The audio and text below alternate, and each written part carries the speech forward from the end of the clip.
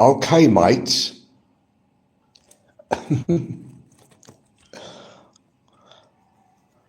Well, mates, while I'm having my seizure,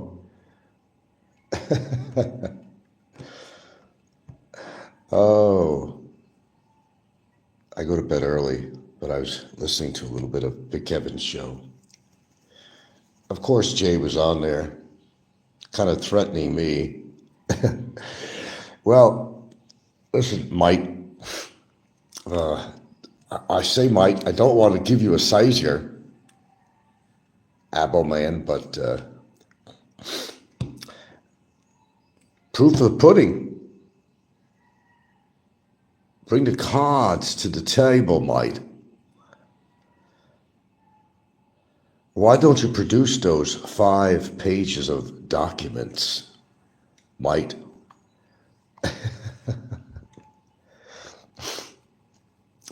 Shall I share some things that Matt Wilkie shared?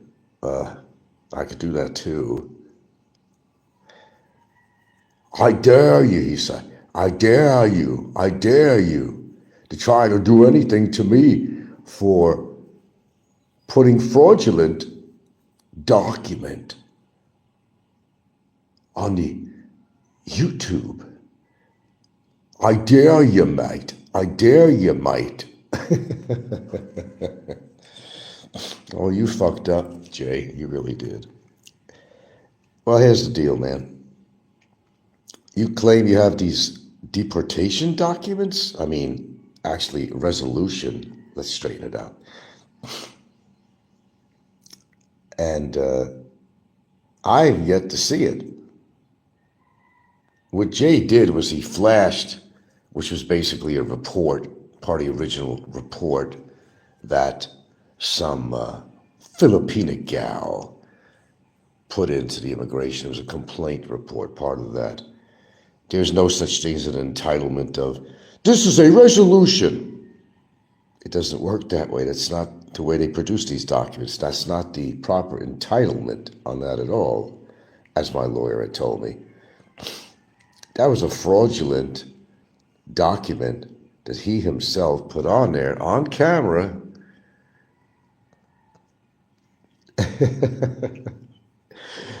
So the proof of the pudding,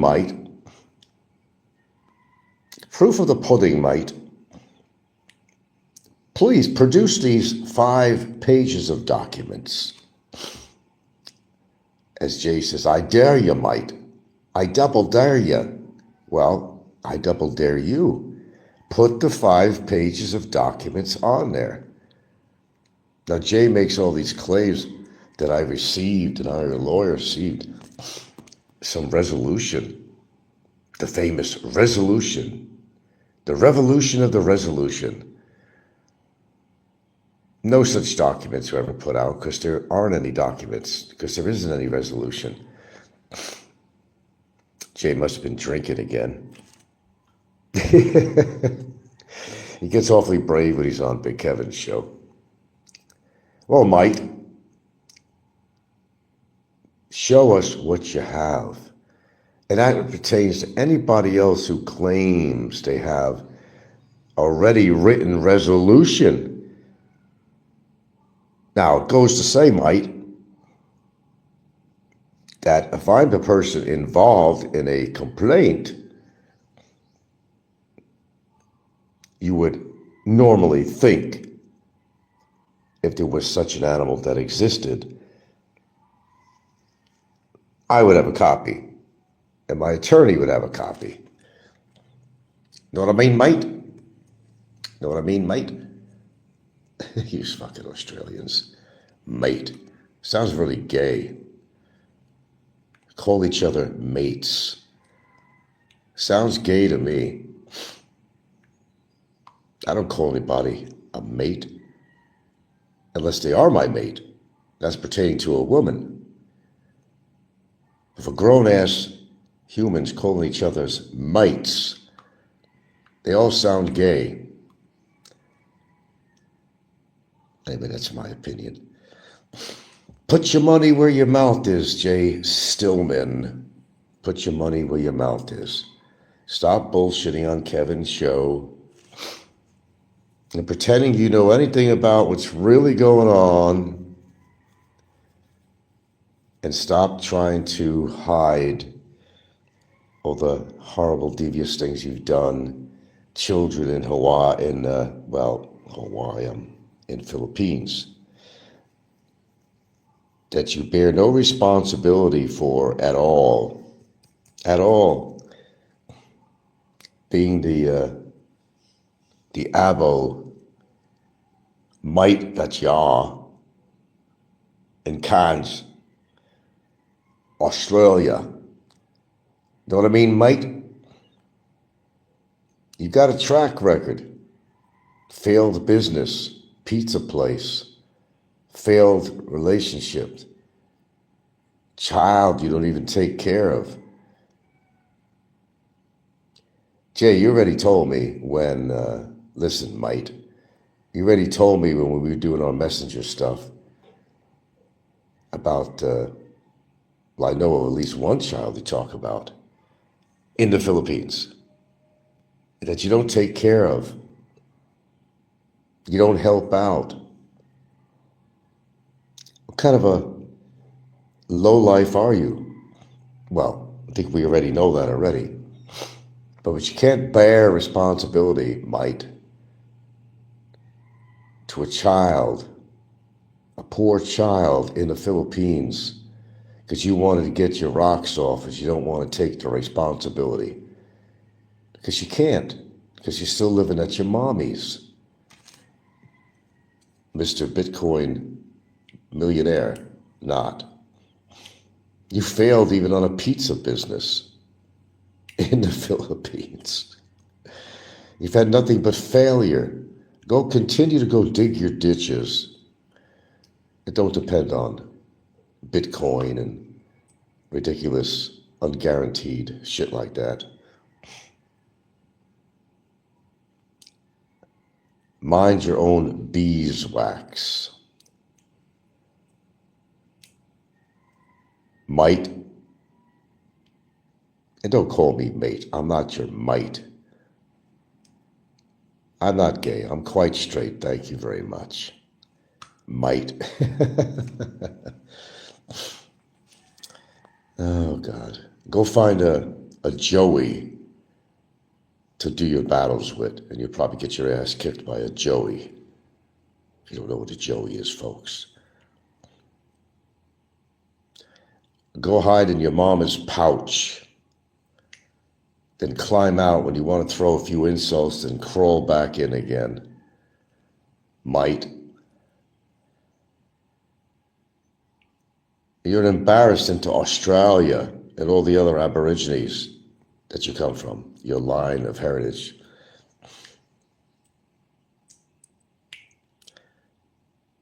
What are you going to do, Jay? You don't like a little feedback? You don't even live in this country, you don't even reside in this country, you're in Australia.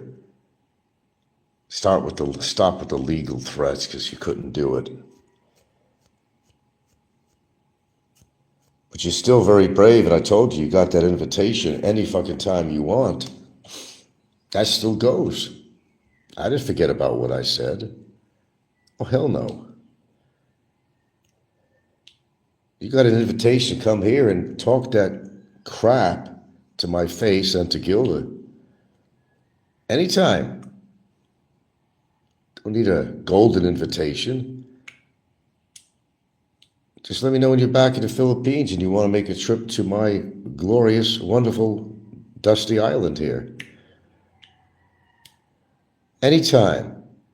Be a real man. Face me face to face, Jay. You sure got the verbiage going. You ain't got that curly action going.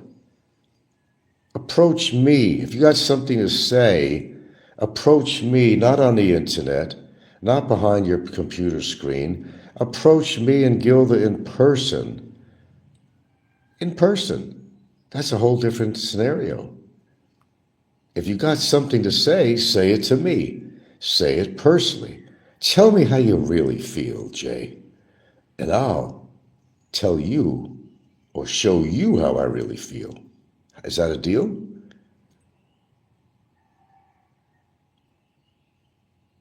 We should do that. Talk is cheap. Talk is cheap. It's very cheap.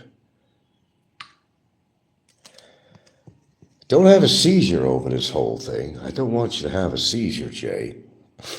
It's okay. We'll get you medical help if that happens. Maybe not in my town, because there really isn't any. So you probably have to die from your seizure, but I hate to tell you that. So would I. If I had a heart attack or something, I'd probably have to die too here. But you know, you roll the dice in life. It is what it is. Something, Jay Stillman. Oh, we still got the video. You want me to put it on? I could do that too sometime. My lawyer's got a copy of this. Yes, you did display and using my name and everything else, saying that these were deportation, or rather a resolution. It was all phony. Even the entitlement on there had no legal verification of sort, that you don't entitle if there was a resolution. It's not entitled, this is a resolution. And then he read off a little material on there, which is basically excerpts from a affidavit from a woman who put a complaint in on me. How do I know? Well, I've got that, of course. Nobody ever received a resolution here, J-Boy. No registered mail, no nothing, because they haven't reached a resolution. And how do I know they didn't reach a resolution? Because my lawyer told me so.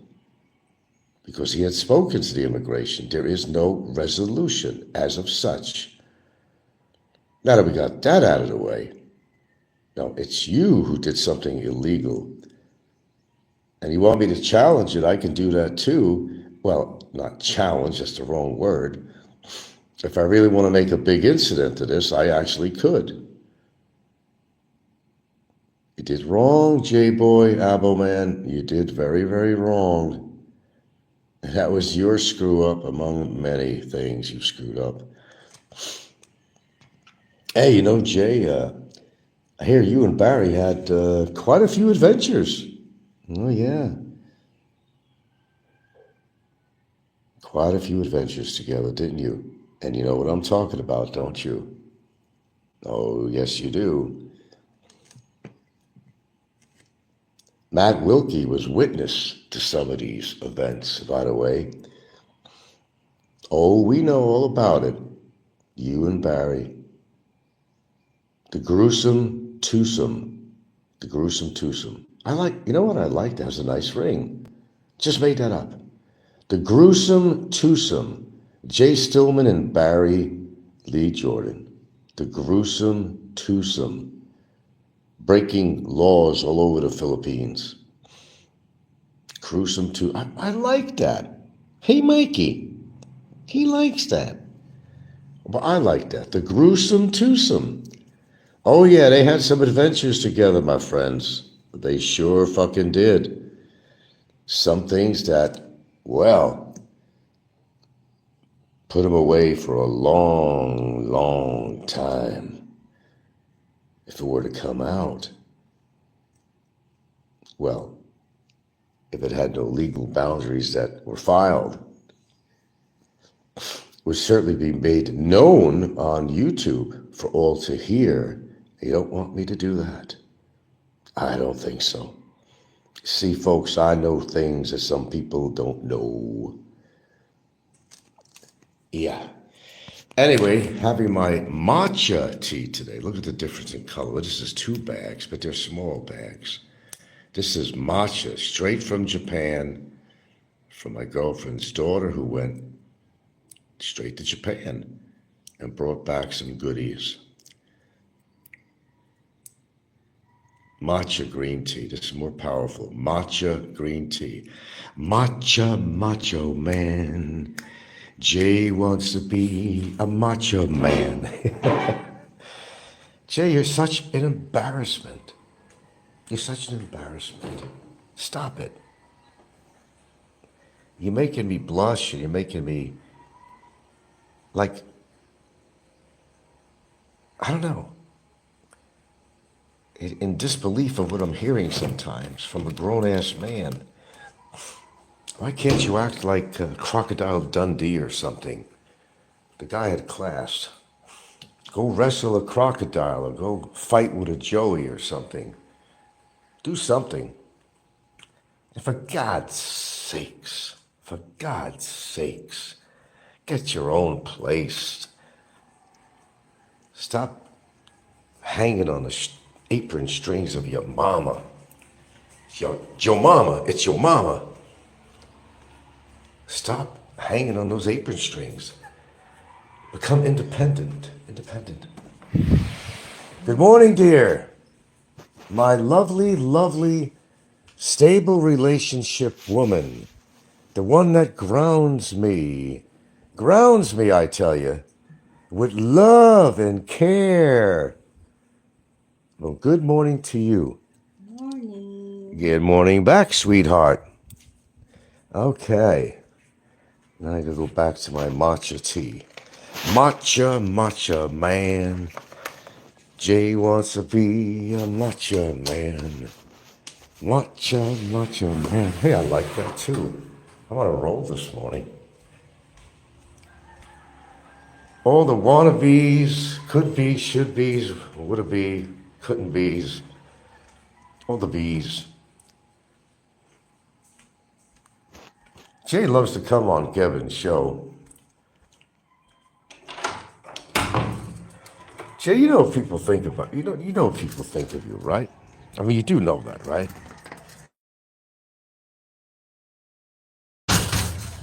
Short people have no reason to live. And you are that short, Jay. You've seen the videos, people have met you. And by the way, Jay, you could say I'm any height you want me to say. But, have the balls to come here and stand by me. Stand by me. Do-do-do. Do-do-do. Do-do. Do-do-do. You need to stand. Stand by me. You know what I mean, Jay? Stand by me and see who's taller. You're shorter than fucking Barry. And that's fucking short. Dang. Everybody's got these hang-ups about height.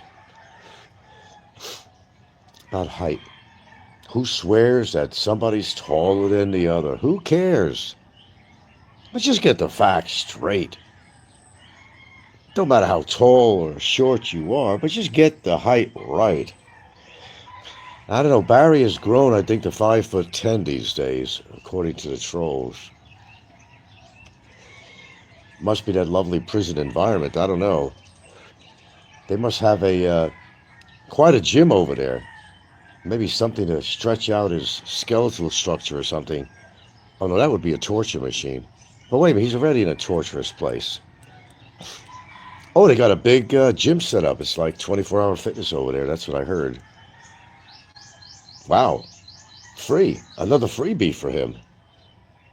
Gets free soggy rice and vegetables. He gets a free gym. He's going to work that weight off.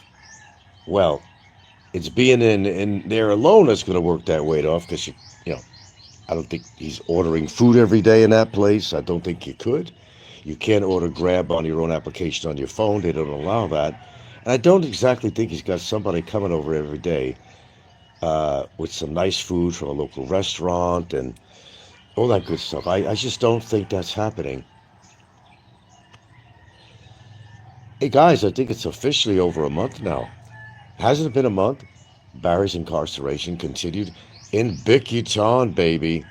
Bickytown, baby. Hello, Region. Notice how you never see Jay streaming from Australia with girls around? Because he don't have any. And the only kind he can get, he has to pay for, obviously. It's a common thing. All the losers have to pay for their dates, or else they wouldn't get them at all. They can't display them. No, Jay doesn't display any women in Australia because he can't get any women in Australia. His job should be to take care of the illegitimate whatever children he has in Philippines first. Do the right thing, Jay. Oh, look at that lovely bird. Talk to me, bird. Yeah, Jay is what? Ouch. Oh, he's an abo. And you're laughing now. And what else you got to say, bird? Oh, I hear all the chatter now. It's all a bunch of Filipino chismis birds talking right now. And? Yeah, continue that last sentence. Well, they're talking amongst each other right now.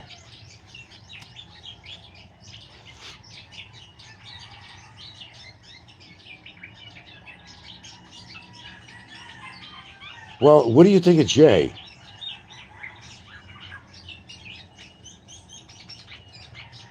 Oh, you got nothing to say about him anymore. I guess you made your point.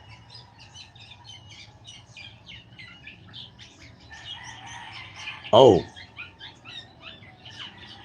Jay's in a relationship with his mommy.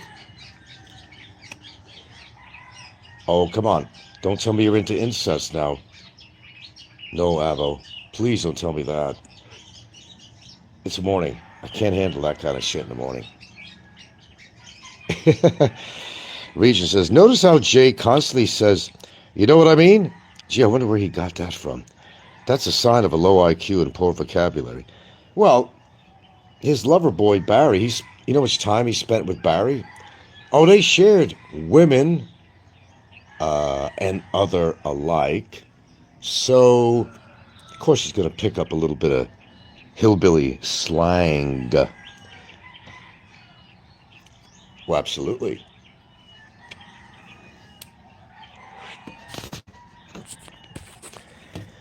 Oh, it's another day, a marvelous morning, actually. Marvelous, marvelous morning. The roosters across the field are crowing off, welcoming a new day. Country living at its best. Oh, my matcha tea is just too hot to drink. I just can't wait to dive into this. No, I don't even put any turmeric in this damn thing. Jay, what's your beverage of choice? Oh, we already know. Okay. I just have one question. Well, there's lots of questions, but I have one question. Does your body consume anything but alcohol, like, real water? Nice, refreshing, clean water, instead of just flooding your already jelly-like liver into oblivion. You know what I mean? Know what I mean? That's exactly Barry's terminology. Where did he get that? Because he spent a lot of time with Barry. I mean, he spent a lot of time with Barry. You know what I'm saying? Oh, the stories I can tell, and the stories they could tell, if they were to come out with it. Get them drunk enough, and they might be able to tell you a few things that I think a lot of people already know or surmise. Yeah, you're on record there, Abo man. Displaying a false document on public media. That's a crime, Abo. That is a crime. That actually is a crime. My lawyer says it is. You can't produce, number one, sensitive documents, but more so, falsified documents. Now, you're taking a chance every time you come in the Philippines here, let me tell you that. Oh, you're on record with my attorney. Everything for safekeeping, Abo man. And by the way, next time you're in a fucking shower, take a fucking razor and shave your fucking gorilla chest. Jesus Christ, man. You may want to shave that hair and donate it to your good buddy Barry. You could find some Gorilla Glue or something and put it on his head. Or you might want to donate that to your good buddy now, your new good buddy, Big Cabin. He could use a little bit of hair. You notice all the idiots are bald or going bald too. What's the common denominator with that? Chrome heads or chrome domes. Matcha has a different taste to it, but I like it. She even brought back these little matcha treats to like little squares. Oh, I'm sure there's sugar in it. I had a couple of them last night. It's really good, these wafers. It's a respectable family my girlfriend has. They think about us, they bring back things. Oh, and Jay, you're questioning, what family do you have? Well, Jay Stillman, Abo, listen, what family do you have? You got your mommy. That's all you have. But you got some children out there in the Philippines too, don't you? But you're not being a daddy to them, are you? You're not even giving any support. So please, Abo man, don't try to point out your little bogus allegations toward me of who or what you think I am. You're a bogan. Bogus statements from a bogan. There you go. Get your life together. Get away from mommy. And Big Cabin, produce your girlfriend in live, vivid color. Go ahead, pay her a couple of bots or whatever and tell her, come on camera. Tell everybody that you're my girlfriend of 9 months. I still don't know how it's possible because he's been going back and forth from Thailand to Vietnam back to Thailand. And he's had a relationship with a girl for 9 months. Well, where she's been all the in-between time, quite a mystery. You know what I mean? Yeah, he does say that too, he does. I just mimic Barry, but he's been around Barry long enough to talk like Barry. Oh, the adventures they had together, gentlemen. Let me tell you, the adventures they had together would be rated XXX. Sharing women together, sloppy seconds and thirds. And from Barry, that's not something to boast about. Would anybody want to take a sloppy second from Barry? I don't think so. How do you live with yourself after that? Yeah, they were sharing women left and right. Same apartment.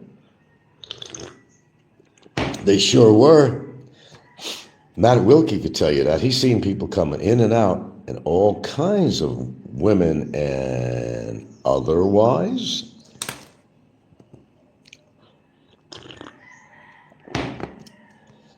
Yeah. Word on the street says they were even doing each other. I only have one question with that. Who was on top and who was on the bottom? Or did you actually switch off? Get a little creative, you know. The bogan with bogus information. So that's my challenge. Anybody, and not just yourself, Abo, but anybody who claims that they actually have a written resolution from the Department of Immigration of the Philippines Republic, please do share. That's my challenge, especially to you, Bogan. Show us. You even came up with a number of pages. You said there were 5 pages. Not 2, not 3, not 4, but 5. But call the bluff. Show us. Show us it. Don't talk about it. Show us it. Because it don't exist. Because there has not been a resolution. There never has been. But if Jay says so, it must be true. But holding up that fraudulent piece of paper, that's where you fucked up, boy. That's where you fucked up royally. I noticed how you got rid of that video. Well, you didn't get rid of it. The great documenter, right here. Always got a juicy copy. But where's yours? Come on, show us that 5 pages of documents that says I'm being deported. If I was being deported already, it means that a resolution had been already done. And if the resolution was done, they'd be at my door picking me up. Why am I sitting here so calmly having a cup of matcha green tea, doing a show publicly? If I was that concerned about a document that's supposed to be circulating around that doesn't exist. Oh, we got 25 souls out there right now. Hello. Matcha man. Jay wants to be a matcha man. Not everybody can be a matcha man. I can. It's right here. Matcha.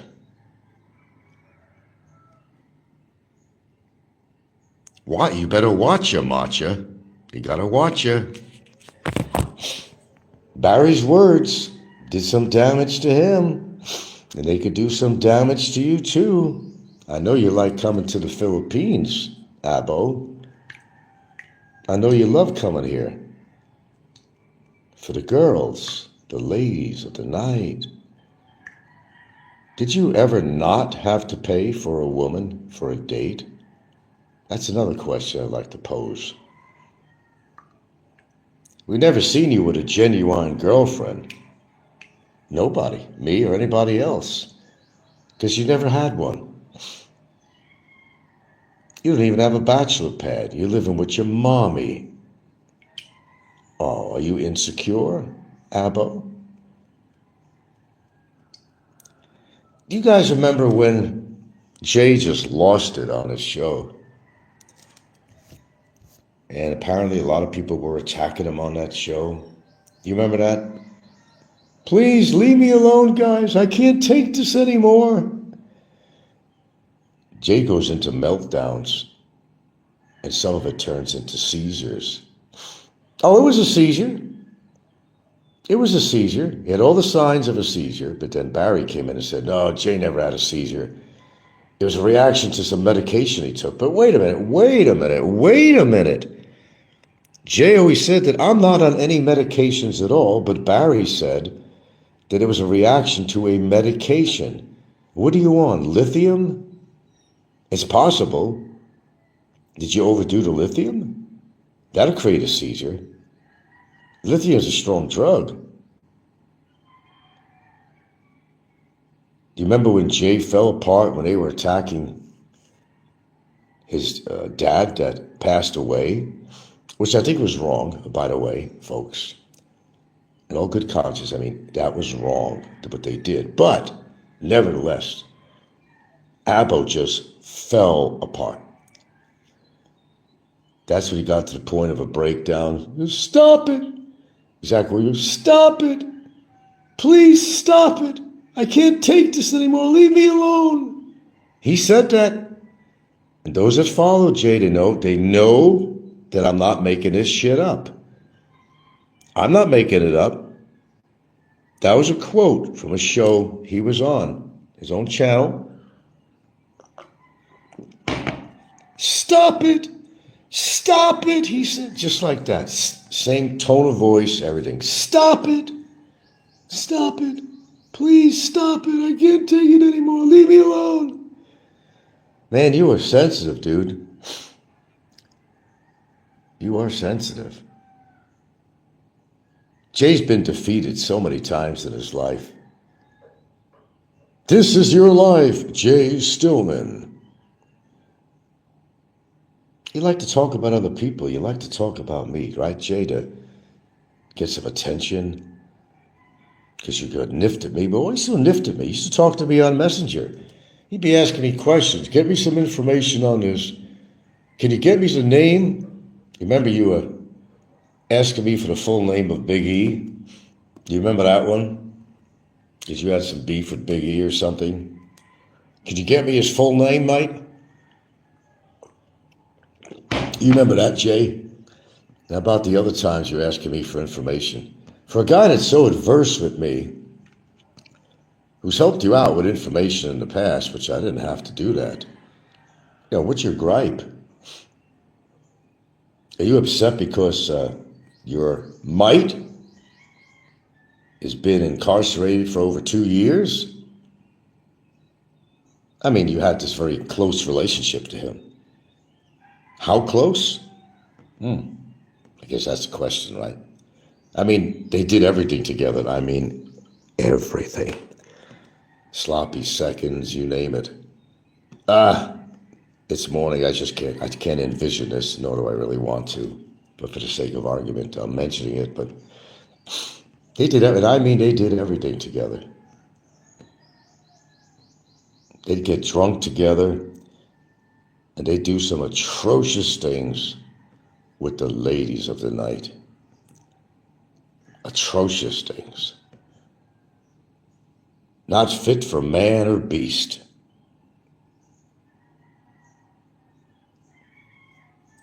Some pretty gross shit.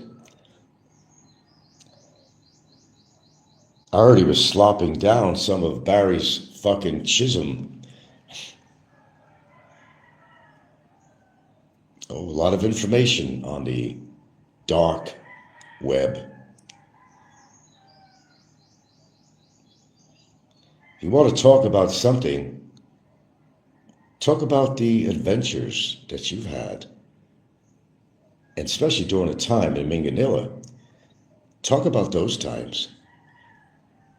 Talk about how Matt Wilkie threw you and Barry out because you had some really interesting traffic coming into your apartment, didn't you? How Matt Wilkie threw your ass out. It was getting a little carried away, let's just say that. Oh, there's lots of information out there, folks. Jay wants to challenge me. Well, I already gave him a challenge. I said, I'm perfectly willing. This frail old man that he calls me. Frail old man. Well, you shouldn't have any problem at all approaching me. If I'm a frail old man, there's only one way of finding out how frail and old I am. By making your presence right here at my humble abode. And you know how to find me. I already put that invitation out, but he never talks about it. He don't mention it at all. He don't want to mention it. Oh, he don't want to mention it. Told you, man, the invitation is golden, man. It's out there. It's real. It's real as it can get. It's a test. I just want to see how brave you are. You know, face to face. Saying things about me, saying things about Gilda. Please. Please, do it. Hop on aboard my train. Face to face. That's the only way to do it. You can talk all you want on YouTube, Jay. You want to talk the talk, but you just don't want to walk the walk. Why is that, Jay? Because you're a fucking coward, that's why. Just a fucking keyboard warrior. You've had incidences, I remember, in the history of you being on YouTube. You were going to do this, you were going to do that, or somebody had it out for you and you went in hiding. Oh, yes, you did. Yes, you did. Not only do I got matcha tea, I got these matcha biscuits from Japan. This is gourmet shit. Oh, you dunk it in the tea. Oh my God. That is so good. I wish I could eat more of them, but she only brought one package back. If I would have known she was buying this, I would say, please buy 5 packets of this. I don't care if there's sugar in it. That's some good shit. Oh, I didn't read your comment there, sorry, Region. Did you catch the threats between Obama and Jay a few months ago when Obama threatened to reveal all of Jay's secrets? Now, you made a very good point, and I'm going to say why that's a good point. This is what Barry is carrying over the head of Jay. Jay, in current times, is afraid to say anything about Barry because he's afraid that certain information is going to get out. And I know what the information is. I know what it is. So Jay, believe me, he cannot afford to talk.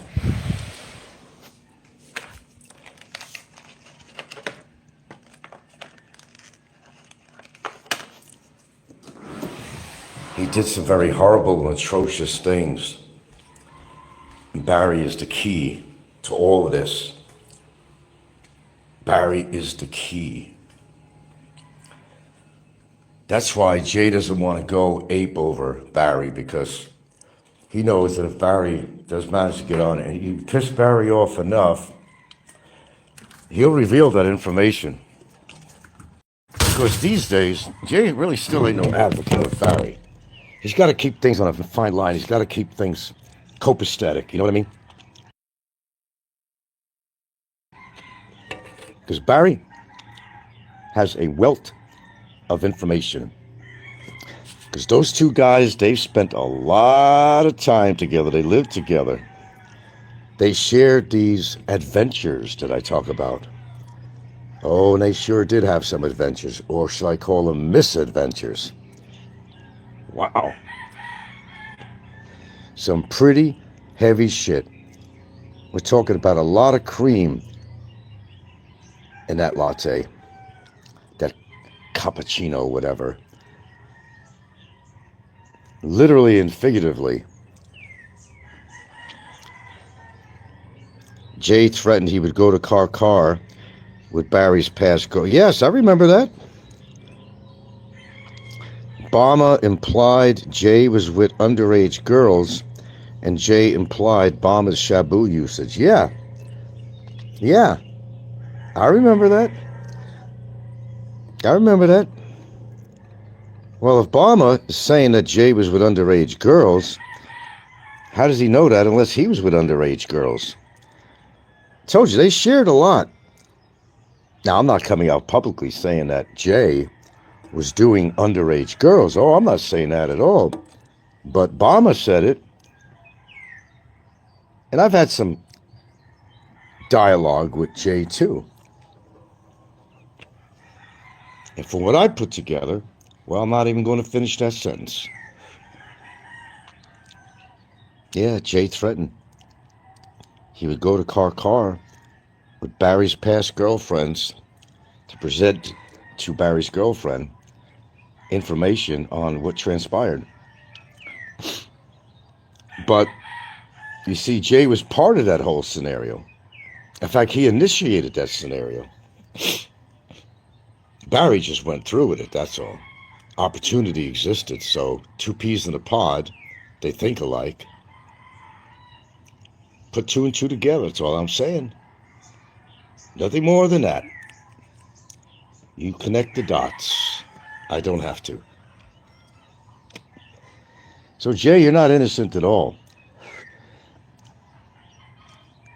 You're talking about I've threatened Barry's girlfriend. I don't know how I threatened her, Jay. I've never threatened her. But what did you do? You made some threats to her. Very special person. Barry. Saying you were going to go over there with some of Barry's ex-girlfriends. Don't you think you were going to be hurting Shaw if you did that? You're a hypocrite. Don't you think that would have hurt Shaw? And you're over there sticking up for Shaw, Barry's girlfriend Shaw, if you actually did that? But it was your intent. All you had to do was say it. Even if you didn't do it, You said it already. That was bad enough. That means you're over there trying to protect Shaw and say, oh, Frank is threatened. I don't know how I threatened her. I still don't know how. You guys are great at producing documents. All I ask, I'm not asking much, whether it's a resolution or whatever it might be, prove it. All I'm saying. You guys like to talk. Talk, talk, talk, talk, talk. You like to talk. Talk is cheap. Action. Action. Camera, lights, action. Let's see the action. And I'll give you a reaction. Fair enough? Yeah, he did threaten to go to car with Barry's past girlfriends. Yeah, he did. Jay, what we're trying to say politely to you here, you have a past that you and a present that you can't afford to be pointing your very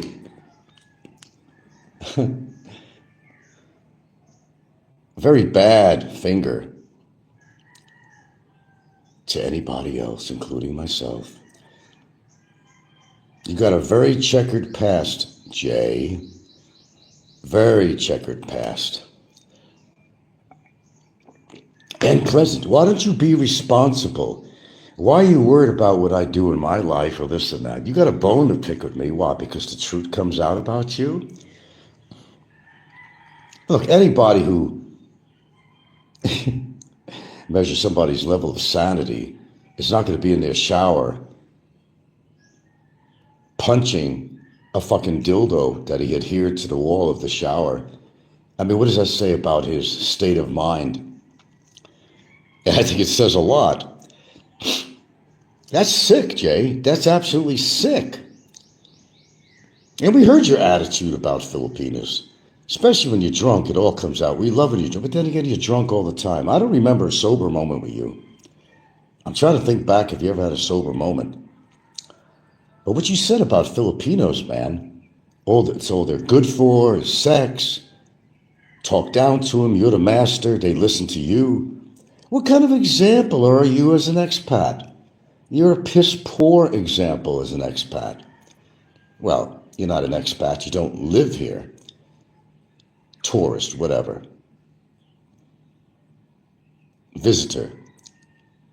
Frequent visitor. How do you afford to talk? And especially when you're living with your mommy. I'm not living with my mommy. My mommy's dead anyway. And I wouldn't be at my age living with my mommy.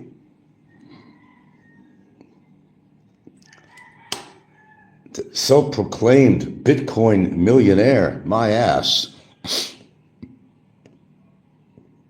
You're a fucking bogan. You're short. You got a gorilla chest of hair. You're an alcoholic. You're a chain smoker. And you've done some really illegal things in the Philippines. Yes, you did. You know what I'm talking about.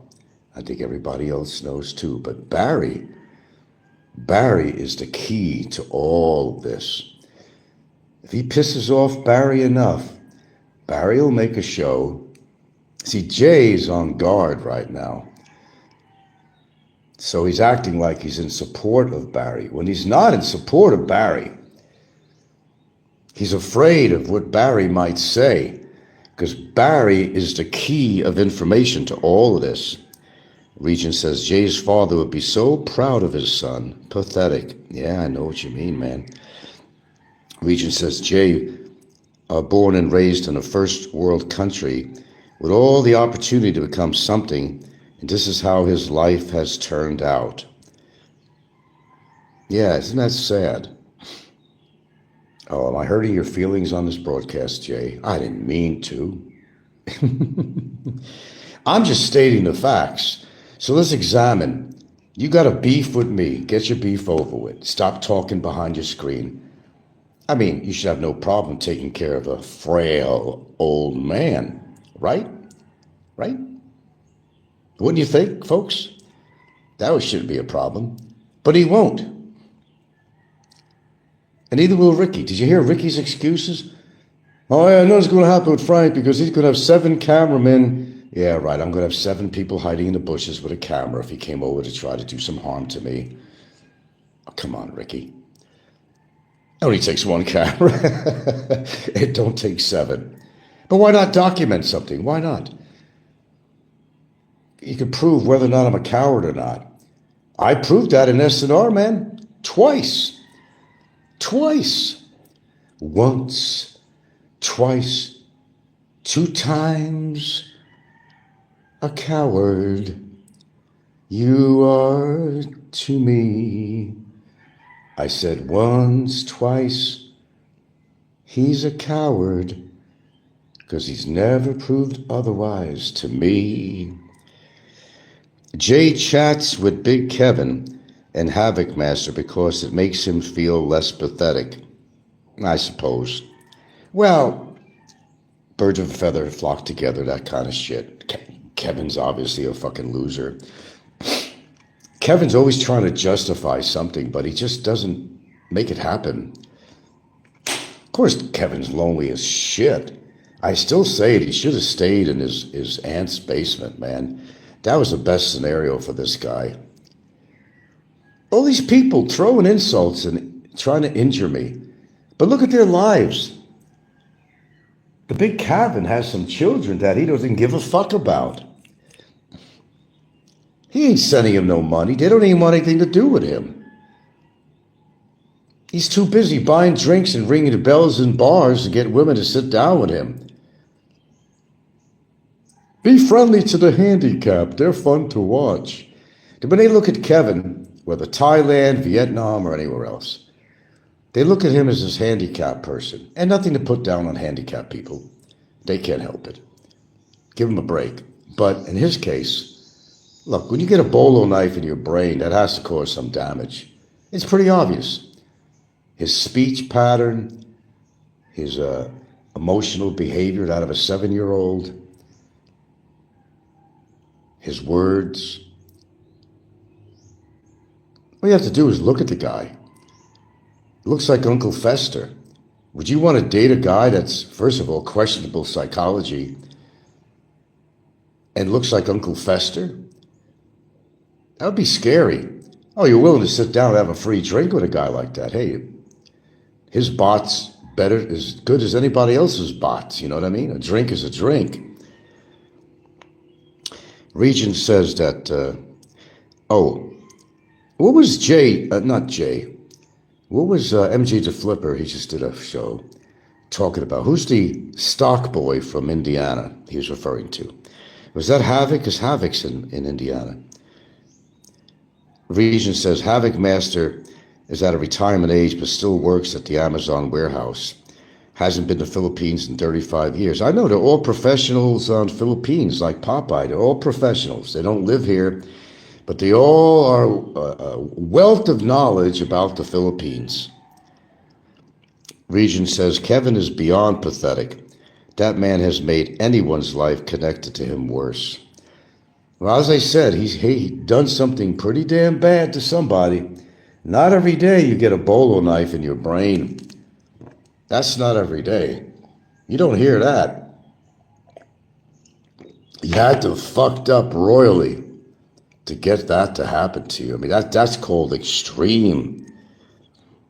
That's what I thought MJ was talking about Havoc. Because Havoc does live in Indiana. I know about it in Indiana a little bit. My brother used to live there.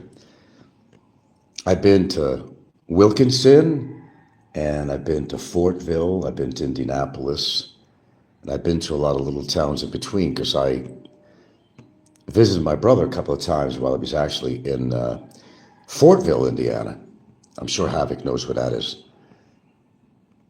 And Geist Reservoir, Havoc, am I right or wrong? Did I actually go to Indiana, Geist Reservoir? A very popular place people used to go fishing and all that, the reservoir, Geist. And they had this little waterfall going off the edge, just a cement drain off is what it was. Am I right, Havoc? Am I talking bullshit, or I know my business? Or am I bullshitting? Geist Reservoir. He knows. So Havoc knows I've been to Indiana. I wouldn't know that information unless it was true. Geist Reservoir. Popular place to visit for fishing and recreation. Am I right, Havoc? Am I right? So yeah, I've been to Fortville. I've been to Wilkinson, where the last place my brother had lived in Indiana. I sure have. And I visited Geist Reservoir. So I've been there, haven't I? So I don't bullshit. Regis said, didn't Kevin have a child who died in his care? Yeah, something like that happened. I don't know the whole story. I'm not going to pretend that I do. Yeah, died in his care or lack of care. Whatever might be appropriate. Kevin, I know you like doing shows to make a little jingle, but he was boasting about making lots of money on his show the other day. He made $20 and minus the 33% fee involved in there. You didn't make shit, Kevin. And I looked at Social Blade. He's lucky that he makes $100 a month so he can collect a check from AdSense and all, you know. Of course, the supporters say, yeah, Kevin's killing it, man. He's making all this big money. He makes $1,500 a week or something. No, I'm wrong. He makes $300 to $400 a week, said Big E. He wish he made $300 to $400 a week on his YouTube show. See how these people just professional liars. They got so many skeletons in their closets, they can't afford to even remotely talk about me. I don't have any skeletons in my closet. Anything about me has been revealed. If there was something to reveal, did I have a couple of bankruptcies? Yes, I did. Did I have a case, a civil case in Hawaii? Did I not?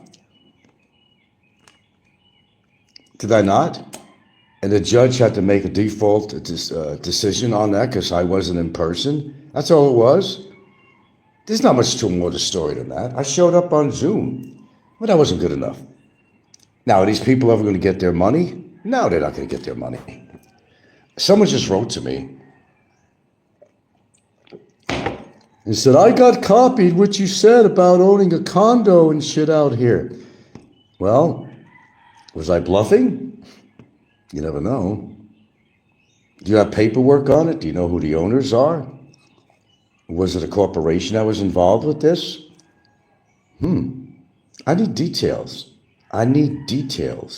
I'm going to report you. And by the way, they showed me this report again of the 22 people who made and this is funny, the 22 people that supposedly had a petition out against me, and all the people's names. There were some real names like Don C, people like that, even Kevin. And then there was half of it was all these phony made-up names like Dead Al. My brother's Al, okay. Dead Al and something Jeniston, having to do with my girlfriend's last name, a name that doesn't exist. Oh yeah, very legitimate stuff, really legitimate stuff. Of course, all but it is entertainment. You got to admit that. Even I'll admit that. It's entertainment to me. Because only I know the facts of what's going on, legally and otherwise, and some people's personal lives. But I know a lot about Jay, I'll tell you that. And one of the stupidest things he's done a lot of stupid things in his life, was to come on there and display a fraudulent document. That just says it all. That beats all. That just beats all. Jay, you better shut up, man. You're in my sights. Let's just put it that way. And I won't go any more than that and what I mean by that. You're in my sights. And when you're in my sights, I'm a sharpshooter. I'll get you at 1,500 meters. You don't need a red dot rifle. You're there for the taking, Jay. Just try me. Well, you've been trying to try me. It ain't working, Jay. Because you, of all people, cannot afford to talk about anybody on air, even exclusive of me. You just don't. You have a horrible checkered past. What a sad life. You're over 50, and you're living with your mother. That says a lot just right there. It means you can't be independent. You need your mommy. You need your mommy. You're afraid to be alone. Because you're afraid of the big bad world out there. Regent says, oh, is there 30? Oh, there is 30 people. I wasn't looking at the numbers.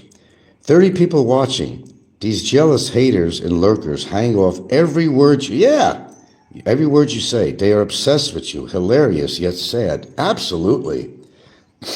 Absolutely. But they won't say anything on here. They're afraid to say anything on here. They'd rather just lurk and watch, and let's see what information we can get from Frank. Let's see what we can get from him that we could use on a copycat, or we could try to use against him in law. Amen. Knock yourself out. Knock yourself out. We all know the reputations of all these people on here. People with harems, people with this and that. And they're breaking the laws too, what they're doing. But they'd rather point out what they think are faults with other people. Imagine that. Seriously? Those without sin, please cast the first stone. And there ain't gonna be nobody casting any stones, I'll tell you that. Not on YouTube, that is. That ain't gonna happen. Once, twice, 3 times, a maybe. Nobody's gonna cast a stone. Go back to your fucking Bibles and read the verses. Sakes. Read the verses, all you innocents. All you innocents out there that don't do anything illegal, that live a really questionable lifestyle, legally, morally, and personally. But yet, you want to talk about Kuya Frank. Oh, I am a great topic matter, actually. I'm one of the best out here in YouTube land. Because I have no reason to lie about anything. I have none at all. But they have lots of reason to try to hold back the truth in their life. Oh, they don't want you to know everything, but it's really amazing how certain things come out. What do you expect it? Certain things come out. Oh, let me tell you, I'm a wealth of information on many people on here. They just don't know how much information I actually have until I actually come out with it. And Jay, I got a lot of information on you, bro. Might. Go box a kangaroo, Joey, or something. But when you're boxing me, you're going to lose. Physically and every other way, and legally. You're not exactly Crocodile Dundee. Jay is yelling at his mom in frustration, and Big Ego is getting teary eyes, planning his next passive-aggressive mood. Yeah, exactly. Gypsy comes in. He likely involving himself because he'll never leave his house for a long time. Why don't you tell that directly to Jay? You were on that show with Big Kevin. I didn't see you exactly, and I told you about you, Gypsy. You want a lot of things to come out, but you can't bring it out because you're afraid of being attacked by these people. I noticed it. I've been talking about you a lot lately because you've been very active coming on people's shows now from China. And it's just like you're at the point where you're saying a few things that you want to say, but you're afraid to let it all out. Regent says it's Frank against an entire community, and he keeps winning. Always on top when the smoke clears. It drives them nuts. Yes, it does. But Gypsy, you got to get your act together, dude. You kind of sound like you're wimping out when you come on Kevin's show and you get on a StreamYard. It sounds like you're wimping out. Did you come to my channel, you make comments, but you also kind of make some implications of me that are kind of derogatory. So which is it? Which side of the fence are you on? Did you not build up those strong legs yet? Decide. Decide. Gypsy says, I like to keep it playful, but I do want to clarify what I meant by liking Barry. You like him or you don't. You're the one that said yourself, he did a lot of wrong, but I like Barry. Why would you like somebody that's done some of the atrocious things that he's done? How could you sit there, English teacher, in your chair in communist China and say that you like Barry, unless you like these devious type of people, or you just want to be part of the boys club? Which is it? Regent says their excuse and the way they rationalize every loss is so cringy. Yeah, absolutely. But Gypsy's been very active lately. You haven't heard him on a long time. And one of these days, I have to go to your channel and see what you actually do say. I don't know, are you Gypsy Walker? Is that what it is? Is that the name of your channel, Gypsy Walker? I don't even know the name of your channel. But you don't speak up enough, Gypsy. You're afraid to. You're afraid like it's going to mean anything for these people to attack you. They're not going to come to China to beat you up. Stop being a puss and speak your mind on it. I'll respect you a lot more. Gypsy says there are likable characteristics, but very likable that he has, but it doesn't outweigh his behavior and intent. Likable? What is likable about Barry? Please do share that to all of us, Gypsy. We got 24, 23 people out there. Please explain to us what is likable about Barry. Oh, the fact that he's a train wreck and people have fun watching and making fun of him? Give us a read. What is likable? Explain. What are likable characteristics of that loser? And nothing outweighs his behavior and intent. So why do you, try to talk kindly of him? Would you like him if he accused you of being a child predator and you had to go to court? Would you like him at that point? If your reputation in China got out or something that you were a child predator and lose your teaching job and your ability to stay in China and work abroad, would you like that? I don't think so. There are likable characters, but okay. Stop talking cryptic. There's nothing likable about Barry. Nothing. Absolutely nothing. So don't go standing up for Barry. I'm not going to block you, nothing like that, but don't go standing up, Then you go on your show, somebody else's show, and I've heard you say a few derogative comments about me too, but we won't go there. It just seems to me that even you sound very meek in your voice. You don't have a deep voice, you have a high voice, but when you speak, you sound very meek, defeated kind of speech. It's like, you want to get on the action, you want to do a live show with somebody else and have some comments, right? But you're afraid to just let it all out.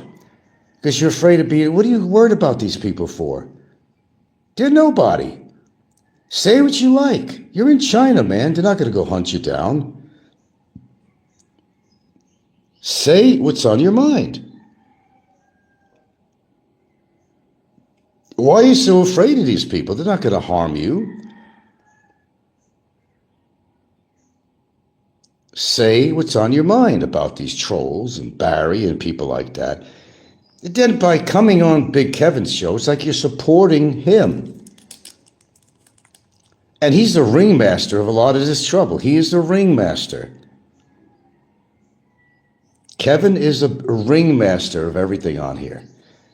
That's all the trolls show up in one place. Every single one of them.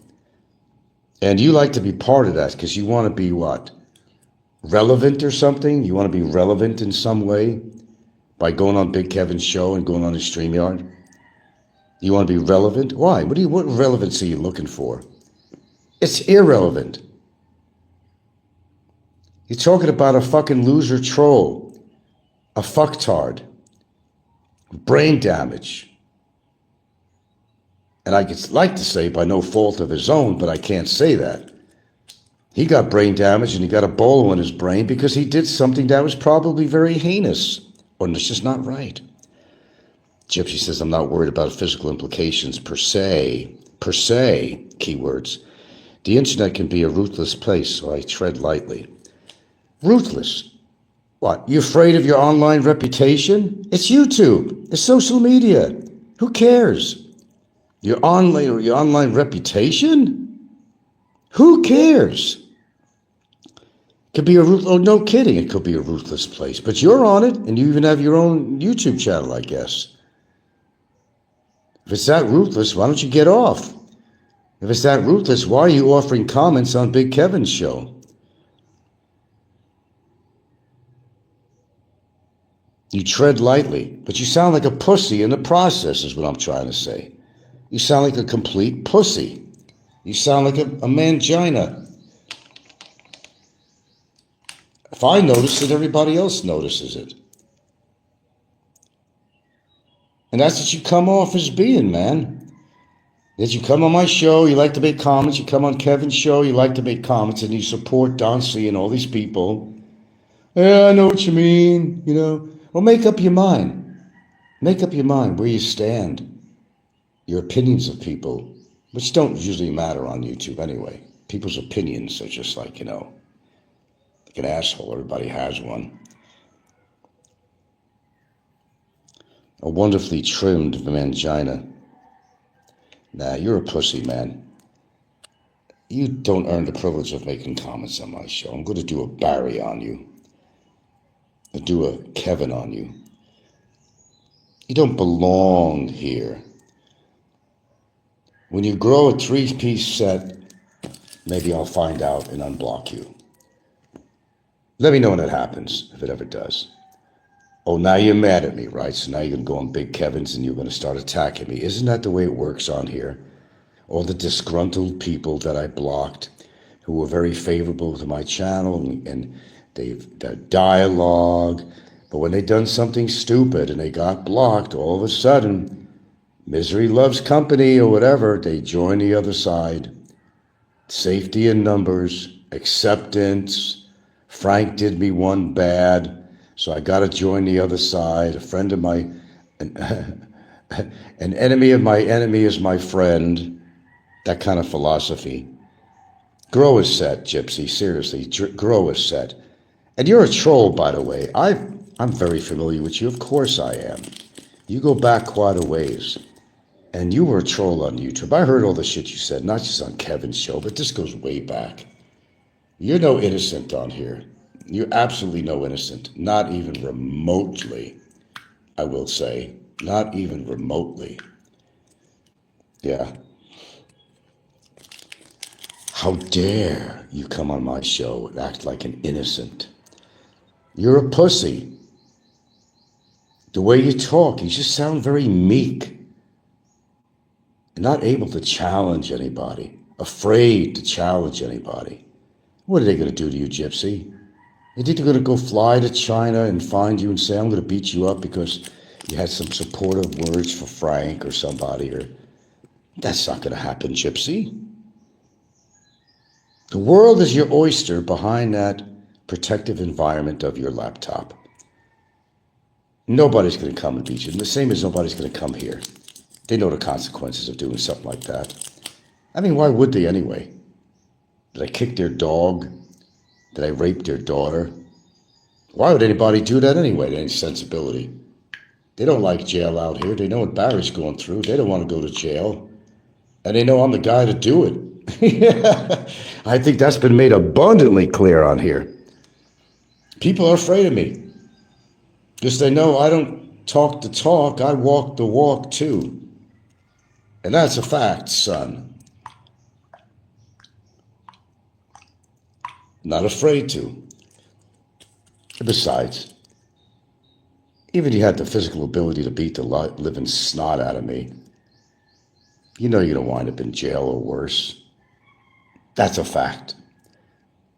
It wouldn't be beneficial in any way, legally, physically, otherwise. But you have to kill me, and then you have to live with yourself after that. Because once you touch me, I'm going to be on you like flies of shit. Hanging on your neck, hanging on your back like a wild man from Borneo. Never been to Borneo. You'd have to peel me off you, this frail old man. Wouldn't that be a video? Big guy comes to try to do damage to me, and he gets defeated. by this 5'1". Is it 5'1" now? They keep on reducing my height. Am I down to 5'1" or is it 4'11"? The amazing disappearing man. You'd have to peel me off. I'd be on you like gorilla glue. If you don't believe me, try it. Or you may win the battle in the end. But during that battle, there's going to be a lot of damage inflicted. I'll guarantee you. I don't care how fucking big you are, how frail or old I am. You'd be surprised about these frail old guys. You'd be awfully surprised. And maybe you will someday. Who knows? Here I am. Come and introduce yourself to me. I'm easy to find. I'm easy to find. Nobody's hiding anywhere. I'm not hiding from immigration. I'm not hiding from trolls. If I was hiding from immigration, I wouldn't even do a goddamn show. Maybe you say, oh, Frank, you're too overconfident. Maybe I'm not. Maybe I know something you don't. Maybe. Maybe not. It's up for you to think or decide. If I was hiding, I'd be like Popeye. When somebody was after him, he didn't go on YouTube for up to a year sometimes. And that's a fact, not made up. I'm here. I've been on every fucking day, haven't I? I'm not hiding from immigration. I don't feel I need to. If immigration wanted me, they could find where I live. Toot sweet. Okay, man, we got to take you in. 5-0 would come here and take my ass in. But that's not going to happen. It just hasn't happened. And likely will never happen. The verdict on the complaint is not in, and it hasn't been in. They're too busy with pogos and real complaints. You don't know if you want to know the truth. Real complaints. And they keep on saying I'm attacking Barry's girlfriend. How am I attacking her? Give me some direct statements, videos, something where I'm actually attacking her, or I'm some kind of a threat to her in any form or way. Legally, maybe. Legally, sure. That's a possibility. I'm not attacking her. I never called her ugly or nothing like that. It's in the eye of the beholder. I have my own opinions, but I've never called her ugly. I never called her anything. I never threatened her life. I never even met the woman. I'm just saying that she's a bullshit artist, that's all. That her fucking fault, her complaint was totally full of faults, invalid, lies. That's not threats. Those are facts. Facts. And could there be a payoff from me to her? Legally, sure. You just never know about those things, will you? Until it happens. It's a pretty serious offense, really. Very serious offense, putting in a report against somebody like that. With all lies. But, you got to live with yourself, too. And some people, I guess they live themselves just fine. Again, I talk about this Catholic stuff, being religious, and these people just don't practice what they preach. How could you go to bed at night being such a person who follows, the scriptures of God and Jesus? How do you live with yourself? Knowing that you lied. Knowing that, well, if you're really religious, when you die, you're going to wind up right in purgatory, and they're going to have a question and answer session to you. Did you really do this, yes or no? That's going to determine your fate, whether you go up or down the elevator. You got to live with yourself. Devil and Miss Jones movie. I think that was it. Remember what her punishment was? She was a nympho. She had to have sex all the time. So when she killed herself in a bathtub and slit her wrist, that was a sin, according to the Catholic beliefs. And you go to hell for that. She wound up in purgatory and had to make a decision. And they decided hell for you was going to be such. And what it turned out to be in that movie, because she was a nymphomaniac who needed sex all the time. It was like a disease. She winds up in a small cell of some sort, a small room with this crazy guy. And the only thing he was interested in was this imaginary fly in the room. Can you imagine that scenario? And she's over there frustrated as hell because she needs sex. She did everything but masturbate in front of him, everything, to get his attention, to get a rise from him, and she couldn't. So that was hell for her. I think, Judgment Day is a matter of being like a tailor. You want to tailor a special suit to fit just right for that person. Follow me on this? It's like you're going to be tailor-made for the crimes and injustices that they've done in their life. It's going to be tailor-made to be befitting for the crimes and sins that these persons or person has committed. Yeah. And in her case, it's going to be the hell for her. It's going to be a constant reminder of the phony report she put it on me, played over and over and over and over in her head, and that'll be the eternity for her. While a big furnace is in the background, heating things up a little bit to make it better. That's her eternity. If she so does believe in the Lord, the scriptures, that would be her punishment. You get an RSVP to fucking hell, at least to purgatory, though, I understand. They're going to make a judgment on you. What have you done? You supported an immigration overstayer. You aided and abetted, harbored a criminal. You made a phony, invalid report to the Department of Immigration against an innocent man just to satisfy your loser, worthless boyfriend. That's what you did.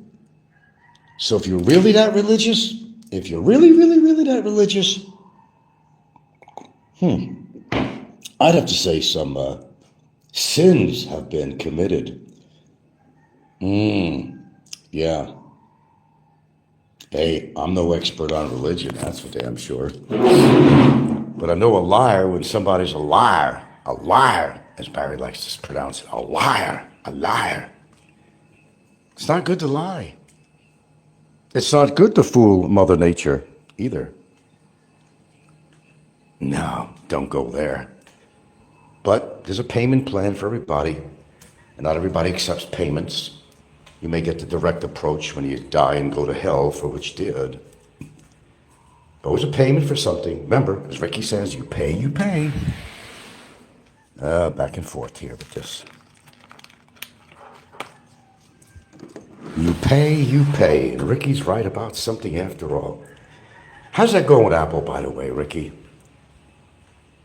Oh, she can't travel back and forth to other countries, right? Well, why don't you set her up with a bank account, Ricky? You got all this money.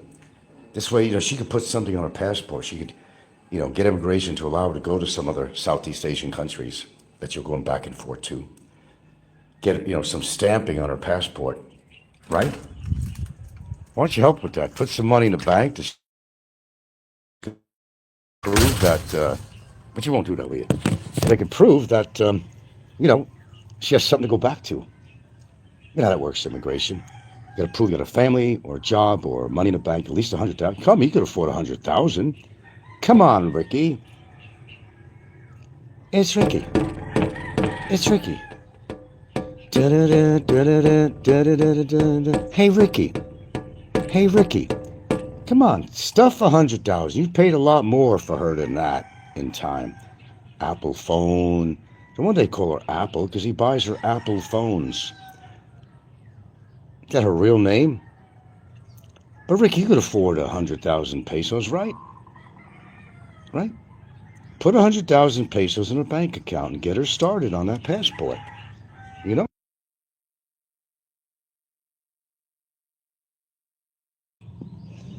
Get her going. You like her so much, you like companionship, that's wonderful. I'm happy for you. But make it work. Make it work. And by the way, Ricky, the next time I see an SNR, it's going to be a different scenario. It might be quite embarrassing for you. Oh, don't worry. I'm not going to strike you in public. But I'll make it so that it's so embarrassing that the whole store is going to be looking at you when I tell them about your debauchery with Filipinas and all that stuff. You're not even going to want to go to the cashier. You're going to walk right out the store, aren't you? In shame, I tell you. Everybody talks the talk, but they don't walk the walk. You see, the last time I was in Esnard and I met him, he didn't want to continue. He saw where the conversation was going. Normally, he'd stick around. We'd even shop together once. Oh, you got to try this, Frank, or, okay, I got to go. He goes, okay, I got to go. No, he didn't want to. He wanted to see what was going to come. But Ricky talks brave, too. Remember, I'm not Michael Fazio. I'm not Michael Fazio. I'm not going to be slapped by somebody and stand there. Call the police! Call the police! No. Not in that kind of incident. No. Strike me once and I'm going to strike you down one way or the other. Legally, physically, or whatever. A hand touches me. There's going to be feet, legs, arms, teeth. That's going to be a little reciprocal action to you, one way or the other. That's a guarantee. No matter how old and frail, supposedly, I am. Well, the only way to find out how old and frail I am is really to accost me in that way. Then you'll know. Then you can put that bonnet in your hat, that little medal on your chest, and say, yeah, I beat the shit out of Frank. Then you can do that. But until then, shut up. Okay, I got to start reading these comments. Apple smartened up. She now gets money from Ricky and doesn't have to be physically with him. She's a smart girl. I'll give her that. Regent says the fact Apple gets offloaded on the plan says a lot of her financial status. She's desperate and will do anything for money. You might be right. You might be right. Well, why would they be with him anyway? I mean, is he a swarthy, good-looking guy? Or does he look like some fucking swine? He's got the pig nose and nostrils already. He's fat enough. So I think when he dies, if there's such a thing as reincarnation, he's coming back as a fucking pig. He's got the features. Mother Nature plays interesting things on people. They really do. You look like a swine in your human life, you'll probably be a swine when you die. And somebody will eat you as a pork chop someday. It's all a numbers game out here, folks. It's all a numbers game. Who's got the money for the babes, right? Am I right or wrong? Who's got the money for the babes? I mean, look at poor Big Kevin. Oh, my God. Hey, look, I looked at Social Blade. Yeah, go look it up yourself. You don't have to trust me. Go to Social Blade, punch the name of his channel in. It'll tell you how much he's making. It's approximate, by the way. It's not exact. But it's, within the ballpark, okay? Go see how much he's made. He has to struggle to make $100 a month so he can get paid. Because I don't know if you all are familiar with that. I was monetized once. If you don't make at least $100, combination of everything, they don't send you, they don't send you checks anyway. They deposit in your account, whatever, how that works. You don't get anything. And you hear Kevin saying a lot. Show me some more jingle, folks. I got to make $100 to get paid. You hear that quite a bit, don't you? I have. I don't know about you, but I have. I've heard it. What's that?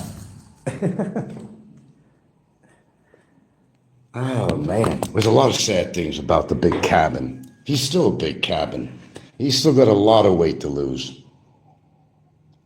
But again, his problem is all those big folds of skin. I mean, look, when you once weighed 500 pounds, and even though you lose the weight, a lot of it, what do you think? You think those folds of skin are going to just magically disappear? I don't think so.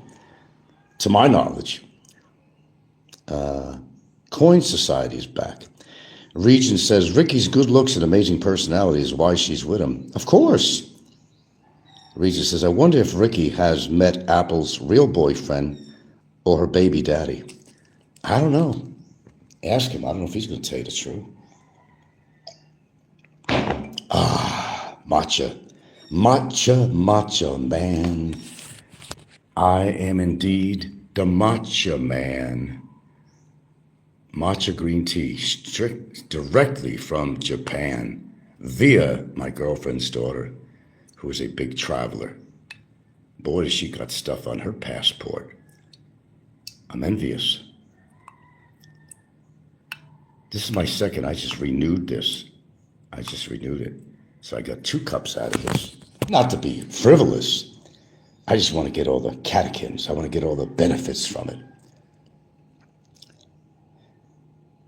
So, my challenge to Jay, or anybody else for that matter, if you got 5 pages of a resolution, I'm putting this out, so you all heard me, right? You all hear me? There's 22 people here. You all heard me. You all heard me, and you're going to hear me again. If you got 5 pages of a resolution, put your money where your mouth is and put it on camera. Signatures and all. Signatures and all. Stamps and all. Dates and all.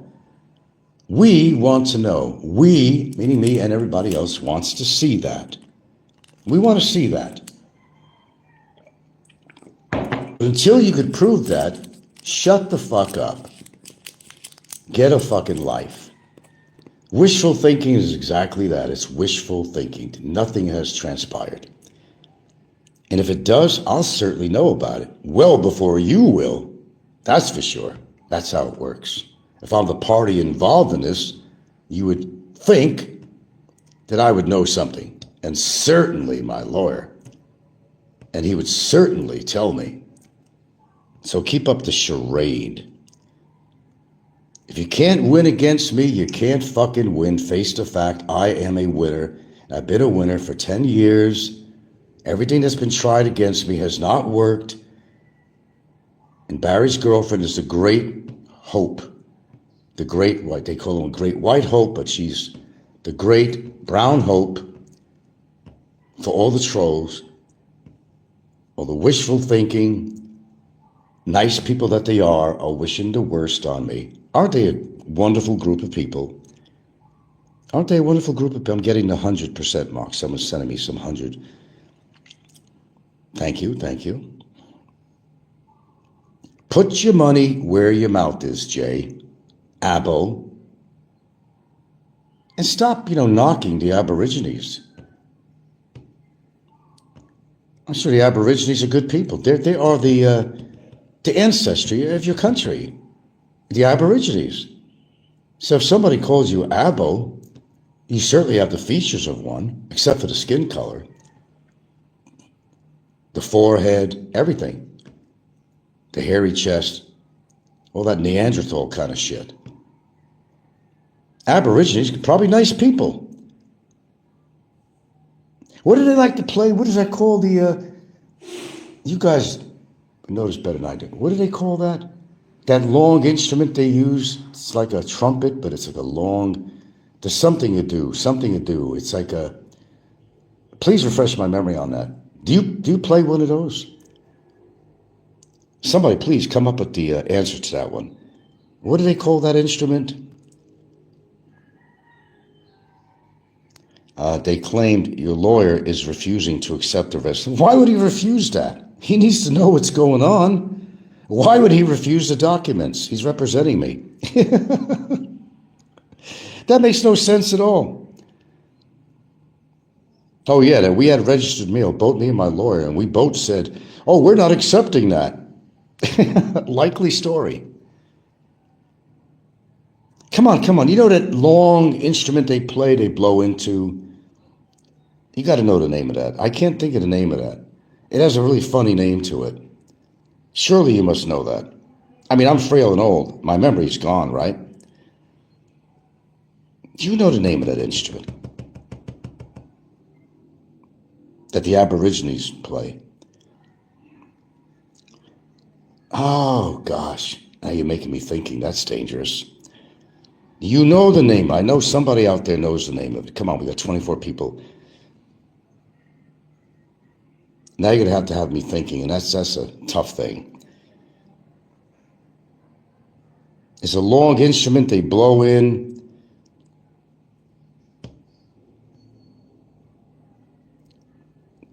Come on, somebody certainly might know that name. It has a real weird name to it. Maybe he could take that up as a hobby. Respect his family tree. You can't think of it either, could you, folks? I know that's one kind of hard to remember, but there's a name for that instrument. Or maybe somebody will think about it. They claim your lawyer's refusing to accept the resolution documents. Oh, that must be it. That must be it. That's absolutely ridiculous. A lot of stories about you, Abo man. If you want to come out, one day it just might come out. I don't want to embarrass you, but you've been pushing the envelope with me lately.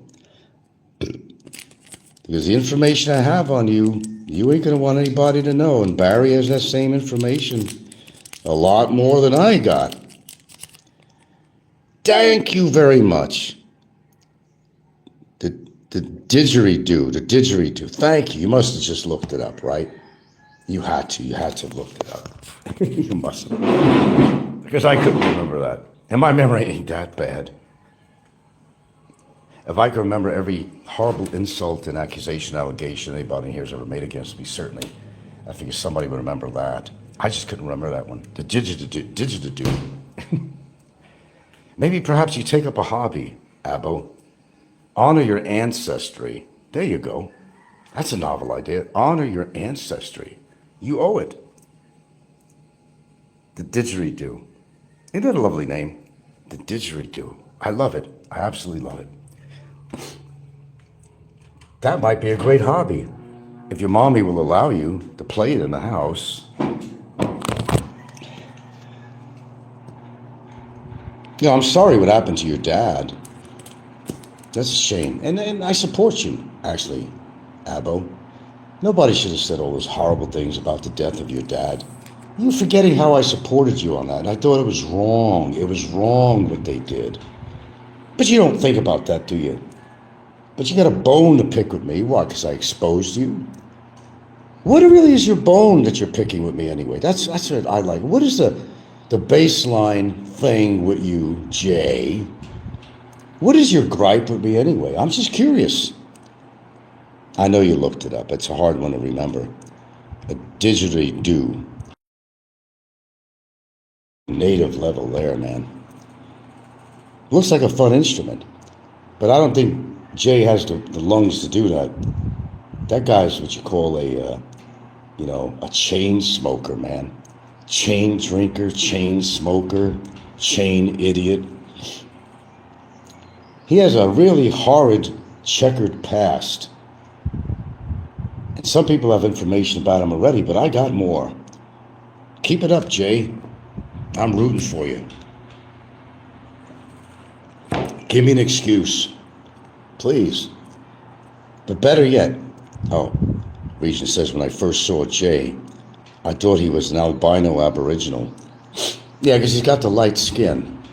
I mean, look at his forehead. Look at his squinty eyes. They're really close to each other, too. Oh, absolutely. He has aboriginal background. There's no question about that at all. And this is not an insult. I have nothing against the Aborigines at all. I have nothing against them at all. They are a native, original natives of the country. Just like the Aleut Indians in Alaska, you know? Just like the Native American, Indians in America. Right. They're natives. And we're not putting down Aborigines at all. Why would we do that? Regis says, Jay's mom exposed him when she told him to keep the noise down on the live show. Yes, I heard that. I heard that.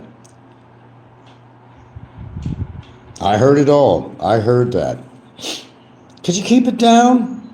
Because he was going into tangents. God, his mother listens to that shit all the time. She knows he's an alcoholic because he's drinking all the time, smoking. Or maybe they drink together, smoke together, family. It's family. So maybe it doesn't bother her.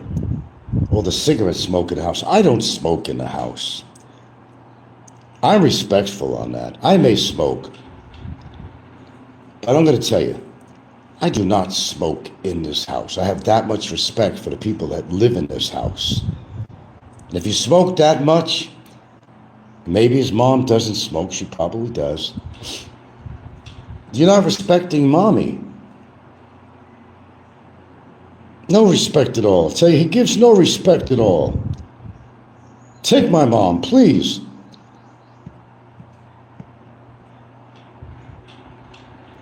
We're going to do a Rodney show one of these days, how make it applicable to YouTubers. That's yet to come.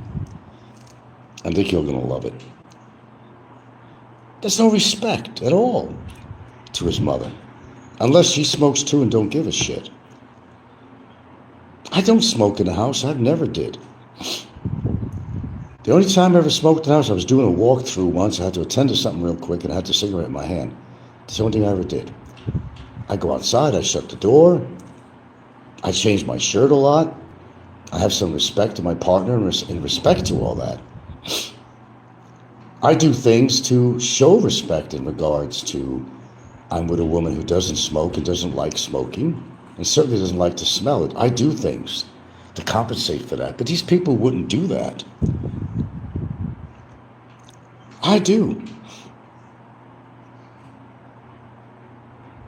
I tell you, they give no respect. They give no respect at all. None. Worry about yourself, Abbo man. Worry about your future. The future is here. You're like over 50 now, right? Or something like that. The future's it's here. It's arrived. Get your ass together. Get your life together. Move out from your mom's place. Jesus Christ, man. Move out. Be independent. You can't hang on to your mother's, unless she's got cancer and or something bad, she's ill and you're taking care of her. All right, I could understand that. But my information is none of the above. It's time to move on, move out. You're an embarrassment to all of us on here. You're not a real man if you do the things you do, and some of the really horrible things you've done too regarding the female sex. That's all I'll say on that. The female sex. The horrible, horrible things you did. Horrible, disgusting, degrading, illegal. We'll bring that out someday. I'm just waiting for the right time, and I'm getting pretty close to it. Pretty damn close. They said on that movie, the McGuire movie, show me the money. Show me the money. Show me your green. Show me the money. Well, I'm asking you, show me the resolution documentation in full. All 5 pages, stamped signatures, dates, everything. That's my challenge to you. That's the first challenge. Now, the first challenge was getting your ass to come over here and say some of the horrible things you said about me and Gilda. That's the first thing, really. We're still waiting for that. Open invitation, but he never talks about it, does he? No, he don't mention that. The second thing, of course, is producing these fictitious documents that don't exist. That don't exist. Certainly not yet. I'd know. My lawyer would know, obviously. Of course. Logically. But it sounds good to say that on there. They're already saying I'm deported. I am? Wait a minute. I better check. I gotta go outside. Does that look like my house? Huh? Oh, yeah. That's my front yard. Does that look like I'm deported? I don't think so. No, I guess I'm still here. Maybe I missed something. No, I'm still here, Jay. And you won't even settle in the Philippines. You don't want to be away from mama. Mama. You don't want to be away from mama. Poor thing, as we say in Hawaii. Poor thing. You fucking loser. Karma, my boy. Karma. It's going to hit your ass awfully hard. It will. Unleash my fury on you, bud. Physically, legally, and any other fucking way. Your day's going to come. But you got to prove yourself to me. Come over here and you know, say the same things you say all the time on other people's shows. Let it all out. Let it all hang out. Say it to my face and Gilda. That's all. I'm not asking much. And we got 34 in the house now. Wonderful. When I first saw Jay Stillman, I thought he was... His mother told him to keep the noise. I don't care about that. Regent says, Jay is factoring his mom's death in his financial retirement planning. Pathetic. Yeah, he probably is. Maybe he collected something from his dad when his dad unfortunately passed on. God bless his dad. All the horrible things these people have said about his dad. See, I supported Jay. I supported Jay when the trolls were attacking him. This is what I don't understand. What turned him against me? When I was the only one that supported his abo ass, his hairy abo ass. I supported him when he was under the attack by so many people when his father died. They did some horrible videos about his father's death. It made Jay cry out loud. He said, stop it, stop it. And that's exactly what he sounds like, even the tone of the voice. Stop it, leave me alone.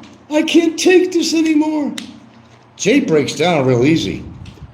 You ever see when he's so calmly talking on his show, then all of a sudden he goes into a fucking rant? Whew.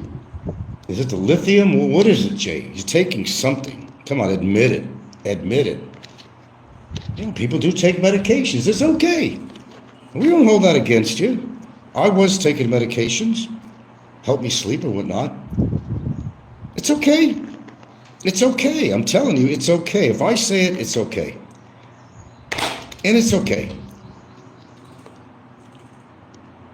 Regent says, Barry did a stop it. I can't take this anymore video. Yes, he did. Yes, he did. God, do I have that video? I know. It might be on my laptop. I have it somewhere. Because it is true. It is true.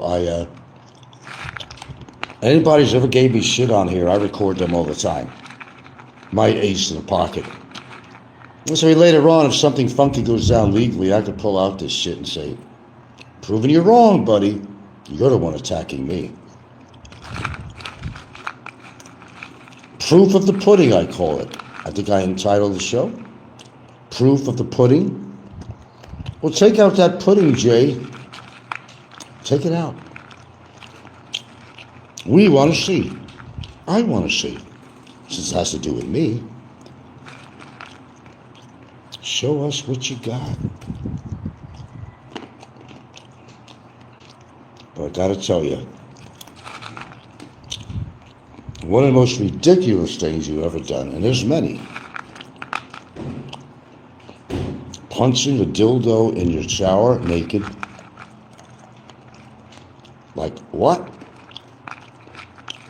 And what were you doing with that dildo even to be in possession of it? Do you stick it up your ass? What do you do with it? Yeah, they all say, stop it, I can't take it anymore. I've never said that. Barry and Jay. Oh, they have a lot in common. You might be surprised, or maybe you would be surprised to know how much they have in common. Regent says, when Barry threatened to reveal all of Jay's secrets, you could see how defensive and worried Jay became. Yeah, I remember. He was raging. I remember. Must be some real dark and twisted, and it is dark and twisted. I can tell you already. Very dark, very twisted.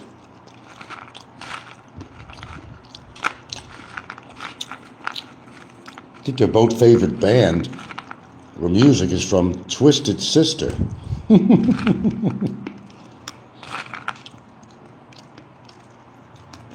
The Chronicles of Jay and Barry. That's his bud, or it was. At a point until Barry threatened Jay with exposing him. So Jay started to be real kind to Barry after that, didn't he? Regent says, can you imagine the type of perverted crap Jay and Bummer could get themselves in? Yes, I could. Jay and Barry, the dynamic duo. No, I have a different name for them. No, I got a better one. It's the gruesome twosome. More befitting. The gruesome twosome. There's nothing dynamic about them. So Barry's still sitting in a sweltering jail. It's been a month now. Anybody have an exact date on this? I haven't really kept check on this. It's been a full month now already. I don't know, Barry put a couple of posts up here and there. I'll be out soon. I'll be out soon. We've heard that for a couple of years. Every holiday is going to be out for Thanksgiving. It's going to be out for Christmas. It's going to be out for New Year's. Funny it never happened. Regent says, and clearly Jay would be on the bottom. Jay tries real hard to be manly, but it comes off as an act.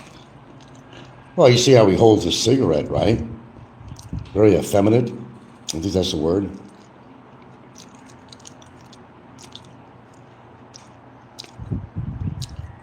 And a lot of people, they make fun of my usage of words, but understand something, I was never an English major.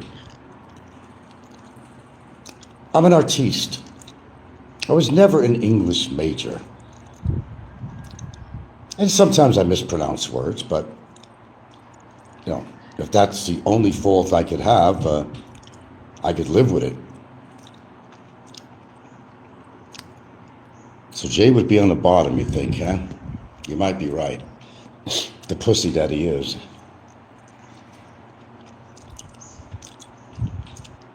Imagine all the sloppy seconds they've had. Oh my God. I'm glad I just had some peanuts really. I'm glad I didn't have too much more than that. Don't even want to visualize this kind of shit. 34 strong, 34 strong.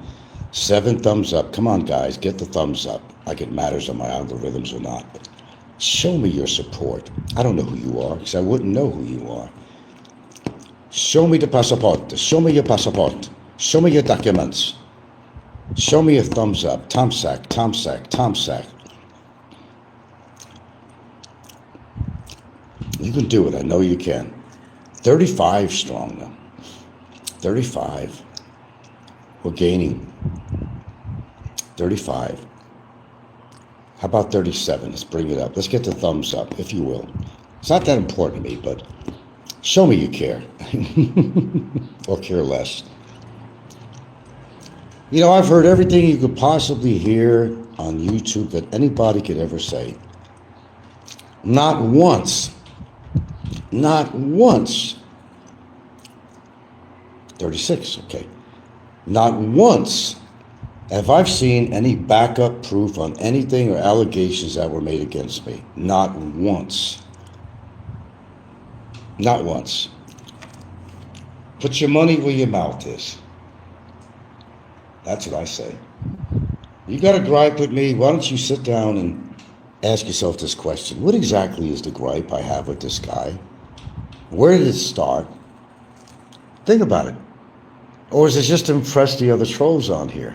To be relevant or, to be part of the big boys club. Think about it. What is their gripe? Is it the fact that I've been accused of a lot of shit and it never panned out to be true? And now you're all pissed off about it?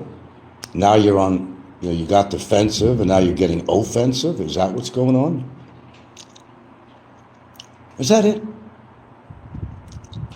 Yeah, well, it must be. So I can't figure out anything else. I tried, but I can't figure it out. Not yet. But clue me in. Talk is cheap. You can call anybody any name you want. Doesn't mean it's true. And just saying something doesn't mean it's real or that something happened, as they might put it or describe or throw out there on the internet.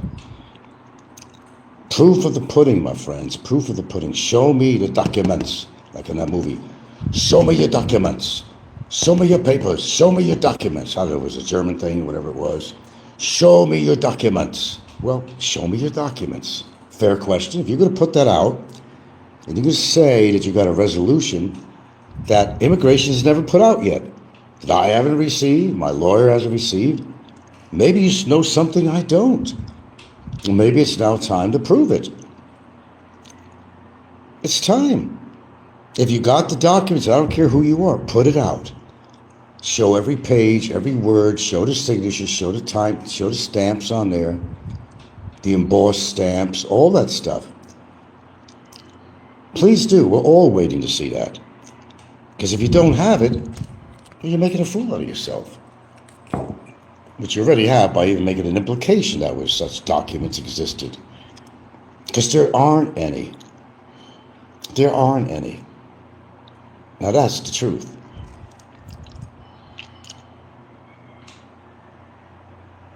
Here I am. It's another day. I'm home.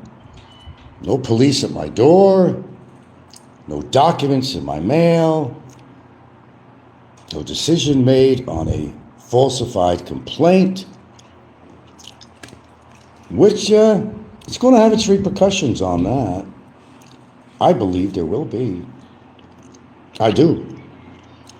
I believe there's going to be some repercussions on that. Someone opens up a can of worms, you can't put that tin top on there and seal it again unless you got a special machine. But when that can of worms is opened up, it's just too late. You opened up that can of worms. Now you're going to have to eat them. Wouldn't you think so? You can't make a blank statement. You can't make an unjustified, illegal statement on here and expect to get away with it. And then to put it through the legal system here in the Philippines, boy, you're taking a chance. Because you're proved to be perjuring yourself. Man, the ramifications on that are as bad as the actual complaint that they put out, in different ways, of course. You got to watch what you do on here, because it all comes back to bite you in the ass in a big way. And we have seen that happen over and over. We got some dead people out there now that were scourge of the community. Now they're cold in their grave and they're rotting. Or maybe they were cremated. Same difference, they're dead. Karma. Now, of course, I really actually don't wish that on anybody, but, I'm not going to pretend that, I really like these people. And whatever happened to them, they probably deserved. Get somebody good advice. They don't take it well. They're responsible for themselves and their own health, as well as I am. Smoking ain't good. No, never said it was. Like I said, I do other things that certainly help because to defray some of the cellular damage. But, it's better just to quit, right? Of course. I know that. You know that. But you also know it's very addictive. It's hard. I actually reduced quite a bit, but I didn't smoke that much to begin with. But anyway, it's not a show about smoking. I'm just making a point. I'm not a chain smoker like the doughboy there, Abo Boy. That guy chain smoked one after the other. That's one thing him and Barry, among other things, had in common. The cigarettes would be going down, the booze would be going down. Regent says, and clearly Jay would be on the bottom. Okay, Jay tries to be hard to be manly, but it comes off as an act. Even the way he holds a cigarette. That's a clue. You just got to be observant. But I'm telling you, anybody who buys a dildo and adheres in some way to the tile on his shower and starts boxing with it naked, there's got to be something wrong with that. Wouldn't you think? I don't know. It just doesn't seem right to me. Kind of scary in a way. If his mentality is like that, and what is he doing with one of these dildos anyway? Does his dick not work, or does he got it implanted in a woman's vagina? Or does he use it up his own ass? Those are the real questions.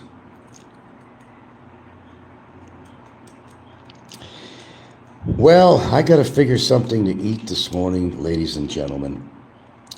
I must do that.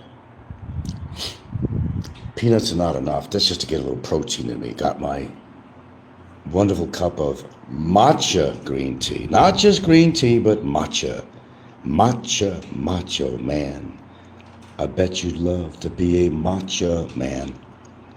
And I'm going to tell you something too. I know for a fact that there are a few well-known people out there, no names, that have started doing things to make their life a little healthier because of me. They will not admit it, that they were influenced by me, but big names, big, and I get the key word, big names, that are starting to do things. They listen to me, they all listen to me, and they do take my advice. They don't want to admit it, but they do. They're afraid to admit when I'm right. All they want to do is make a wrong out of a right. They know I've never done anything with underage girls. I'm not a pedophile.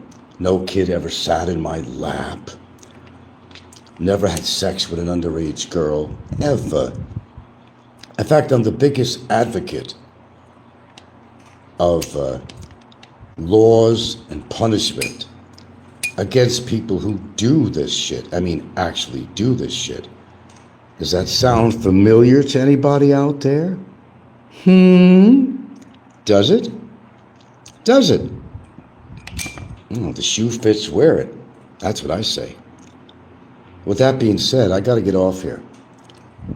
So, thank you for the dialogue. All the young dudes, American news. All the young dudes carry the news. You've been a wonderful audience. But I tell you, I still can't get no respect. Can't get no respect at all. I don't know why. I've been straightforward with my viewers. All the time. Giving them current and exact information as it happens. This is not the AP wire service, if they even exist anymore. I'm really out of the loop in all this. No.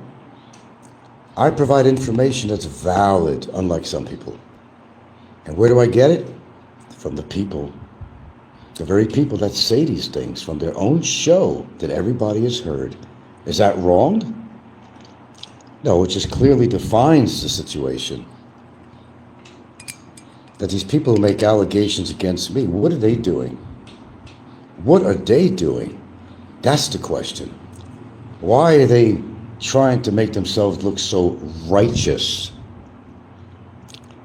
Good questions. But they're not. We know better. The information highway is vast. And by their own demonstration, we know better. With that being said, ta-ta, have a wonderful day. I need to spend some time with my lovely, wonderful rock of my life, the rock of my Gibraltar, Miss Gilda. The lovely Miss Gilda, by the way. The lovely Miss Gilda. And I must say also, to further that, let's see. Who comes even close to being a somewhat attractive woman? MJ's wife, she's not bad. I'm trying to think if there's one person on there has a girlfriend or woman that is attractive by anyone's eyes. That, that's really popular in the Philippines genre anyway. I can't think of one. Sorry, I just can't think of one. Regent says, great shoe. Oh, says it like a pro. Shoe, absolutely. You make it a great shoe. It's a big shoe. Ladies and gentlemen, the Beatles. We have a really big shoe for you today. Stay tuned for the next show featuring Jay, the Aborigine from Cannes, and he's going to do a dance. It's called Dancing with the Dildos. Maybe on the next show. So tune in or tune out. Really big shoe. Oh, one more comment. It's easier to list everyone's ugly partners. 2 ugly women don't equal a decent looking one. Lisa says, Gilda makes them so jealous. Haha. Absolutely, man. A man with taste out there. A man with taste. Hey, Gilda's not a youngster, but she's not old either. 50 is not old. Shit. That's not old for a woman. When you get so used to getting these little teeny bubblegum chewing boppers, and you begin to think that somebody who's 50 years old is a grandma. She's a grandma. But she's held together pretty good, I must say. She's been through some changes, absolutely. So am I. Not much with me, because, you know, I'm pretty good for my age. Still am.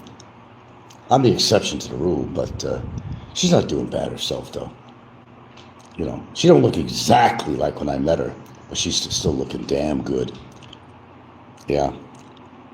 I know. I honestly, I've not seen a woman on here that I could truthfully sit here and say to you, my audience, that I found was attractive to anyone, whether it's a girlfriend or a wife of any one of these viewers. I have not seen it yet, but I'll tell you what, I'll let you know. Some people think Filipina P is very attractive. To some, she might be. I don't find her attractive. I find her very well spoken. She's very clever, very intelligent. She knows how to run a fantastic show. She knows how to market her show. But I never felt she was attractive. That's not insulting her. That's not insulting her at all. I just don't find her attractive. Some people do. Maybe the way she carries herself, you know. I never found her attractive. No, we're not attacking Filipina P. I know we're going to hear that later on. Frank's attacking Filipina P now. No, I'm not. I'm telling you what my eyes see, and I have my own idea what's attractive compared to yours. What might be somebody's attractive to you may not be to me, and vice versa. There's a lot of people. That's why I'm saying I have not found anyone on here that I find that's that attractive that I actually have to talk about it. No, not at all. See what I'm saying? Issuing in authenticated form a document purporting to be a copy of an original document when no such original exists, or including in such a copy a statement contrary to or different from that of the genuine original, making any other alteration that changes the meaning of a document. 2. Cybercrime Prevention Act of 2012, Republic Act No. 10175. If the presentation of false documents on social media is done to commit or facilitate other cybercrimes, such as identity theft, Section 4B, the unlawful acquisition, use, misuse, transfer, possession, alteration, or deletion of identifying information belonging to an individual, whether natural or juridical, without right and with the intent to cause damage. Penalties include prison mayor, 6 years and 1 day to 12 years, and a fine of up to 200,000 Philippine pesos. Online libel, Section 4, C4. If the false document contains defamatory statements that damage someone's reputation, it can be considered cyber libel, which carries a penalty 1 degree higher than traditional libel under the RPC. This means a potentially longer prison sentence and a higher fine. Computer-related fraud, Section 4A1. If the false document is used to defraud someone through a computer system, penalties include imprisonment and fines depending on the amount of damage caused. 3. Estafa, swindling, under the revised penal code, Article 315. If the false documentation is presented on social media with the intention to defraud another person of money, property, or any other valuable thing, the person could also be charged with estafa. The penalties for estafa vary depending on the amount of the fraud. 4. Other potential charges. Perjury, Article 183, RPC. If the false document is presented under oath, though less likely on a typical social media post, it could apply in specific online legal proceedings or sworn statements posted online. Violation of special laws. Depending on the specific nature of the false document, there might be violations of other special laws. For example, falsifying government IDs could have specific penalties under relevant identification laws. Important considerations. Intent. The intent of the person presenting the false document is crucial in determining the specific charges. Was it meant to deceive, cause damage, or defraud? Damage. Whether actual damage was caused to another person or entity can influence the charges and penalties. Public versus private document. The type of document falsified affects the applicable RPC article and the severity of the penalty. Jurisdiction. Since the act occurs online, the Cybercrime Prevention Act is particularly relevant. In summary, presenting false documentation on social media in the Philippines can lead to significant legal repercussions, primarily under the revised Penal Code for falsification, and potentially under the Cybercrime Prevention Act for related online offenses like identity theft, online libel, or computer-related fraud, as well as estafa if there was an intent to defraud. It is crucial to consult with a qualified legal professional in the Philippines for specific advice on any such situation.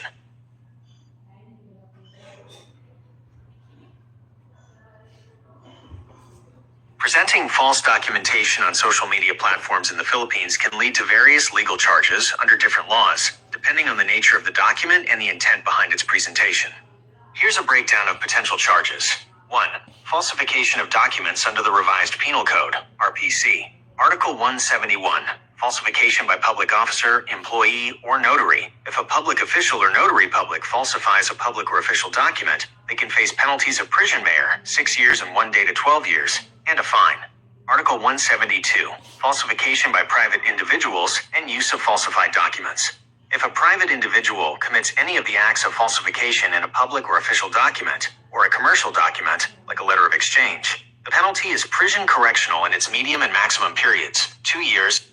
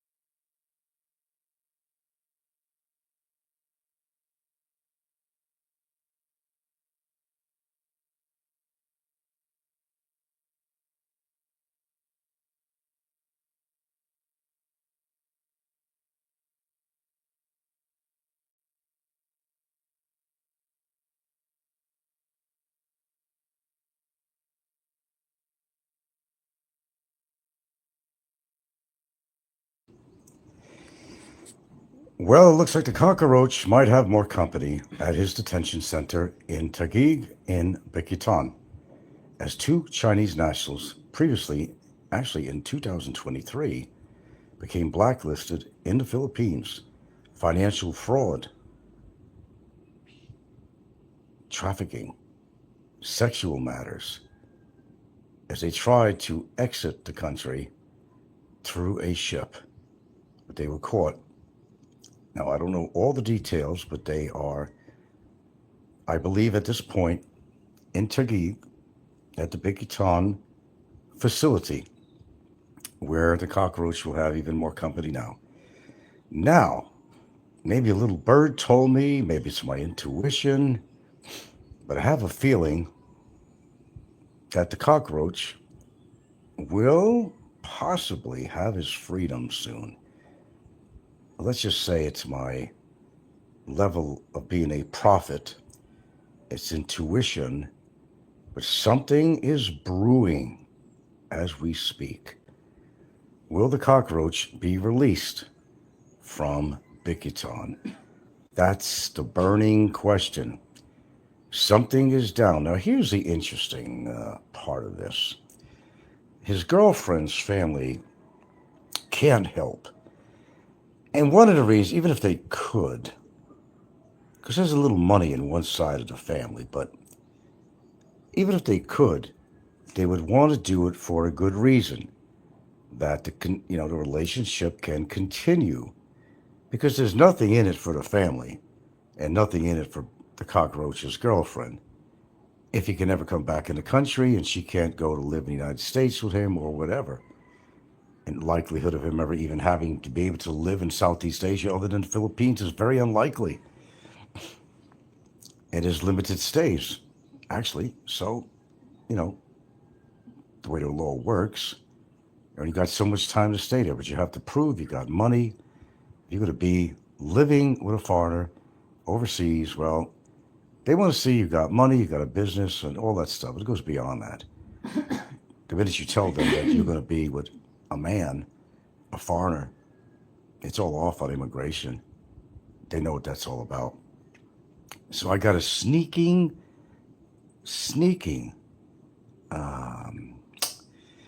suspicion that something is brewing.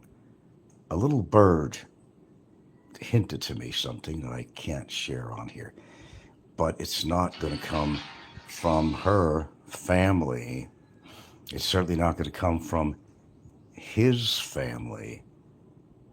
So right now, it's just up in the air what's happening on that. But I have a suspicion that he will be released soon enough and get his freedom, and possibly only to experience more detention in another country, such as the U.S. of A. It's funny how these things work. Well, look, eventually he has to be released, right? But you can also say not necessarily. Unless he follows the rules of a court order to pay damages to me, to pay the court what he owes to court. You don't fuck with the court. You don't even fuck with the damages awarded to somebody either. You can't. And of course, you got to pay off all your immigration overstay and fees, right? You have a lawyer, you have to finish paying the lawyer. You have to have money for transportation to leave the country. So, we're talking about a commitment here of quite a bit of money. The question is, who is the one? Is it a conglomerate effort of numerous people to raise the money to get him out of Bicuton? Good question. Very good question. Do people really want to get him released on an internal level? I would say no. But again, because of the fact that the court has made him pay damages for his crime to me, people are just a little bit reluctant. And the reason his girlfriend's family would never pay anything is they'll never get the money back. And because it would not benefit their relative, meaning Barry's girlfriend, soon-to-be ex-girlfriend, it wouldn't benefit. If it did, then they certainly probably would be willing to help her out to raise the needed funds to accomplish this. But they're in no position to do it. I don't mean financially. There's nothing in it for them. If it would have secured a relationship with Barry and his girlfriend, I think that's something that they would have considered, because she's a family member. That makes sense, right? You support your family members. Someone's in love with somebody, you want to help them out. But up to this point, they've been extremely reluctant to help at all. In a situation like that, you should be willing to do anything. Sell the motorcycle, but no, they won't do that. Because the brother uses it. God forbid, take it away from the use of the brother. But when you're in love with somebody, you'll do whatever you have to do. If you have a motorcycle, you sell it. If you have a car, you'll sell that too. If you have a bunch of jewelry, you'll sell that too, to come up with the money that's needed. That's what somebody does when they love somebody. We have not seen any effort like that at all. But then again, we don't know exactly what goes on behind the scenes. None of us really do. However, I got a real suspicion that I think release is going to be sooner than people think. There's a covert effort to get Barry out of Bickerton. Yeah, and it might be some of the most likely people that you might think it is. Perhaps. Time will tell. Time will tell. But I got a sneaking suspicion. Something is in the brew. Something is brewing. Anyway, the meantime, he's going to have some more Chinese nationals in his cell. And these guys, a dynamic duo, just kind of read this. The BI nabbed them again. The Chinese government wants these guys. They're involved in all kinds of shit. All kinds of shit. And I think they were trying to get away to Malaysia by ship. Anyway, they were nabbed, bottom line. And they'll be blacklisted, which they already are. But they're in big trouble, too, because the Chinese government wants these two guys. I think they're in trouble in the Philippines. But they'll be transported eventually back to their country in China. China don't want them, but they want them for the financial fraud and other charges that they are both wanted in that country. Well, we got all types that live in this country, don't we? They're involved with prostitution, all kinds of shit, man.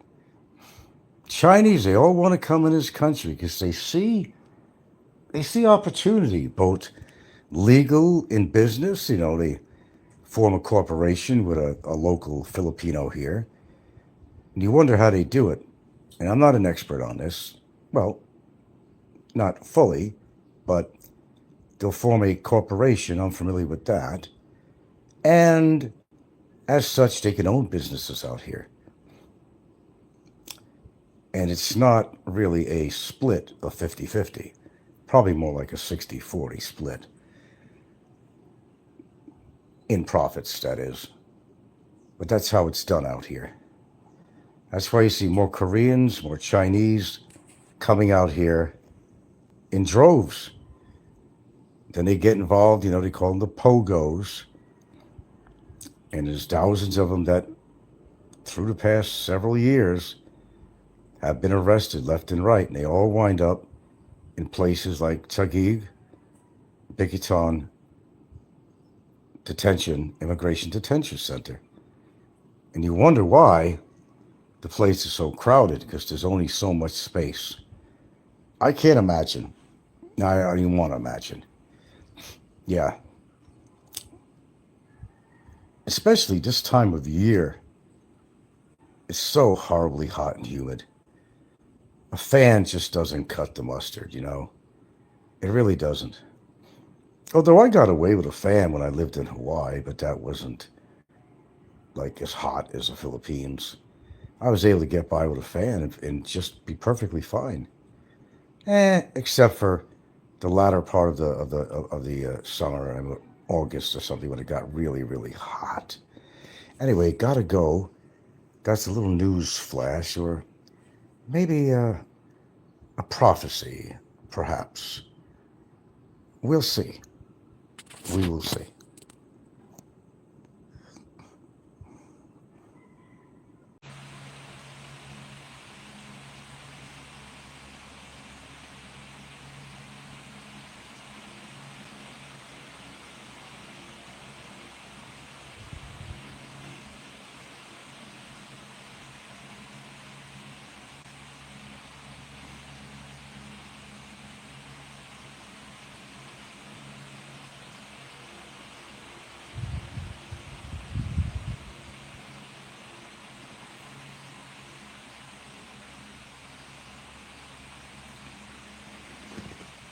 It's an awfully hot day to be spending some time on the phone, but as long as I'm in an air-conditioned room, I'm okay. I got some chores to run to go out in that heat.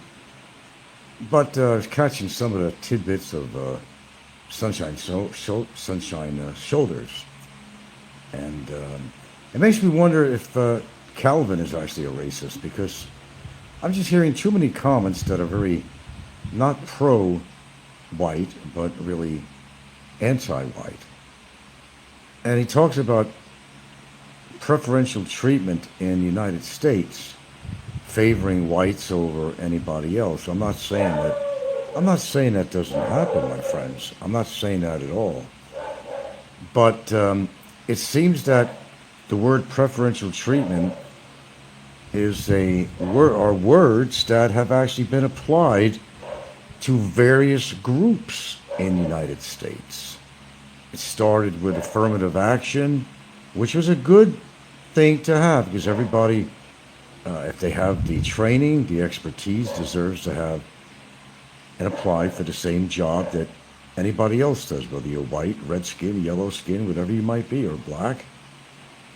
That's absolutely proper to do. But you see, sometimes you get groups that want preferential treatment. You know, the LGBT, whatever groups, it started off with just gay groups and it extended into a bigger definition of the group. It's not just being gay, there's lesbian, separated statement, lesbian, or bisexual, or transgender, or a combination of all. And each group demanded special attention. They did. They wanted to be recognized for who they were. And the government had to accommodate these people. They hired mayors and all kinds of people that were indeed part of this definition. LBGT, whatever. They did, because the city government had to show people that they were diverse, that they weren't adhering to a hiring practice of a certain color or race. Hell, we had a president that was, predominantly black. It's Obama. You can't say, that there was a time in movie history that the black population was complaining very heavily that they weren't hiring enough black actors.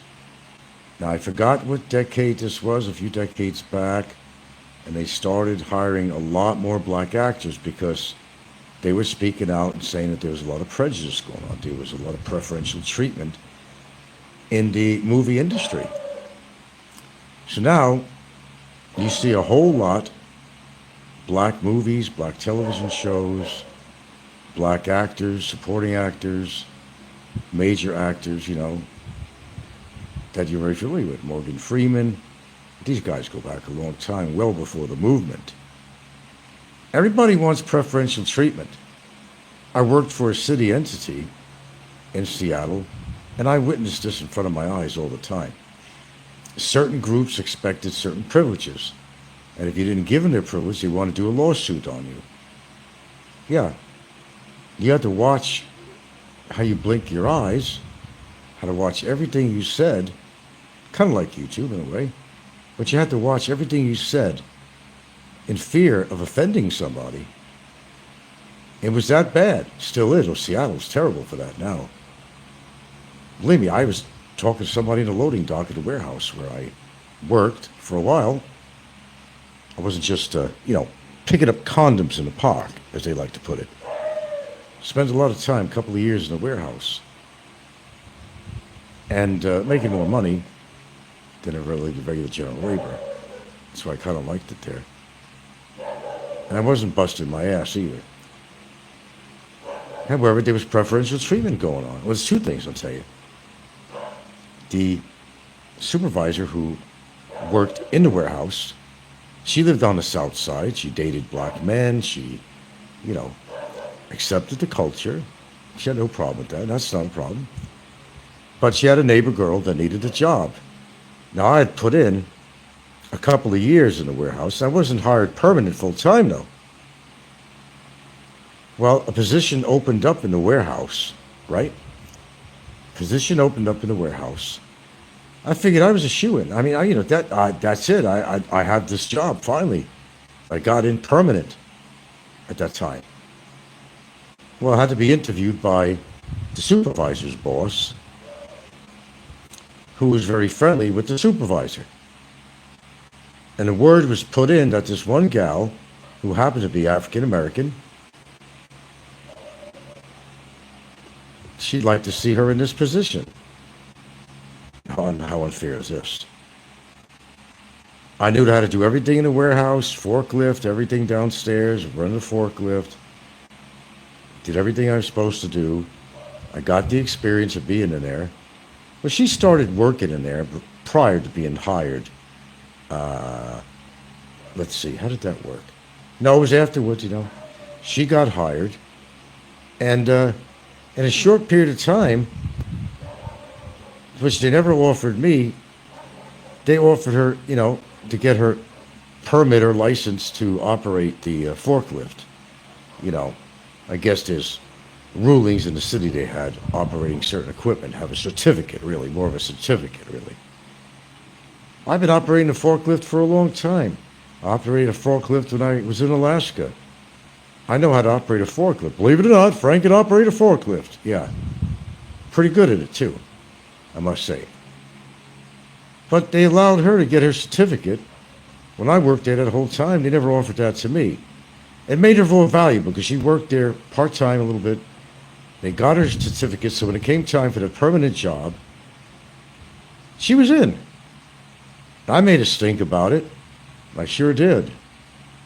But they made their decision. Other things, like I was standing on the loading dock, and a woman who happens to be, I don't know what denomination she was. She was a white woman who was, she was a lesbian. Okay, that's what she was, a lesbian. And you make small talk. Now you're out there smoking a cig before you go into work at the warehouse. Everybody did that. Or just chilled out a little bit. They came there early. They didn't want to just rush into work. They want to, very common, standard, on a loading dock. And people standing around bullshitting with each other. They got the time to do it. That's just standard. Like we always did in the warehouse. You didn't want to just rush into work. You wanted to show up. Have a cup of coffee, have a cup of tea before you go in to face your day. Pretty common. And, it has just commonalities, just common word. How you doing? Blah, blah, blah. Next thing you know, this chick comes in, tells my supervisor I was bothering her somehow. Never happened. It's like another YouTube thing, right? She reported, here we go, great example. Reports to, at the time, I had a different supervisor, Rich, who happened to be black, a much better guy than the woman that was in there, Barb. And I was more than happy to sit down and tell him what happened. In fact, I complained to him when I heard. No, he came up to me. Oh, I received a complaint. I said, for what? Oh, this girl said this and that. I said, really? What? I was on the loading dock waiting to come in. Had a small conversation with her, just shoot the shit. Nothing about race, nothing about sexual preference, nothing about anything like that. Well, it turns out, I even gave my supervisor a lot of shit for even calling me in. He agreed with me, though. He agreed with me. It turns out that this woman, whatever she was, you want to label her, she was bumped around in a lot of different departments there. HVAC, plumbing, electrical, and machine shop. The same problem occurred with these other people. Mostly it was in one shop. It was in the plumbing shop that she was trying to find shit on every worker in that place so she could sue them and make money. That's the kind of volatile atmosphere I worked in. And you wonder why, in part, why I didn't stay there.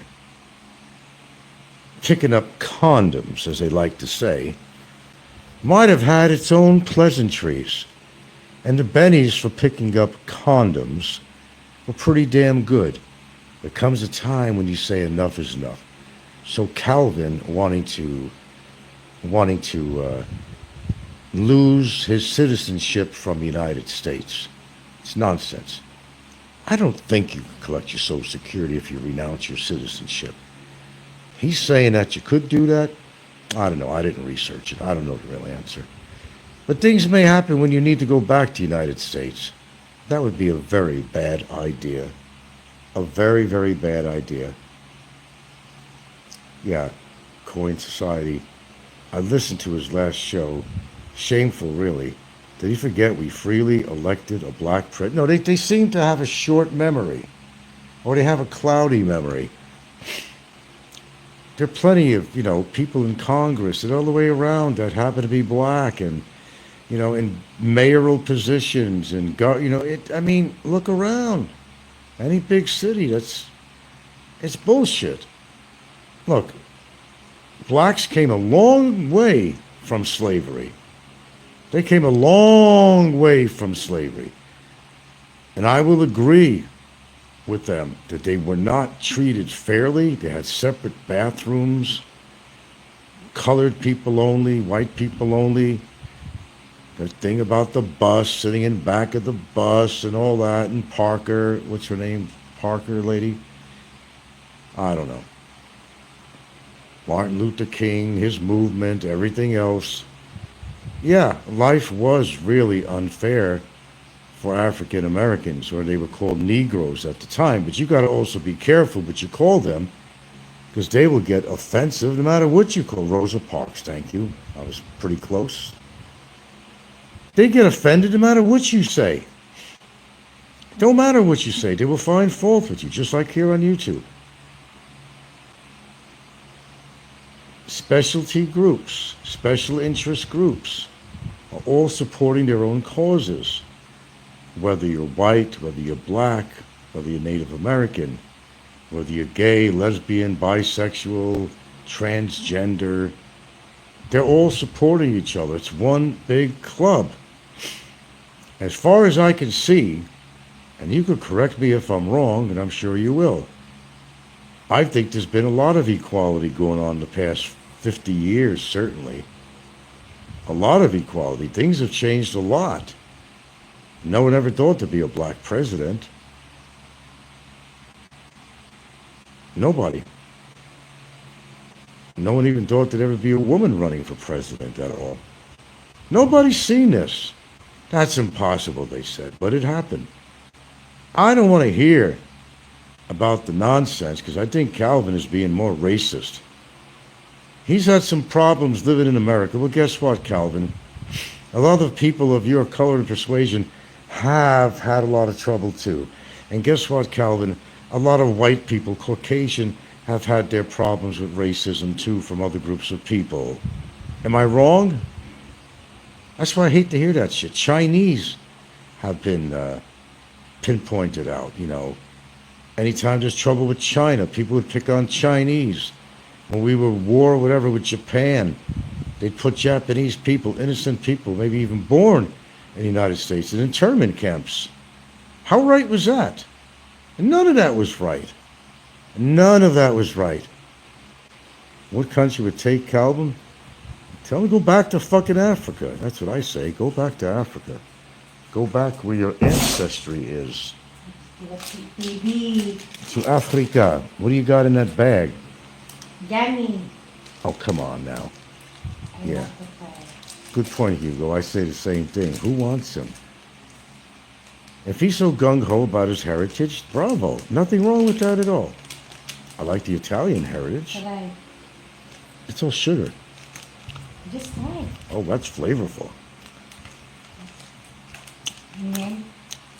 I know, they got xylitol in there. Don't ever let a dog get a hold of that. I know what's in there. I gotta admit, those are good. I mean, they're chocolate with flavor. That's a big no-no. I'll have one more. I'm not gonna tell you what I'm eating, folks. You'll be also disappointed in me. This thing is so flavorful. Yes, it's sugar. It's probably all sugar. You try some. Okay. I just try and try. Man. Has the taste of a real, what do I compare it to? Is a real quality jelly bean flavor, Oh my God. It's almost like juicy fruit, which comes from the, what do you call it, plant out here. Oh my God. See, it's so easy to get into sugar. Be careful, man. Calvin is just a crybaby as far as I can see. They're all crybabies out here. They all got something to say about something or somebody. They're all crybabies. Yes, I'm on yet again. And again and again and again because it's too fucking hot to go anywhere, though we do got to go downtown. Some things I have to do. You can't stay in your house forever and be confined. That's not me. I can't do that. Despite the weather, you got to go in it. You got to acclimate. You don't need under an air conditioner. All right, last one. It was a banana flavor? No, orange. Orange. Let me see. The other one was It's better. had a better flavor. Well, it's quite. It's more like bitter rather than sweet. It's like It's that. not sweet. Sour. Oh, sour. That's the word. Yeah, that's more like a sour. It's like a sour patch. They sell that candy. Terrible stuff. Hugo says I Orange.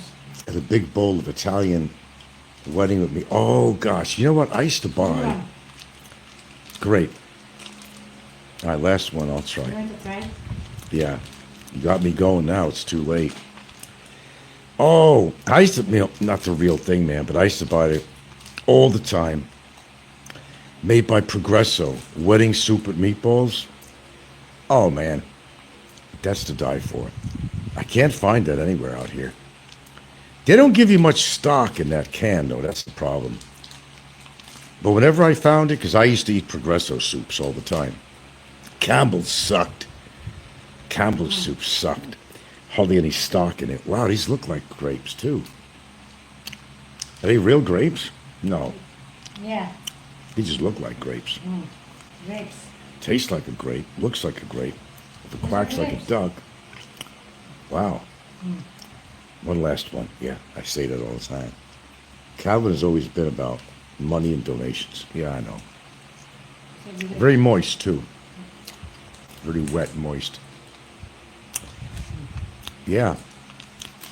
You gotta stay away from this shit, man. You're gonna spoil me with that crap.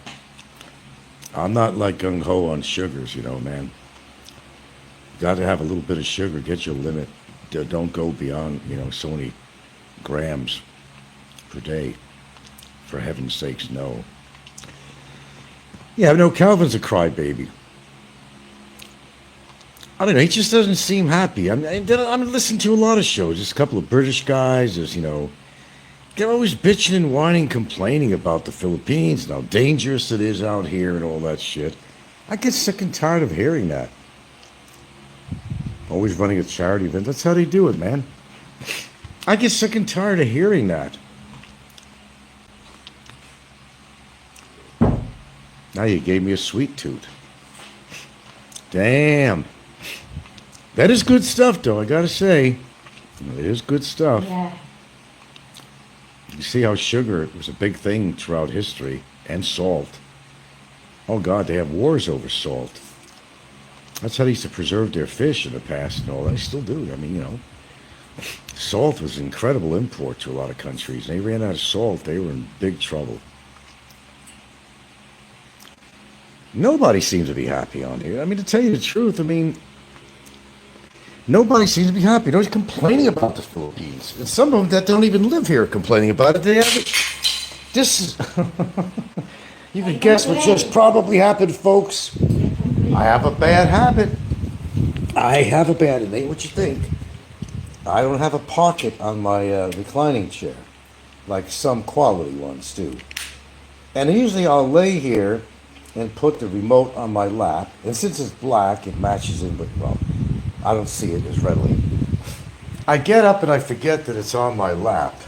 And of course, you hear what happens every time. How many times a day? I'm surprised that the remote even works. And believe me, you can't use a universal remote on this TV. I don't know what you guys have heard, that you can just use a universal remote on your TV if your remote breaks down. That's not true. Well, it's certainly not true for my TV. We had to pay one time to do a replacement we had to go to the mall and we had to actually go to the company that made the TV. And usually they carry some remotes in there, but they had to order it from the main factory or something. It was like just a simple remote, like 1,800 pesos or more. Simple remote. Shouldn't cost that much. More than that, I think. I think it was. It was a lot. You were following Calvin when he only had 250 subs. Andy Omar turned me on to his channel. Yeah, I'm not going to make it too long here. I'm actually getting a little burned out today with this YouTube. And sometimes I feel like I'm forced to do a show because if I don't, I'm going to fucking fall asleep out of boredom. Oh, don't get me wrong. I'm happy where I'm living. I like the quiet atmosphere around here. When you get retirement age, you're not as active as you used to be to begin with, you know. And that's the truth. You're really not. I don't care what anybody says. You slow down quite a bit in your more youthful days. And sometimes, you know, you want to go out and you want to do a lot of shit. But, you know, if you haven't fully acclimated to this weather, and it doesn't matter if you're fully acclimated to this weather, it really actually don't matter. It's still dangerous, and you can't, especially as you get older, you just don't want to take that chance. It doesn't mean that you hide in your house all day long. You got things to do, you go out and do it. If you have to travel, you go out and travel. You have to go to the store, you got to do your chores like anybody else, no matter what age you are. But you still have to really be concerned. It happened to me once. I know. Heat got to me one time. And a couple other times I felt dizzy. I haven't for a long time, but the heat will get to you if you're not hydrated enough. You gotta be careful, man. The Philippines, as I said, is a challenging place to live. You're really close to the equator. And it's a challenging culture, challenging people sometimes, and, you know, being white, you stand out amongst the masses pretty much out here. You got to be aware of where you're at, what you're doing. Yeah, kind of that thing. Now, everybody has something to complain about. Calvin is just, I don't know, he's just like, how do I compare to Brutally Lauren? Now, for those of you that are not familiar with Brutally Lauren, oh, gee, that could be a sister of Barry Jordan, seriously. That could be a sibling of Barry Jordan, or a sister, at least. They're the same. Controversy, drama, getting people battling against each other like some other trolls do. They could be brothers and sisters. Their class, everything about them. Brutally Lauren. Say her name. Say her name. You're not going to jail for saying her name. Brutally Lauren. And she is brutal. The whole context of her channel is to force people against each other to cause yet more drama on her show. And she lives for this drama. Literally, not figuratively, lives. She has kind of a checkered past I won't get into for legal matters, but she has kind of a, not kind of, she does have a checkered past and present. I don't think things have changed. But the one thing that hasn't changed, 20 channels later, because she's got knocked off, but every channel she ever put on here, every time she got knocked off of YouTube, she came right back on. She had the same people that followed her. And you want to talk about people who live for drama? Well, forget about Philippine antics. They're kindergarten stuff compared to this woman. She was brutal, like the name, and she picked the right name. Brutally. And she was brutal. She still is. She's still out there. As far as I know. Anybody familiar with her, you'll know exactly what I'm talking about. She is brutal. This is a person who just lives, literally lives for YouTube. In fact, she gets a lot of her income from YouTube, and so does a lot of people. That's why they come on a lot. I'm probably the only person out here who does as much shows as he does that don't get one lead peso for my time on here. I don't get anything. I don't try to get any financial, platforms together. Plenty. There's PayPal, all that shit. I have a Gcash. I don't even use it anymore. What's the purpose? I'm not going to make money on here. Not that you guys would ever donate anyway, so what's the purpose? You like listening to me, but that's about it, yeah. But everybody wants the drama. They don't tune in if you ain't drama. Big Kevin, obviously his channel's about drama. He comes on more often lately because he's spending more money. And what idiot wants to go to a foreign country and pay $450 a month on a cheesy, chintzy apartment? Do you realize you can get $450 a month? Oh, pardon me. For half that, you can get a really decent, spacious place in places like where he's lived for less, like half the price of what he's paying for something that's not very special at all. So you make the wrong financial decisions, you've got to pay for it. Simple as that. Get somewhere cheaper. What does he need? He just needs a room. But I've seen him paying big bucks for even just a tiny room. Doesn't make any sense, but then again, they don't make any sense to me anyway. Why even bother to speak about it, right? They're not sensible people to begin with. Clint is back. I remember Fazio once referred to her as brutally fat fingers. I thought that was funny. Oh God, I remember when she was like flirting with me in a vicious way on her show when she was really popular amongst the Triple R group and all that she tried to become part of. Oh, they accepted her with open arms. As long as she was against me or anybody else, they accepted her with open arms. Oh, that was funny what somebody said. Somebody mentioned in the comment section, I think it was on Kevin's show, they were bringing up Dave Phelps, and the relationship I had with Dave Phelps, right?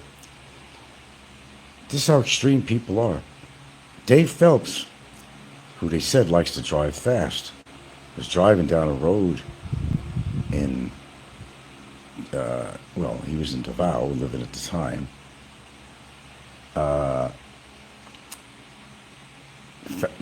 And even when he moved to Texas, I think this happened in Texas, he was on the road, going really fast, and he was complaining about me. I mean, he just even got out of his car at one time and started vlogging about me, just out of the blue. He couldn't get me off his mind. I mean, you might compare it to a Barry situation, right? Oh, he was gung-ho. Dave Phelps was gung-ho. He was very sensitive and thin-skinned. You couldn't say anything about him in passing without him falling apart, even yelling. Oh, we had some characters on here, man. It's funny how she just happened to stumble across the Philippines genre. I don't understand that part. I don't know how she got involved with that. I'm not really sure. But I remember in her heyday, shall I call it, I used to listen to her, or she'd come on the Philippines genre and be mouthing off. It's not just me either, other people too, but I was a topic of hers. And she'd rail on me all the time. Oh, she'd rail on me. She's not a very attractive woman if you've ever seen her, and not exactly weight proportionate. Smokes like a fish. And, she admittedly, and I underline the word so there's no problems here, she admittedly said that she was indeed a drug and alcohol user and had a lot of problems with that. I don't know what her position is today. Sometimes things just don't change, but I will tell you, I remember she was drunk on her couch and she was doing a live, and she was saying some weird shit to me. Some really weird shit. I don't remember what I just remember it was some weird shit. She hardly could even talk. She was like falling over on the couch. She was wasted, but this ain't about her, this show. Just thought I'd mention it. Drama attracts drama, yes. But she was something else, and she still is. Talk about a drama queen. She is the queen, the ultimate queen of drama. She's reached that plateau, the ultimate queen of drama. Times the 1000th power. Extreme. I've never seen an extreme in that way from a woman on here before. But I experienced it head on. That's for sure. And she tried to worm her way into the Triple R hate club. Nothing wrong with my memory here. Those were the days. So, preferential treatment. Nobody deserves preferential treatment. I don't care who you are. No group of people, gay, straight, no matter what your ethnicity is, your sexual preference, nobody deserves preferential treatment. The only people in this world, at least in America, that deserve preferential treatment is the American, Native Americans. The Native Americans. They deserve preferential treatment. If anybody does, and there should be preferential treatment, it should be the Native Americans. They were ousted out of their own land and territory, told that they couldn't be here. They were killed off in the hundreds of thousands. A buffalo was being killed off purposely by the military, which was their livelihood and how they ate and so forth, their way of life. And of course, the government always has something to do with that, as it always does. So the American Native is the one, if anybody, who has been mistreated a lot worse than the African American population. I don't care what you say. As far as I'm concerned, the American black population has come a long, long way. They have no room to complain. Affirmative action has been around for a long time. They are accepted into jobs. No complaint about the color. Of course, you got to understand there is a quota system that they do have in America. They got to hire just to keep everything looking clean and straight. And I'm not saying that there's no racism within the government and all that in the United States. There absolutely is. But they got to satisfy everyone. They're going to take the gays, the lesbians, they're going to take all of them. They're going to take the blacks, they're going to take every ethnic group you could think of and give them a tidy little job. But here's the problem. Here's a big problem, and it is a big problem. The problem lies within this. They're taking people in that don't have the experience simply to fill a quota. Now that's wrong. That's wrong. To fill a quota when there are people who've had, and I gave you an example, someone I worked at the warehouse, a very good example. They take people in simply because of color, ethnicity, sexual preference, over people that have the experience, be qualified to get hired for that particular job. That's what happens. It happens all the time. Preferential treatment does go on. But once you get spoiled with that preferential treatment, then you expect it all the time. And then you're going to bitch and whine and complain. This is all really because it relates to Calvin here too, That's why we're talking about it. They're going to bitch and whine and complain all the time. Or they're going to sue you because, well, you didn't hire me because of my sexual preference. You're prejudiced. You're a basher, whatever. No, they didn't do their job. A lot of them in the gay lesbian community in Seattle, a lot of them were not performing their job, and that's why they got fired. But they would turn around and do a lawsuit against the city government, say, no, it has nothing to do with it. I was doing my job, and they weren't. Or they were mouthing off too much on the job with the sexual preference shit or whatever. Politics. And they got fired because they didn't perform their job well. And then they turn around and said, no, they fired me because I happen to be a lesbian. Look, guys, I've seen it. I experienced it firsthand. Definitely. It was rampant. So I had a lot of reasons to leave a basically good job with the city. I try to stay away from that kind of politics. I could have waited till I got vested, but I had land already in Hawaii. I said, I'm out of here. You know, I just couldn't do it anymore. Yeah, America, I can understand why people are leaving America. I totally understand it. Especially with the chump we have in presidency right now. People get upset when they don't get reelected. As I said, I'm not going to get into politics, but we've had an election out here. Let's just say that there were certain candidates that thought they were definitely going to stay in office, and well, they didn't, and they got kind of really upset for the other party that win. They were like, "You got to be kidding me! You're going to choose this person over me?" And they did. And this person, nameless, for the sake of my safety, and not to talk about politics of the Philippines, but this person got upset and tried to find fault with the other person that got her office. That's the way it works. It just seems that nobody's happy. I don't hear a lot of happy people here on YouTube and all around.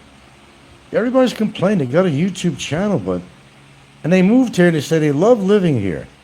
But they devote almost every show pointing out the problems of the Philippines. I know there's problems out here. I've experienced a few here and there. I respect the culture, but I don't follow everything in the culture. I just respect it. If you're going to live out here, you have to. Sure, it's different. It's radically different from where I grew up, how I grew up, how you speak, how you talk, how you perform, this, that. It's radically different. But you're not in your country anymore. That's the point I'm making. You're not in your country anymore. You're in somebody else's. You're a guest here. And I don't care if you got an SRRV. I don't care if you got a 13A. You're still a guest in this country unless you were born here, not flown here, as Hawaiians love to say when they were getting mad at the mainlanders with all their bumper stickers. Born here, not flown here. Or have that very typical sticker on their bumper or back window of their truck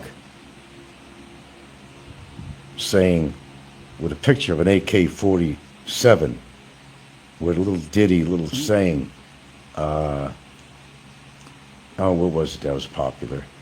There were several bumper or window stickers I've seen that were very racist. And they were very racist in Hawaii. You have no clue. No clue. You had to have lived there. And you had to have lived there as long as I did, which gave me further reason to now also move out of Hawaii, because there was nothing happening for me there. Relationships were very few for all the years. And there was no Seattle. There was no Seattle. Oh, hell no, it was no Seattle. It was radically different. I would have moved out of there no matter what. Nothing was going to stop me. Not a team of horses was going to stop me from moving out of there. I was so happy that my home gained some value. It was a great market to sell. It was a seller's market. And I did okay. Timing is everything. Timing was perfect. Timing was perfect. Don't you love it when a plan comes together, you know? Timing is just perfect. Well, it was for me. It was time. Time. Met somebody, decided this was it. Get rid of all the shit I didn't need, only bring with me what I needed to bring. Well, I did bring some stupid stuff with me, to tell you the truth. I had 2 big suitcases. I was bringing even silverware, cutlery, and shit like that. Some glass and different things. Yeah, it's nothing you couldn't buy in the Philippines. Well, maybe they had a sentimental value. I brought even some of my sheets, 1 or 2 of them, from Hawaii. One of them, to this day, it's white with blue stripes, which my girlfriend, it's part of her body. She sleeps with that on every night. Came from Hawaii. It came from my bed. And she liked the feeling of the material, probably all cotton, I'm not sure what it was. That's part of what she uses every single night to go to bed. She'll use no blankets, too hot, but this is a light sheet. Simple, but a nice design. It's a blue kind of stripe thing with a white background. I wish I had the whole set. I do have a pillowcase or 2 from that, but, well, I have 1. But she uses every single night. like a kid has to have their blankie. That's her blankie. Every single night. I'm surprised it hasn't worn out. I'm in shock, actually. But she's had this for over 9 years. Over 9 years. Every night she uses that. Isn't that right? Yeah. Yeah. She's become attached to it. It belonged to me. I used to sleep on those sheets. Now she sleeps with it. Isn't that romantic and intimate at the same time? Isn't that kind of a nice thing to hear? So everybody has something to complain about on here. Well, I'm complaining right now. I'm complaining about the douchebags on here that do the complaining, but they do it more consistent and without reason. If I complain about something, it's more of an observation, really, than it is a complaint. It's an observation. So I'm going to withdraw that statement that I'm a big complainer. No, it's observation. Verbalizing my observations. They're a little more dramatic than I could be. All fighting with each other. And then, you're talking about Philly and the Philippines, and I don't know if you've seen some of that stuff around, that that special channel, Trash, what do you call that channel? Trash, Philippines Trash or whatever. They did a really good thing on Philly. You see, you're living out here, and the Philly and the Philippines, Brian, seemed to think that it's okay to go around with your, this was controversial, by the way, that you can go around with your camera and photograph anyone you want on the street. Generally, even in documentary professional videos. You might talk about public domain or something, but if it's going to be a published piece of work, you might actually be invading somebody's privacy. Now, when you see movies and all the people on the street, no, all the streets are blocked off on that scene. These are extras. And their face is going to show up on camera. And they take steps toward this. They're not going to just show ambient people necessarily on a movie. Okay? Because someone may want to sue them and say, I didn't ask to have my face in that. Well, what Brian is trying to say is that he has a right to photograph everybody who's on Walking Street in Angeles City. And you really don't. None of us really do. And I think that's including me. Unless you get express permission from them. That's the truth. Brian was claiming that that's bullshit. And he looked up something that said different. But Brian wound up getting in enough trouble in Angeles City. And of course he did. This is a married man, and all he was doing is photographing prostitutes. That's all he was doing. He was getting off on it, maybe literally. Weird guy. Has a mohawk sometimes. Dark eyes. Got the American flag in the background. Rah, rah. He was a prison guard. Amazingly enough, right? He got himself into trouble all the time. You can't be going around photographing all these Filipinos on the streets of Angeles City. Maybe some of them don't want to be photographed. Maybe they're incognito, you know what I mean? Maybe they don't want to be seen, but Brian thought that he could do all that stuff. But it turns out that he's getting into all kinds of trouble in Angeles City. His girlfriend got accosted one day somehow, got robbed. Next thing you know, he's moving out in the boonies. And there's really nothing for him to talk about out there. Some would say that he was better off staying in Angeles City. At least there was more happening there. So he had to take a different turn, and it got so desperate for him that he's naming his chickens and calling them by gangster names. Can't make this shit up. Can't make this shit up. That's how boring it got for him. Sorry, I got feral cats out here, but I don't give them names. We got ambient, whatever, wild chickens running around. I don't give them names. It hasn't gotten that bad for me. Animals that have names are the dogs I have in my house. 2 dogs. But I don't go out labeling some stray animal with a different name or something. It hasn't gotten that bad. But for Brian, it did. He's not happy living where he's at. Not at all. He's a city boy by heart. You can't take a city boy out of the country, just like you can't take a countrified person and put them in a big urban city. They don't feel comfortable. Like Crocodile Dundee, when he went to the big city in New York on a movie, everything was just barren and foreign to him. Too much traffic, too much this, too much of everything. It gets to you after a while. You can't take somebody out of their element. You could try, and sometimes it could work and mesh out really well, but for the most part, it never does. It's like taking a fish out of water and expecting it to survive with oxygen and dry air. I mean, it just doesn't work. You got to be comfortable where you are.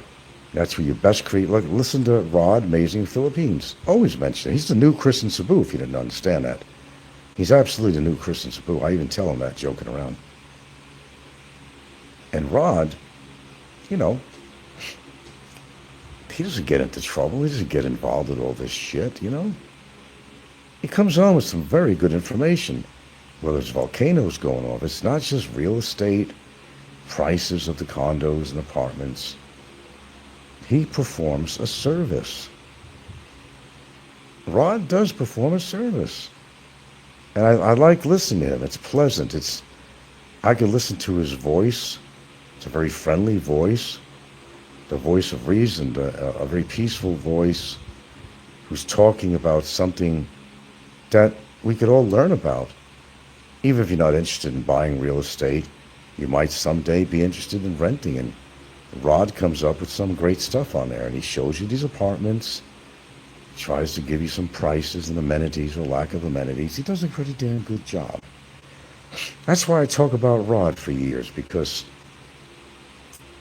I'm watching his show more and more now when I know he's on, because it's a real pleasantry to listen to him after listening to some hateful fucking channel like Big E and, Kevin and all these people. It's a pleasure to get off that merry-go-round and listen to somebody who's informative. Like me, I'm very informative. And people, they're not going to admit it, but they always come to my show. They know who they are. And the ones that say they don't like me, they're always on my show at some point or another. Maybe not all at once when I'm live, but they see my reruns, or my reruns are on the Copycat channel, whatever. They all enjoy it. Enough to record me day after day. So be informative, but be factual is my advice, and give something people want to hear. And a lot of times people want to hear about other YouTubers. It's okay to talk about other YouTubers according to what you say, but again, keep it factual. Don't go over that line. If it's been made on their show, it's been made public. And you can talk about their show. And yes, you do have a right to an opinion. Even if your opinion is actually very wrong, it of course is your own opinion. Not everybody will see your way or agree with you on that, or they might. But that's just the way it is on here. There is a certain amount of freedom you have on here, but to a point. So Calvin, I just don't get the idea that he's really happy at all. He does a lot of complaining himself. I just don't hear many YouTubers that are living in the Philippines that sound like they're really happy. Instead of promoting it, a lot of them are kind of doing the opposite. They're trying to tell people not to come here. Oh, it's dangerous here. Don't do this. Don't live here. Don't do that. You talk about everything. And sure, I talk about pollution and all that stuff, only on a factual nature, not to knock the Philippines, but just to give you factual information that if you're going to live out here, this is what you're going to have to deal with. Whether you like it or not, if you want to stay here, this is what you're going to have to experience. And I try to be very honest about it. By somebody like myself, who's a veteran of living out here in a sense, because I've lived out here long enough to be able to make these statements from my own experience. They just come from out of my hat. I tell you these things because that's what I saw, experienced, even on other people's shows and what they show on there. They're showing the Philippines way of life, and you got some good channels on here besides bad.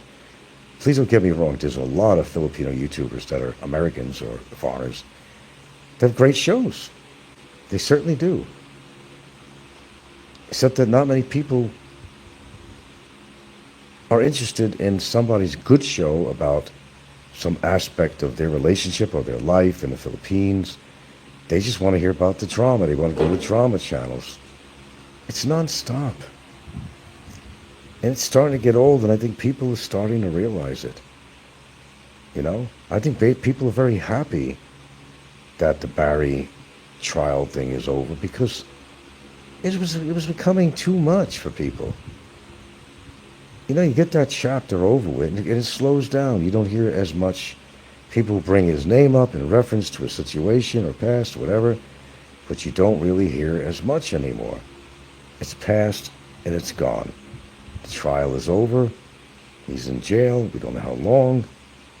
He's there. He's paying the price.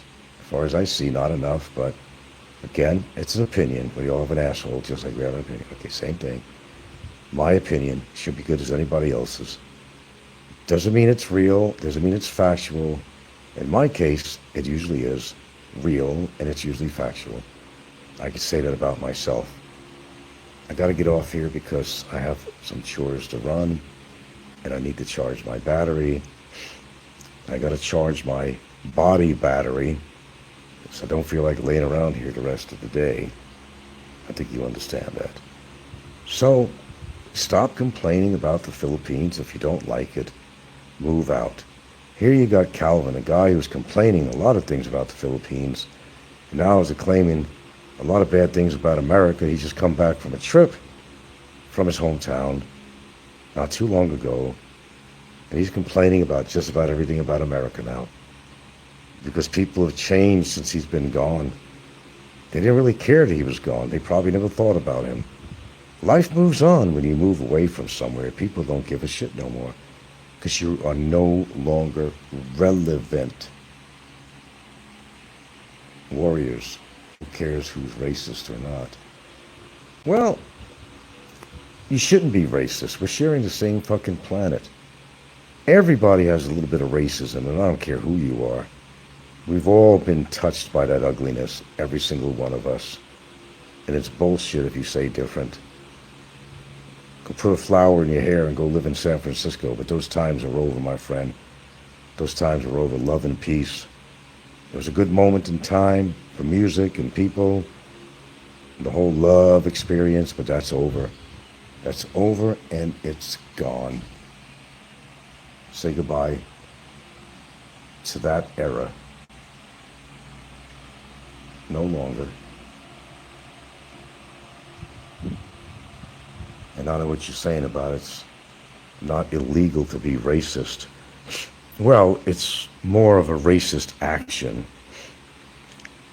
Supposedly you could have an opinion, but try giving that opinion, a racist opinion, around the very people you're being racist with. See how long you last with that. Whether they're Muslims, whether they're black, yellow, whatever they are, whatever ethnicity, Russian. Try saying some not so cool things around that group of people and see what happens. Yeah, you see what happens. Get my point? I don't know. Racist slurs actually are not accepted. I think not even in this country, in the Philippines. I don't think it's accepted out here either. Just know what you're doing, folks. Do you want to come out to this country? I got involved with this menagerie out here. And I regret that I ever been on YouTube, really. I had to go to trial, this, that. Who's trying to oust me? Because they do not want to believe in my philosophy. They don't want to face anything factual about themselves. They don't want to look in that proverbial mirror of themselves, but that's not my problem, that's theirs. You should take a good look at yourself. Like the song, "Take a Look at Me Now, I'm Just an Empty Shell." Phil Collins. Listen to the song. It's a good song, actually, anyway. Some of these people are just an empty shell. They're looking for something to fill their shell, and they don't know how to do it, so they're chasing their tails all the time. He bop, she bop. whoever you are. They're chasing their tails all the time. I say that on my channel almost every day. Don't come out here, or any country, never mind just the Philippines. Don't move out of your country and move to another country and have all these grandiose expectations of how it should be custom fit for you. Well, it's not custom fit for you. Nowhere. It's not your culture. You got to respect the culture. You may not agree. There's a lot of things I admit that I don't really agree with in this culture. Certain things, certain beliefs or actions or whatever, cultural thing. I'm not 100% on it. I'd say I'm about 70%. And the rest, 30%, I just don't understand or don't pretend to understand, or just don't like or disagree with, whatever. But I got a good figure. I'm 70% pro culture here, and 30%, kind of like in the clouds. Yeah.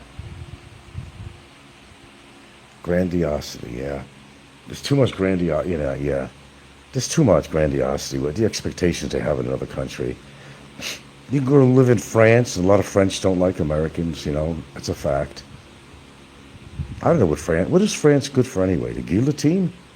The Eiffel Tower? French food sucks, as I heard. They make good French corollars, pastry. They might make a good pastry, but what is France known for? Not their food. England is not really known for their food, except for fish and chips and crumpets.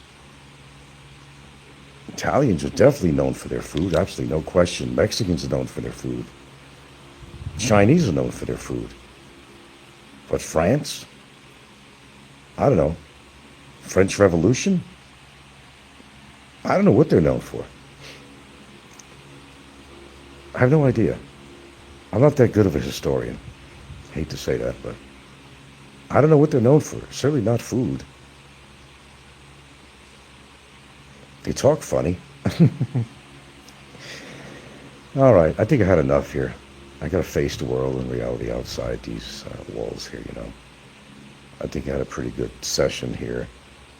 I've got to stop meeting like this, guys. It's a little bit too much, I think, for me. I'm probably getting to be a little bit too much for you too, though.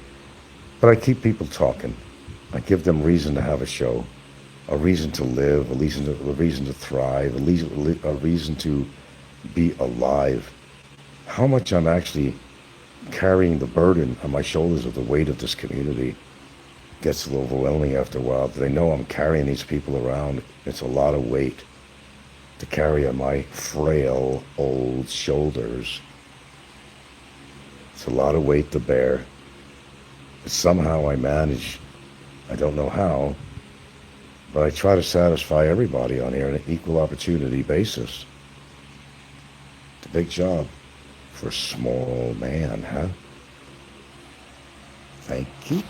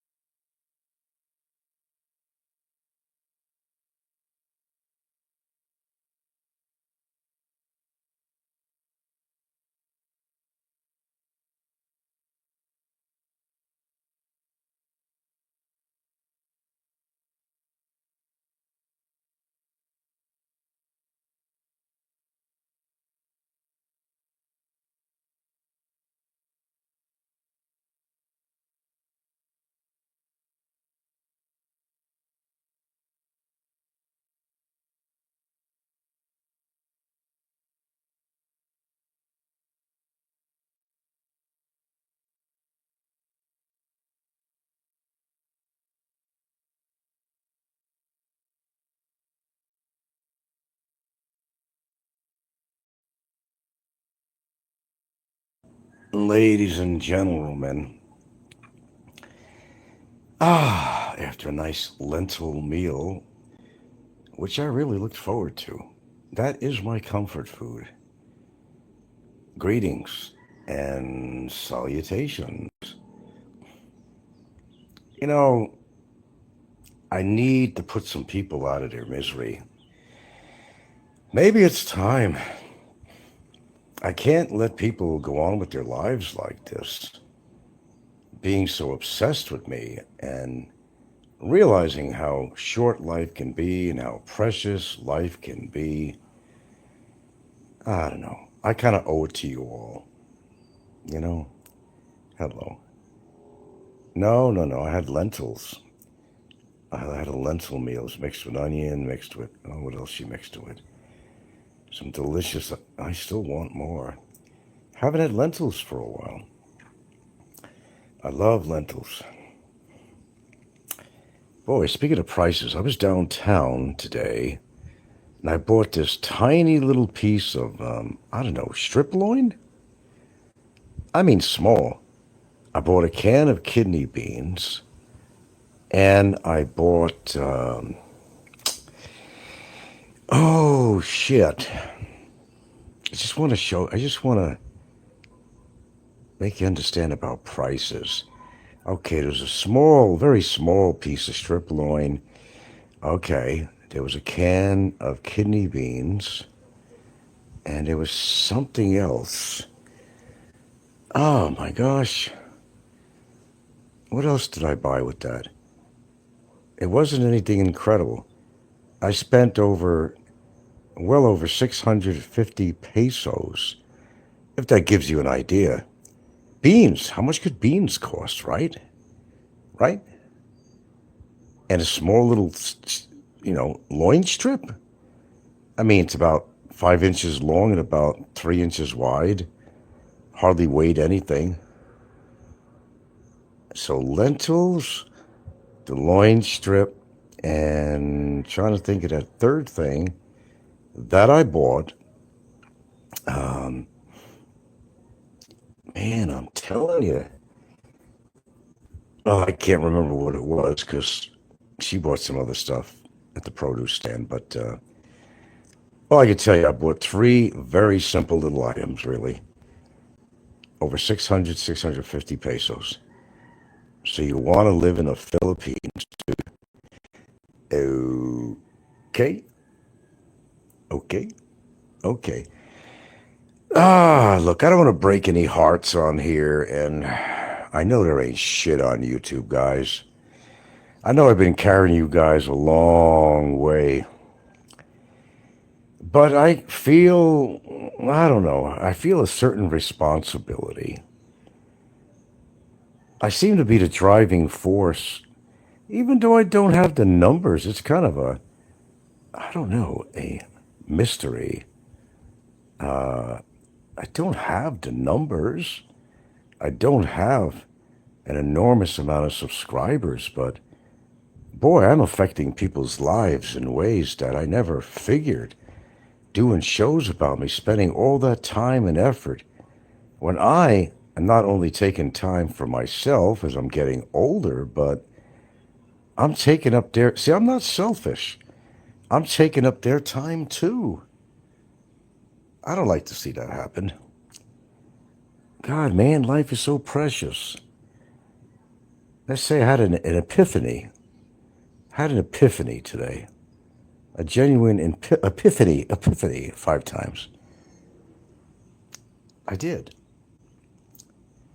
I can't do this to people. That would be awfully selfish. All right, look, let's go down a laundry list here. I don't make money on my show, right? And I gotta admit, I've been doing quite a bit of shows.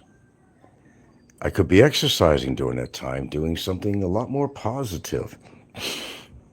You know, my girlfriend's busy on her phone herself all the time. That's nothing new about that with Filipinos and Filipinos.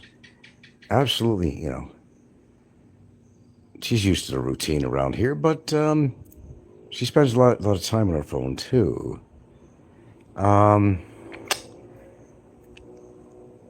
I don't know. You have that moment where you suddenly you're awake from a freaking coma, and you think, okay, look, you got the job done. You did what you set out to do. Somebody really crossed a line really bad. And you did your job. You did everything you could. And you got your satisfaction from it, and rightful satisfaction. And everybody, trolls or not, would agree with me, and I know they would. I don't think everybody's bad out there. I think people are just very reactive to everybody else. That's what I think it is. I used to use expression that people get caught up in this, no, what did I call it? Well, it's like a whirlwind, but I think I used another expression. And I think they do. I think they do. And, there's some retired people out there that have a lot of time on their hands, and you will when you're retired, and I don't care whether you live here, or you live in the States, or Britain, or whatever you may live, or Australia. Some people, even when they're not a senior or retired, they seem to have a lot of time on their hands. Hey, this is 2025. Electronic age, cell phones, incredible electronic devices, people having a way of expressing themselves in a wonderful way or a horrible way. Hello, Minut.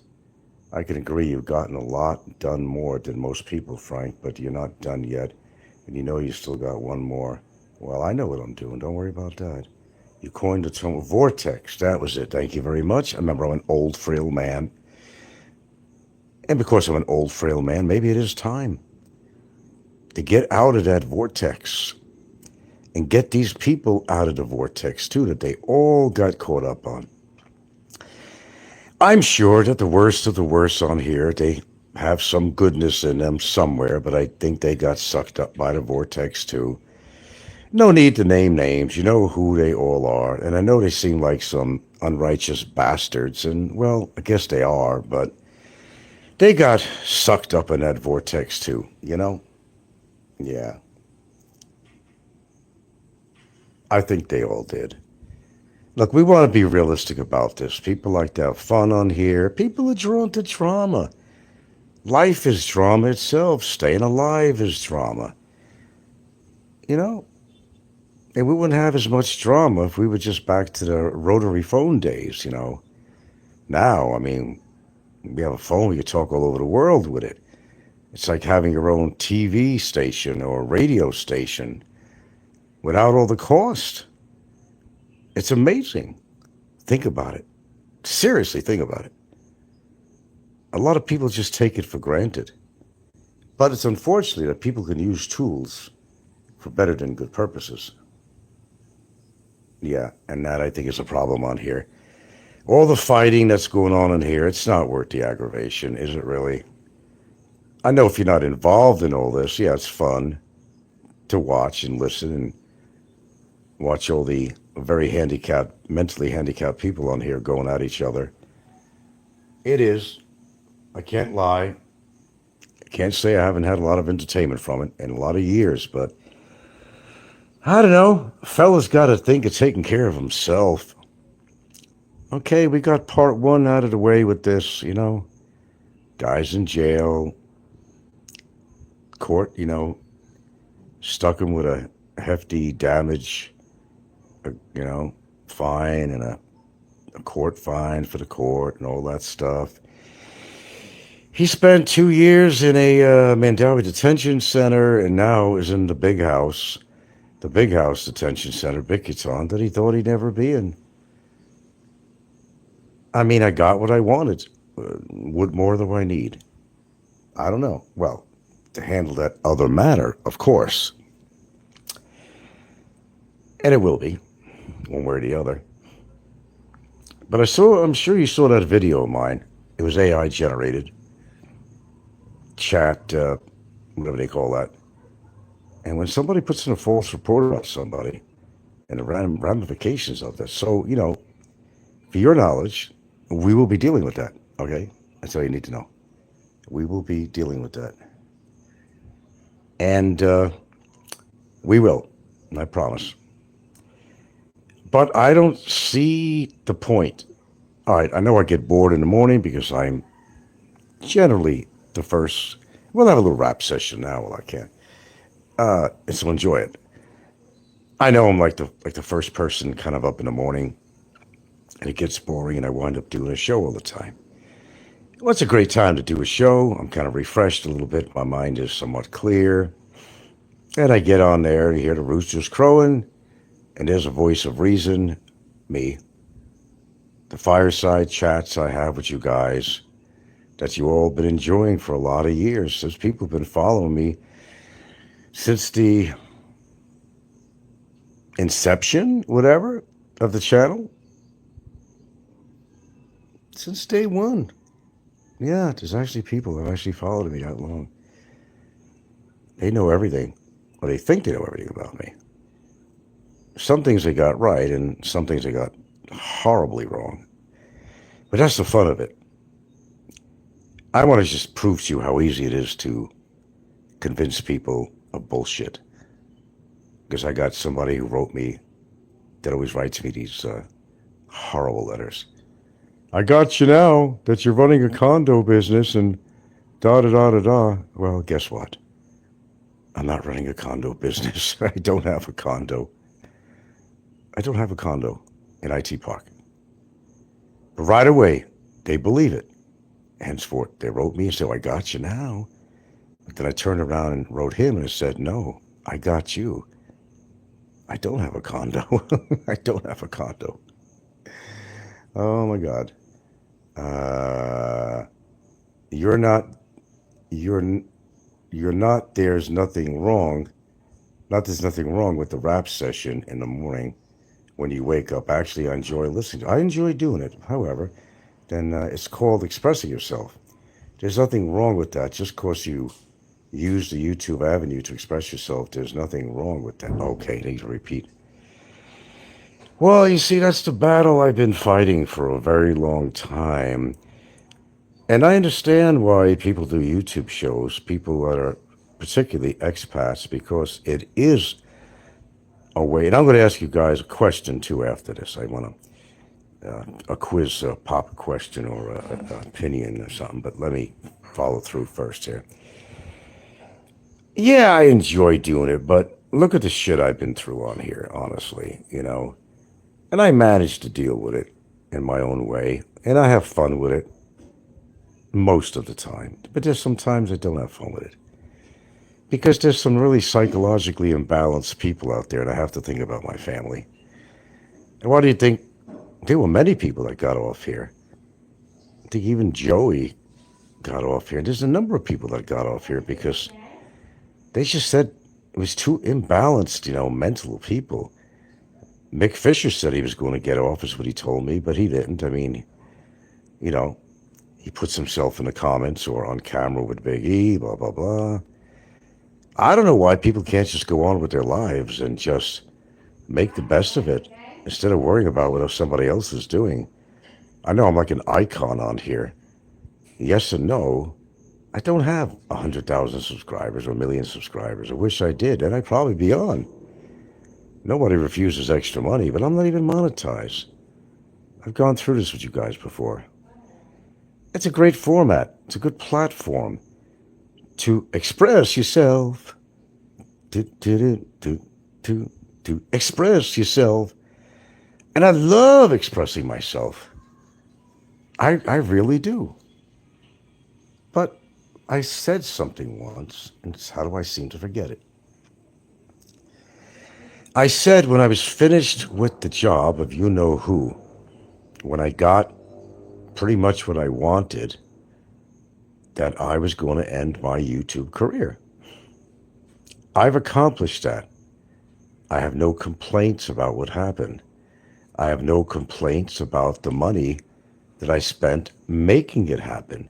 I have no complaints about the time consummation that I did making that happen. I have no problem with the results that we decided to rest on. I'm all good with it. Well thought out, well planned, well executed, I feel I did a service to the community. The community, I know they appreciate it. They may not admit it, but there are bad guys and there are bad guys out here that come to this country and they just play havoc with women and people and their wallets and everything. And it just gets ridiculous. And it gives expats a really, really bad image. Okay, devil's advocate, whatever here. Imagine if I did get deported. Can you imagine the absurdity to that?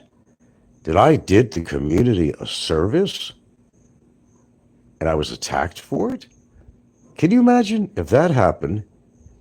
A good guy would actually disappear for a while anyway, out of the Philippines. Do you realize what an injustice that is to me and to you? And to you, not just to me, but to you. That would be a horrible injustice. Horrible. Think about it. Look, I never wanted to go out and be the savior of the community. I wanted to just keep my sanity coming on this damn thing, and just kind of expressing myself and getting things off my mind. Sometimes I got a little bit too personal and they use it against you, but that's a bugaboo that I always tell my viewers about. If you're going to do a YouTube show, just try not to be too personal. There's always somebody out there buying pens all the time. They're taking notes, and they got a big book about 7 inches wide. They got tape recordings, memory cards, and they don't have the time to live their own life, to spend with their loved ones. And, how much time have I actually spent on this Barry shit, right? It's been years. This case was going on for a while. Well, I told you, things don't happen overnight, does it? Huh? Am I right? Am I right? Am I right? I'm right. Things don't happen overnight. Apparently not. Barry got what he deserves. Although I think he deserves more, but I was willing to just let the judge decide what was right for Barry. That's all it ever was going to be anyway. At the end of the trial, there was going to be a decision, a sentence. We just allowed that to happen earlier because we knew he was going to continue to plead guilty. That was pretty obvious. And now that he got himself an attorney, we knew he was going to make an official plead. Okay, so talked to the attorneys. They kind of figured that was going to happen. Or maybe they knew something I didn't. I don't know. With the other attorney, his attorney. But we allowed it. And we knew that once he pleaded guilty, that's called a conviction. It's conviction. Even if he didn't go get sentenced to jail, he was still convicted felon in this country. What more can I achieve? He went to Pinkerton after all. I couldn't ask for better than that. I have no responsibility to that at all. I hate to say it. But it happened. It worked out. Menat says, it would be an injustice. That's true. But you would never stop anyways. Frank, you're never going to stop at protecting yourself and fighting back, nor should you.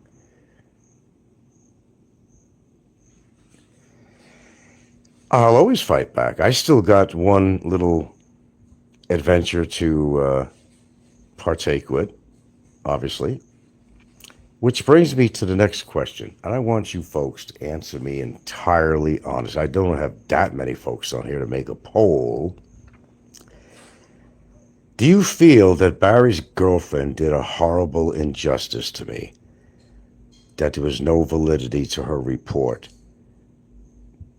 How many people feel that she lied? That she lied? It'd be number 1 for yes, number 2 for no.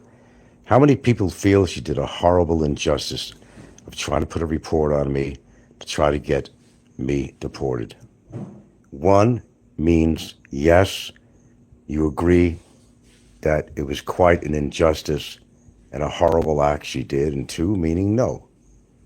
Okay, we got number 1 already. Regent says, it pisses me off just thinking about her. I know what you mean. I got a lot of fire inside of me in regards to her. You have no idea. Master Puppets gives a number 1. Her report was nothing but retaliation. Anybody else want to hone in on this? 2 people ain't enough. Guess your honest opinion. If you want to put a 2, you put a 2 in there. That's fine. I just want your honest opinion to make you understand why the fight ain't over. I'm just trying to live my life. That's all I'm trying to do. I can't put on a show without some drama going on somewhere.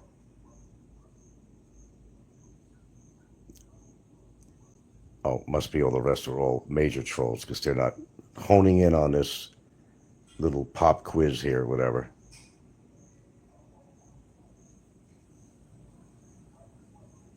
Okay, I'll assume that you agree with me.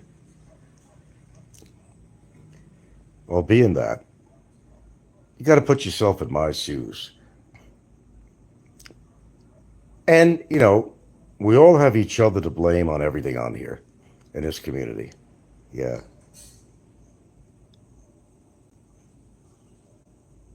Yeah, I want an honest opinion. Yes, I do. Completely honest.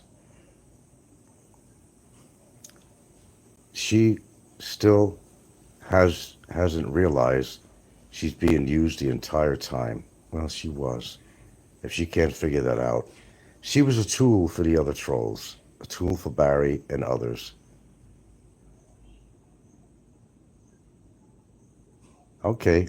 We got another number 1. Very good. Heck, are those two clowns even together still? I don't know. I'm assuming. Well, when you say together, I mean not physically anyway. Now, but they can't be anyway. So, if you want to call it the beauty or the beast of all this thing is that after all she does, makes the report, right? Makes the report. And LDR now, LOL, yeah. And then nothing good can come out of it for her because it kind of made things worse for her boyfriend. And in many ways, and a lot of friction. And he's going to be, it wasn't worth it for do that for retaliation because boyfriend's going to be deported anyway. And there's no way of carrying on that relationship ever. Do the math. I don't know if she could do the math, but I could do the math. If she can't travel anywhere to see him and he can't travel anywhere to see her, it's over. Unless you want an LDR and you want a pen pal. But truthfully, once he gets to the States, well, I doubt he's going to get any women because he's broke. And take a look at the guy. But, let him find some scaggy broad. He'll move right on. He'll find some scag in the woods somewhere, Yeah. It's disgusting, Frank, what she did. Totally disgusting. Here, you got such a nice life, and what she did for such a sleaze bag as Barry George. Yeah, I know. It's how I'm feeling, man. What does Gilda think? What does she think you should do? Of course, she thinks it was bad. What does she think you should do? Well, like I am doing. I'm fighting it. Tooth and nail, I told you. This only just begun with her. I gave her a choice in the past to make. She didn't want to make that choice. I would have not gone after her with anybody. I had made a promise that she would contact immigration, sign an affidavit of some sort, and quashing the complaint. That would end all legal matters or possible legal matters against her in this matter. I think that was pretty fair. Yeah, but she didn't do it. Oh, Gilda's pissed at her. Oh, God. You don't know one part of Gilda that I know. She could rip somebody apart if she wants. I wouldn't put her anywhere near her. Of course she's not happy about this. She hates the fact I ever came on YouTube. Master Puppet says, I think what's wrong is ego, big cabins, and the crew sticking their noses in it. They are, in my opinion, worse than her. Yeah, they're the ones that were pushing this thing forward because they have a personal gripe with me. Biggie used to talk, at times, believe it or not, highly about me. I think Frank's a good vlogger as long as he stays out of all the mess, all the crap on here. Yeah, I remember him saying that. I've actually talked to Biggie on the phone a long time ago in the past. And we had a conversation about this now. We were talking actually about Nika. We had something in common. And yeah, we actually talked on the phone. I had nothing against Big E, but Big E kind of feels like he's got to be the savior of the community or something in his own way. Do you think Big E means well? I don't know about that. I really don't know. It doesn't seem that way, does it? And I met Mick Fisher, too. I thought Mick Fisher meant well, but I think maybe Mick Fisher was just, I don't know, trying to basically say, no, I understand you. I think this is what it was, really. And there really shouldn't have been a clash between me and him, to be honest with you. I think Mick Fisher was just trying to say, it's everybody's reaction is all it is. I think Mick Fisher was trying to say to me, which he did, hey, Barry did wrong. I realized that. And look, he's been in there almost 2 years, whatever. Look how long he's been in there. Maybe that's punishment enough. But I guess Mick Fisher doesn't really understand me. Or doesn't understand the situation. And I tried to explain it to him. I take this, of course it's highly personal. The guy was saying I was a child molester. I don't know how he was raised in the Midwest or something, I think. I was raised on the East Coast. Hold on. I grew up a different way. And, there's like things you could say about people and talk about people. But you don't do what Barry did on a consistent basis. And I've told you guys a long time ago, when I get mad, I've said some things on here, and I said some horrible things out of anger, but I didn't continue. I didn't go on every day. Now, of course, the old days of Dave Phelps, well, that was a big situation there, man. That guy was pushing it, really pushing it. And he was really obsessed with me. You want to talk about an obsession? This is a guy that was totally obsessed. And you think Popeye was bad, but Big E was, not Big E, Dave Phelps. Oh, he was bad. He was badder than bad. That's why I'll be ruled in your favor, because you never called her what Barry claimed. Well, there could have been money involved. I don't know. I don't know, guys. I not only, of course, as my lawyer, of course, he read this, he had to do counter affidavits. But my girlfriend has a lawyer, and I had him read that shit too. And he didn't see any evidence in there. There was nothing, really, except a lot of hearsay. And he didn't even know the case, really. He didn't charge me for his time or nothing, but I was there. And I asked him for his opinion, a second opinion on this. I asked him, I said, how the hell did this make it to the level it went to the Department of Immigration, Bureau of Immigration? He goes, I really don't know. Except, he said, the same thing I thought. Somebody could have been paid. No, we don't know that for sure. So I'm keeping that on a mild level where I'm talking about that, because I really don't know. But if you actually read the whole report, some of it has been, right? Not much you guys don't know.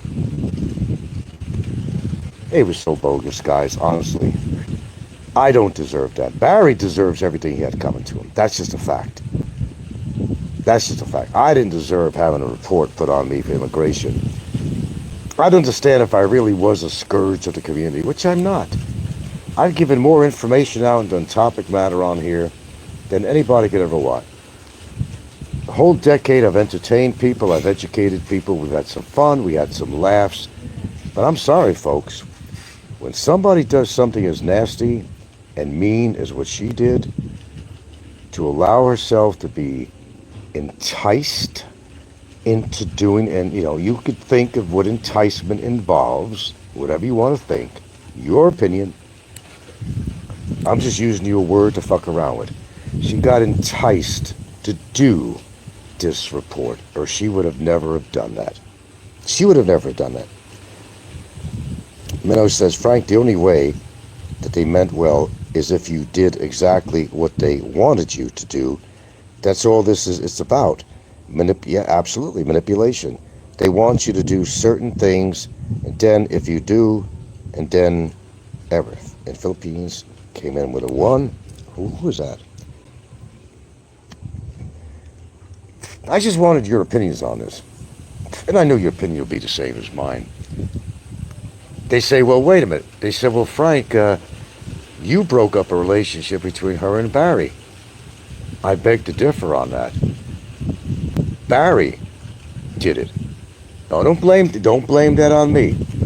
The fact that he set his own direction, he knew what he was doing, he continued to do it, that's by choice. Look, that is by choice. That is by choice. Nobody forced somebody with a gun in their head to do anything. Barry continued to run his mouth. When he was forewarned, I fired all the firing shots and I ran out of ammo. I fired as many shots as I possibly could fire. And he didn't, he didn't release his effort to cooperate. He didn't want to cooperate. And I just want this to go on record for all of y'all, as he likes to say. Barry was quite a challenge.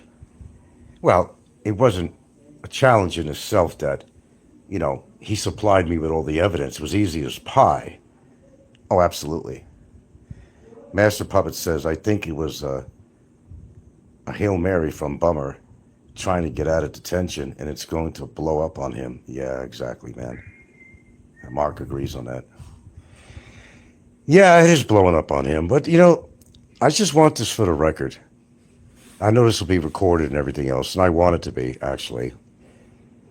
I did what I felt, whether you agree with me or not, and some may not. I did what I felt was righteous to do. And, getting Gilda involved in some ways, that was not righteous, at all. You guys know that. She's a good gal. She's a decent person. And she happens to be somebody I love, and I'm going to defend her. That's what I do. That's what real men do. Real men don't paint everything in their yard yellow.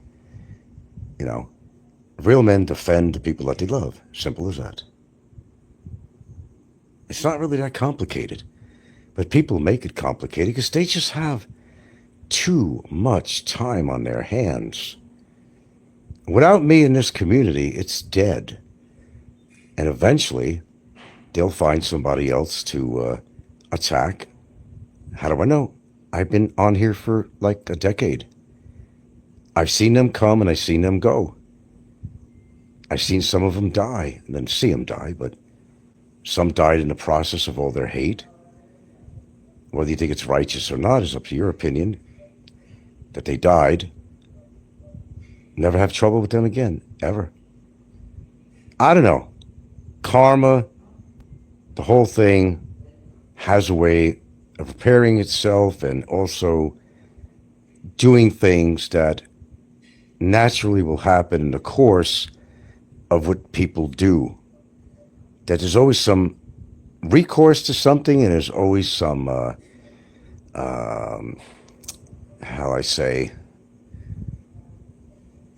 some reaction or action to the bad shit that they do, Do you know, guys, I came on here a number of years ago, and I said, I got caught up in the same words. I got caught up in this vortex on here. And I gave an apology on 3 different occasions, but apparently that wasn't enough. So I stopped apologizing because the truth was there was really nothing to apologize for. Did I get aggravated sometimes? Sure I did. Of course I did. And I reacted like most humans do. I defended myself and or my partner or family out here. And I do have a family. And I know a lot of people hate to admit that. This is the better family I've ever had in my life.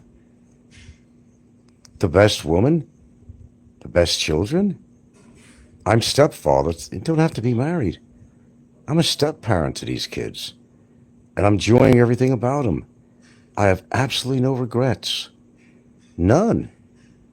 I don't have any. I think Bombardotti could use the complaint as a bargaining chip. Yes, and that's how it started off. You're correct. You're totally correct. Menot says, Frank, let me be honest. To get anywhere in the Philippines court system, it was the same in Thailand. You had to pay to get things done. Otherwise, they wouldn't do it. So let's be honest about that. Well, I haven't paid off anybody. Hell, I'm riding bareback on this thing. I haven't paid anybody off. Philippines says there's proof out there that Nordy aided her with the filing of the complaint. That's quite possible. Yeah, that's a very good possibility. I'm actually with you on that. I'm sure he has something to do with it anyway. It's right. He's going to get his one way or the other. Life hasn't been that great with him, what I'm surmising. He's made a lot of mistakes. He's going to continue. And that's the beauty of this, guys. That's the beauty of it. They continue to make these mistakes until something happens. I mean, look at Ricky. All the mistakes he's making. Ricky don't understand me. Let me tell you something. Ricky towers over me. He's like a redwood tree, okay? And, words don't come easy. Well, they come easy for me, but let me tell you something. I got the balls. If I'm in the right mood, I mean, honestly, if I see him again in SM, it's going to be a different SNR. It just might be a different story. And yes, I will need Gilda to restrain me. I will tell you that. But I think I'd do it differently anyway. I think I just embarrassed the shit out of him in there. I think that's the best way. That they might not even allow him to come in there again. I don't like getting physical with anybody. And as I said, I'm no superhero. I know my age, but I also know my capabilities too. And you might be surprised. You might be surprised. You might be really surprised. What I do with my time. All these years. Oh, I'm not just doing a treadmill and 20-pound weights. You don't know what I'm doing. And I've been doing it for years. That's why I started this supplement program. And we're going back, Jesus Christ, when I was about, really getting heavy into this? Around age 40, I'd have to say. 30 years. No, more than that. I thought 35 when I really started getting into this shit. Diet, supplements, all that. Probably 30, 35. Let's go with 35 because I can't tell you the exact. I've been doing something with my time the whole goddamn time. I'm sure I picked up on something that if I had to protect myself, there might be a fairly good percentage that I probably could get away with it. And I'm being serious about that. There's proof out there that Nordy, okay, we got you. Regent said, Nordy Brevis, a.k.a. Russ Bundo, yeah, age 44 from Long Beach. Yeah, we know about that. Yeah, Brevis is heading in a bad direction. They all are. And I was being as honest as I can. I'm not wishing harm on these people. Big Kevin's really down a bad road, and he's been on a bad road all his life, man. As they said, nobody gets chopped in the head like that. I mean, look what had happened to him as a result of that. He's not normal. You guys know that. And I'm not knocking him. I'm just telling you what I see and hear. And if you can't see and hear that, well, I apologize. Maybe it's just me. But I don't think it's just me. I hear him. I see his behavior. His emotional void for his age. He's not right in the head, man. But then neither are a lot of people on here who spend that much time obsessing on me. Think about this. And Wilson, you need to run back to Discord and hide behind Johnny Wad. Oh, we got a troll out there. Well, I don't see him because he's probably blocked. Whatever name he was going under, Wilson. But you know, I think people get carried away with a lot of shit on here, but I think it's really because they do have too much time on their hands. Especially if you're living in the Philippines. There's no joke about that. Philippines is not the most exciting place in the world. I've been here for over 9 years. I know. And I was coming here before that. I know. I live here. And even if I lived in a big city like Cebu, what is there to do? Eat out somewhere? Yeah, you're going to find some better restaurants than the shitholes I live near. Sure you are. You're going to find good restaurants. You're going to have a mall. That's the most exciting thing I've ever found about Cebu City was the malls. The malls. That's where everybody went. They went to the malls to cool off from the heat. It gave people something to do.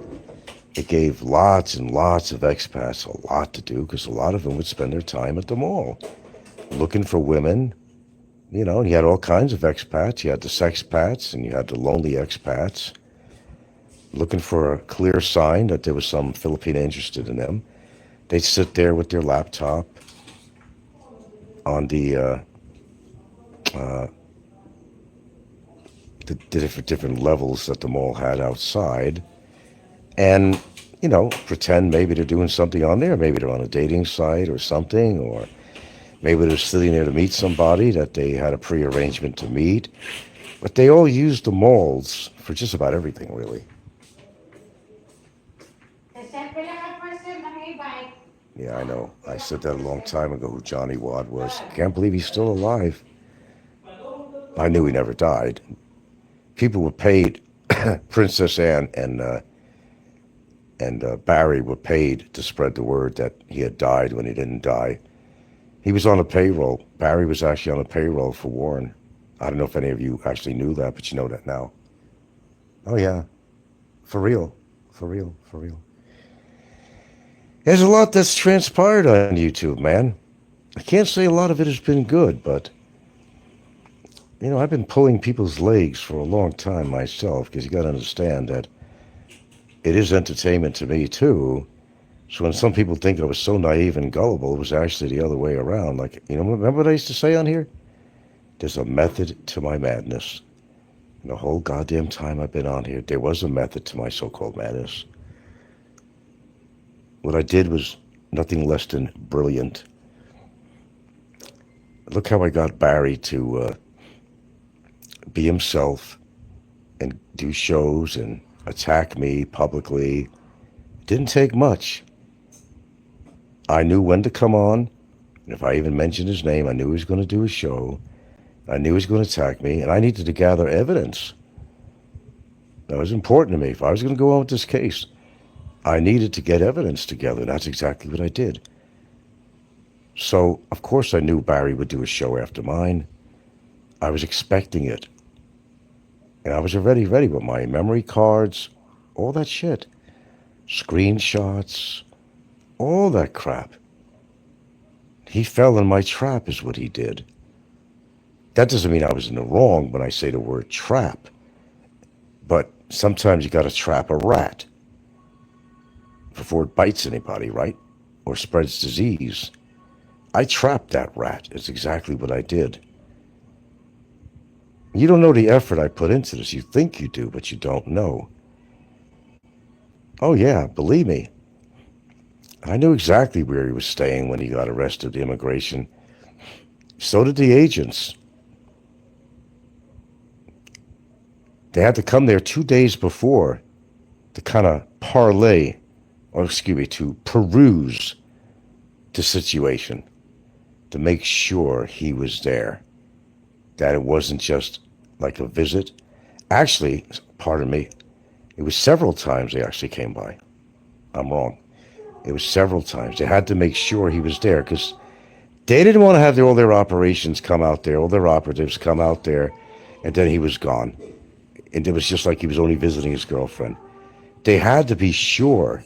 There's a lot of involvement in this. A lot went down. Even my little confidant, Mario, there was a lot involved with this. Mario's the one that led him to where she was. Okay? My lawyer even accompanied a crew of 4 or 5 agents to come down there, not knowing what would have happened. Okay? They don't know if he was going to be violent or not. No money was involved. There was no money involved with these guys. That was all a bullshit story. Nobody was paid off. My lawyer didn't even charge me his time. He wanted to go down with him. He went in his own truck. And my little confidant went in his own vehicle, and the agents took a van. But they had to be sure he was there. Okay? They already got the okie dokie from above in Manila. They were ready to arrest him. On that fateful day, they went to his place and arrested him. Barry's word, don't worry. I'm going to cooperate. I just got to go in and get a couple of things. He didn't fight him. Shaw wasn't very happy about it from then. But the question is, do you really think she didn't know about his immigration overstay? Of course she did. I'm sorry, I've been reading the comics. Don't do anything you might regret. Embarrassing people in public. And one of the worst things you could ever do. It's a crime. Don't do it. Don't fall. Oh, you mean like with Ricky? I can't guarantee you anything. Because Ricky really pisses me off. One thing to create entertainment on his show to get, donations and shit. But he's really pissed me off, and he's really pissed Gilda off. We're beyond the fun and friendly stage with Richard Jarrett. We're beyond that stage. There's no handshake next time. He'll see my eyes, and that's all he has to look at is my eyes, and he'll walk the other way. I 100% guarantee you. I will make a scene in that place that they've never seen ever happen in SNR. Oh, believe me, I will. We go to soooo here and there, and he goes to SNR quite a bit, and we go to SNR too, to get our supplies, the favorite place that we go to. Can't say it's the best, but we have a membership, and we go, and sometimes they got some things that we want in there. Ricky goes in there all the time, and he goes in there early in the morning when they first open up, within the first hour, or when they actually open up. And I will run into him again, but I don't think it's going to be as friendly as it was last time. That's all I can tell you. And it's according to what mood I'm in. Will I get myself in trouble? I don't know. I don't know, man. That's where I got to think and say, think, Frank, think before you act or react. I'd have to talk to myself. Or my girlfriend would have to say, just hold back, Frank. Let him shop. Don't say a goddamn word to him. Let's just go and shop. Don't say nothing. Don't say nothing. That's what she would do. Because truthfully, when I went to TGIF that time, and Ricky set all this shit up, he was a scumbag then, he's a scumbag now. I told my girlfriend at the table, guess what? Barry's here. I wasn't sure. I was more shocked than anything that he'd have the balls to come here, but he wasn't alone. That's the whole point. He was with that Brian guy, Brian Hollywood. He would have never came there. And Gilda immediately said to me, she saw my eyes. It didn't stop me from getting up off the table. But she told me, Frank, leave it alone. Not here, not today. That's exactly what she told me. Not here, not today. Let's finish our dinner, which we did. And we stayed until we finished. Barry did not wait for me outside like he said. I'm giving you the real version.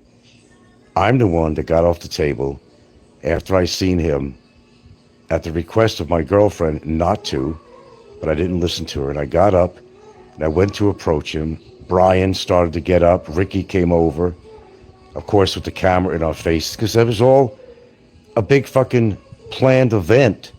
That's what a scumbag Ricky is.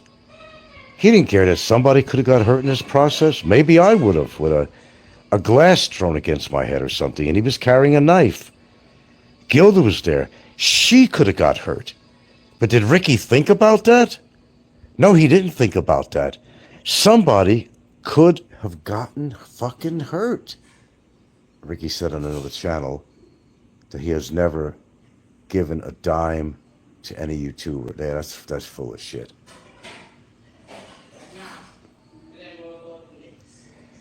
You have no idea what was going on in my mind that day when Ricky tried to fuck me over to get more viewers. He set the whole thing up with Barry, man. I will tell you, Barry would have been hurt, very deeply hurt. I had just recently come back at the time from a 14-month stint because of the COVID in Hawaii. It wasn't a totally bad thing. I got to fix up my house and I got to sell it. So I made lemonade out of lemons. However, I was gone for 14 days. I couldn't get in because of the COVID. You want to hear all the truth? I'm telling you it right now, and I have a reason why I'm telling you all this. Believe me, I mean, it'd be like a cartoon with steam coming out of my ears and fire coming out of my nostrils. That's how I felt. He was right there in the same fucking restaurant and bar. Same fucking restaurant and bar. I almost had to be restrained. And the only person that brought me to my senses was my girlfriend. No, she didn't stand in the way. She did come over there with me. She didn't want anything to happen. But Ricky was quick with his camera. He didn't care what happened. He don't care if there was a bloodbath in there with bomb on the floor bleeding profusely. Or maybe I was going to bleed profusely from a knife wound from him. Or my girlfriend could have gotten away and she could have got stabbed or something. Ricky didn't care. This is what a scumbag this guy is. Ricky just wanted the hoopla from all this. He wanted the attention. I got Frank and Barry together in a restaurant and I planned it. That's what a sick bastard he is. Sick bastard. Somebody could have gotten hurt. And no, of course, Barry is not taller than me. Let's just end it with this, okay? The saga of who's taller. Give me a fucking break. No, Barry is really short. He's very short. And I'm not a tall person, but he's like about 4 inches. I would say at least 4 inches shorter than me. And anybody who's there to see that, they know. They're not going to say that, but you saw the pictures in front of my house. They weren't edited. I don't do any editing. You all know that. You know, people will say what they want to get the attention they want. Barry's a short dude, man. I mean, a short dude. He's really he's a little gremlin is what he is. He's a short dude.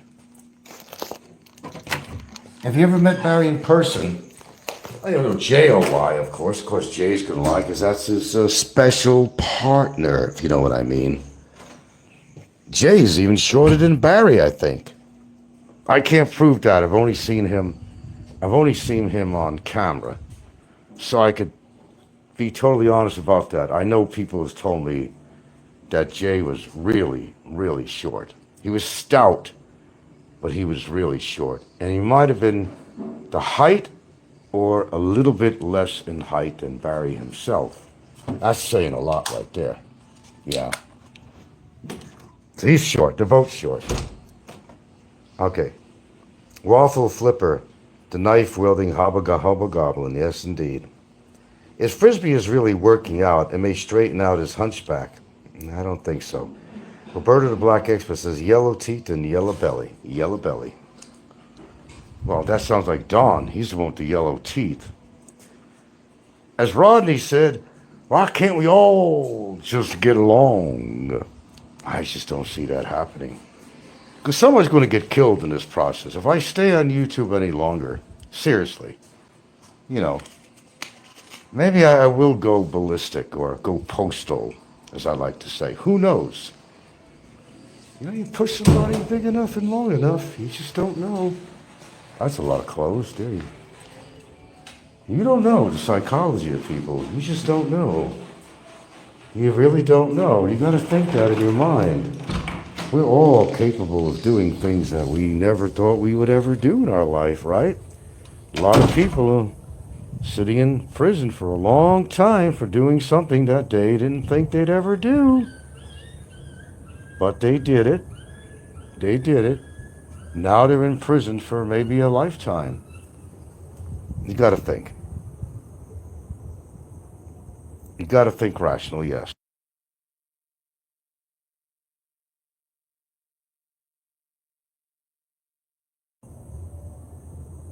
You know, I'm not a real young man anymore, you know? I might have that fight in me, but The truth is, unless I take care of business in the first minute or two, that could be dangerous for me.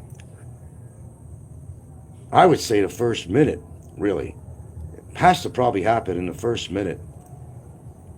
Because I'm not that young man I used to be. As I said many times, I'm no fucking superhero. But I know how to take care of myself. There's some things you just don't forget. How applicable is it in a real-time situation? Well, I guess if that ever happened, I will find out. I will find out. And they will find out. I never believed in this age shit. I give a lot of respect to a lot of seniors that they know their shit. And I don't care how old they are. Never disregard the abilities of some seniors. Because you might be surprised. You might be really surprised. They figure you're frail and old. They love to use that word frail. Frail and old. Not everybody. Some people still remember things that they've been doing for 30, 35 years. They actually practice some of it. And they actually remember some of it. You'd be surprised. Let's see. Once the Shaw hoax is cleared up, we will see a nice change in the community. No, you won't. No, you won't. They will find another victim. That's why it's ridiculous and absurd to keep on doing these shows every day with no reward. Well, there's been a big reward for me, actually, in accomplishing what I set out to accomplish. Remember I said I was going to get off. I was going to get off when, or just, if I would have just, I think, rationally here thinking, I think, if you can create a series of videos that are more documentary style, and they're uploads, maybe a place you go to an event or something like that, that could be a remedy. And where you have no comments at all on there. This way it gives you the ability to express yourself and not get involved with all the chicanery on here. It's something I have to think about. And that's what we're talking about here in this channel. I was going to talk about. It wouldn't be the first time I've talked about this. I've never executed it, though. I tried, came back, and I said, fuck, it takes too long to do an upload. So I'm just going to do a live. It's just called laziness, that's all. Being lazy. You get a little lazy as you get older sometimes, It's so quick to just go on, do a live, say what you have to say, and get the fuck off. Then I made a mistake. I mean, why get rid of all my videos, too? If it took me the time to say what I'm saying on the show, leave it on. There's no reason to take it off. You know what the reason I take it off is because, because they have a copycat channel. So it's always on there anyway. But if you want to use a little psychology, as Ricky Ricardo said, psychology, keep the shows on, and there's no purpose to have the copycat channel repeat what you just did. There is no reason. There's a lot of common sense to that, actually. Frank, you're a tourist in the country. You're a guest in the country. Don't make a scene. You make a scene, then you can be charged with it. So don't do that. It's not worth it. I will do what I feel I have to do, no matter what the recourse is. I'm spontaneous, and maybe that's a problem. I'm spontaneous with that shit. I got a lot of fire inside of me, let me tell you, after 10 years of being on YouTube. Especially when they talk about my family, when Barry was actually writing on Facebook to her children. Oh man, that was worse than, Barry calling me what he did. I didn't like that kind of interference in my life. You want to get personal, Faye? You want to say a few choice words to me? Fine, say a few choice words to me. Make up stories like you do, whatever. But never attack my family, even more so than me. Don't attack my family. They talk with their mouth, but maybe one day I'll be in Vietnam, Kevin. Maybe. You never know. Maybe I decide to live there, Kevin. I might be your fucking neighbor. Thailand. Thailand, right? It's in Thailand now. I could be your neighbor someday, Kevin. I could be your neighbor. Think about that. To have me on your back all the time, I don't think you're going to enjoy Thailand. I just don't think so. Think about the oddest and probably the never figured situation, that you'd ever expect. You don't want me to be your neighbor. If you've been attacking me like that, Kevin, you don't want me to be your neighbor. Trust me, you don't want me to be your neighbor. You'll have to just trust me on that. Murray says, I'm worried that if you met, you'd lose your mind, Frank. You need to calm down. I am calm. I'm not yelling. I'm calm. I'm talking. One-to-one, fireside chat. Without the fire. I'm telling you how I feel. I think enough is enough with some of these people, and they've gone too far. Nobody should get involved in my business with Barry and Shaw. Nobody. They shouldn't. They should not have enticed Shaw to do this report. When the smoke clears, who knows who's going to go down with this? We don't know yet. You don't know yet. I may know something you don't know. You think I tell all, don't you? I'm an easy mark for that, right? No, you don't know everything. You don't know everything. Where do you think I'm going tomorrow? I'm going to Cebu tomorrow. That's right. She just came back. Now we're going back out again. Tomorrow. And I'm not telling you what that trip is all about. But we're doing things. We're doing things. We're going to put a remedy to this once and for all. Now, who's that apply to? Does it apply to Barry? Does it apply to anybody else? I'm not telling you. Except we're going to Cebu on official business tomorrow. Frank is more restrained than 99% of the people. Yeah, considering, yeah, I do. I would have gone full beast on Mantis in person. Well, let me tell you something. It was one of the list of the hardest things I could do. After all the shit, there he was in front of me. We're just trying to have a nice dinner. Gratis on Ricky. Not fully realizing at the time that it was all a setup. But then when I seen him, then it dawned on me, because all of a sudden he was getting his phone calls. If somebody was checking, or he was checking up on them to see if they're here yet, or how close they were to the restaurant. He was talking to Barry. That's exactly who he was talking about. He knew Barry was coming in there. He had it all planned. That's why Ricky is a snake and you can't trust him.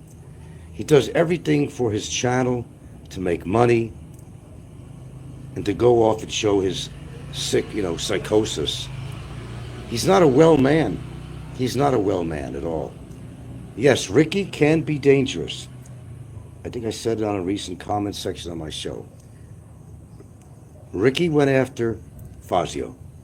Fazio, a senior, really bad health, came behind him like a coward and slapped him. He could have been hurt with that slap. He could have fell over and hit his head on something, but what he did was an act of a coward. It was an act of a coward. There's no other way of explaining it. I'm not saying that Fazio didn't deserve to be slapped. I was happy as hell. Not that hell's a happy place, probably a bad expression to use, but happy as a clam bathing himself on a sunny beach. I was happy. It made my day. No, it didn't make my day. It made my year when Ricky slapped him. But it was still wrong. Fazio couldn't defend himself. No, Ricky could be a dangerous guy when his other personality comes out. Don't kid yourself. And I don't kid myself either. When I run into him, I'm aware of that. He's got the height advantage, he's got the weight advantage, but he doesn't have the cardio that I have. He doesn't have certain advantages that I have. I'm quicker. So there's a disadvantage and an advantage on both sides. Don't put it past Ricky. When he splits his personality, you don't know what he's going to do. I will tell you right now. The guy is built like a fucking redwood tree. He's a big guy. Mostly fat, of course, but he's still big. He's not healthy, though. That's the saving grace, really, right there. He's got high blood pressure. He can't afford to get into a physical hassle with anybody. He knows that. I know that. He's got other problems, too. No, Ricky would not be a candidate to get into an actual physical confrontation with somebody. It would not be, it would, I will guarantee it would not be to his advantage. His blood pressure will shoot to the roof, his nose will start bleeding. They'll need an ER to come and take him to a hospital, because if it went that far, I'm not getting off the guy. And if I took a few punches in and I'm still on my feet, I'm still going to be on his back. I'll be hanging on his back like a fucking flea on a dog. I'll guarantee you it. This is not big talk. That's me talking. I don't like getting hurt from anybody physically, and I will do the damnedest I can to defend myself. You don't know me in that way. I'm a crazy motherfucker when it comes to that. A crazy motherfucker. Don't kid yourself because of my age or height. That don't mean shit. It's how much determination you got. That's the key word. How much determination do you have to protect yourself? Yourself. And it's a built-in thing with all humans. Mine is in, extra load, I'm not shooting 22s, I'm shooting 50 mils, okay? That's the difference. Okay, so, with that being said, no, I would never hit anybody from behind. I would never do that. That's a cowardice act. Menard says, what sucks is your reward for what you did is more trouble from Barry's girlfriend. That's what really sucks. More trouble, but you got to deal with, and your age, you shouldn't have to deal with things like this. You're absolutely correct. I shouldn't have to deal with any of these characters. Big E, Mitch, all these people. Don C, all of them. I shouldn't have to deal with them at all. I don't know what their trip is, but I think they feel humiliated from me in some sense, that they're not really on the winning team after all these years. For those that I've been associated with all these years that know me and know my shows, nothing has ever gone their way. And they just have a lot of determination themselves, so don't kid yourself. They got a lot of determination to make my life miserable, but they don't understand. They're also hurting Gilda by doing this. She's the innocent party in all this. She rarely ever comes on my show. You might hear in the background. She might say something now and then. She's not part of my show. My show is my responsibility, good or bad. It's my response. It's not hers. By the way, Big E now has a new young harem girl. I don't even want to know about. I don't want to hear about Big E. He's not my favorite person. But we talked a couple times on the phone. We did. He's even said a few nice things about me in the past before this thing got really hot and crazy. I think Big E has some good inside him, and I think everybody does. But as I said, they all got caught up in this fucking vortex big time. It's like nonstop, if you're rolling down a hill, it's really hard to stop in midway of rolling down that hill. You gotta keep on spinning and spinning until you come to a stop. And whether the stop is something legal or physical, whatever it might be. People just don't learn that way. They think because of their money they can get away with just about everything. But that's not true. I mean, as far as they think they can get away with. It's not. It never turns out right. Come on. It never turns out right for them. It just doesn't. And, Shaw's report on me, you've all stated the numbers on that. You've all stated how you felt about that. That's really wrong. Why should Gilda have to suffer in any way? Let's say it didn't go my way. And I'm pretty confident it's going to go my way. But let's just say it doesn't. Just for the sake of argument. Is it right? No. She knows it ain't right. She has to live with herself, but I don't really care. I don't really care about what she has to live with. I don't give a fuck what she has to live with. To be honest with you, I don't give a fuck. That's her problem. And I meant what I said about all this, practice what you preach type of stuff, They don't practice what they preach.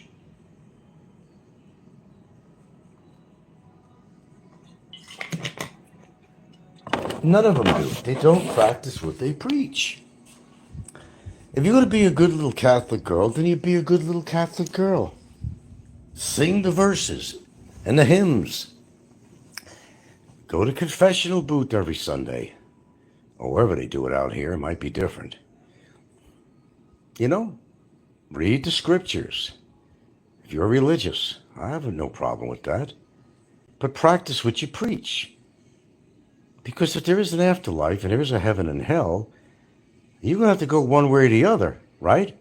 I mean, if you're truly religious, especially in Catholicism, you believe in heaven and hell, right? Devil, all that stuff, right?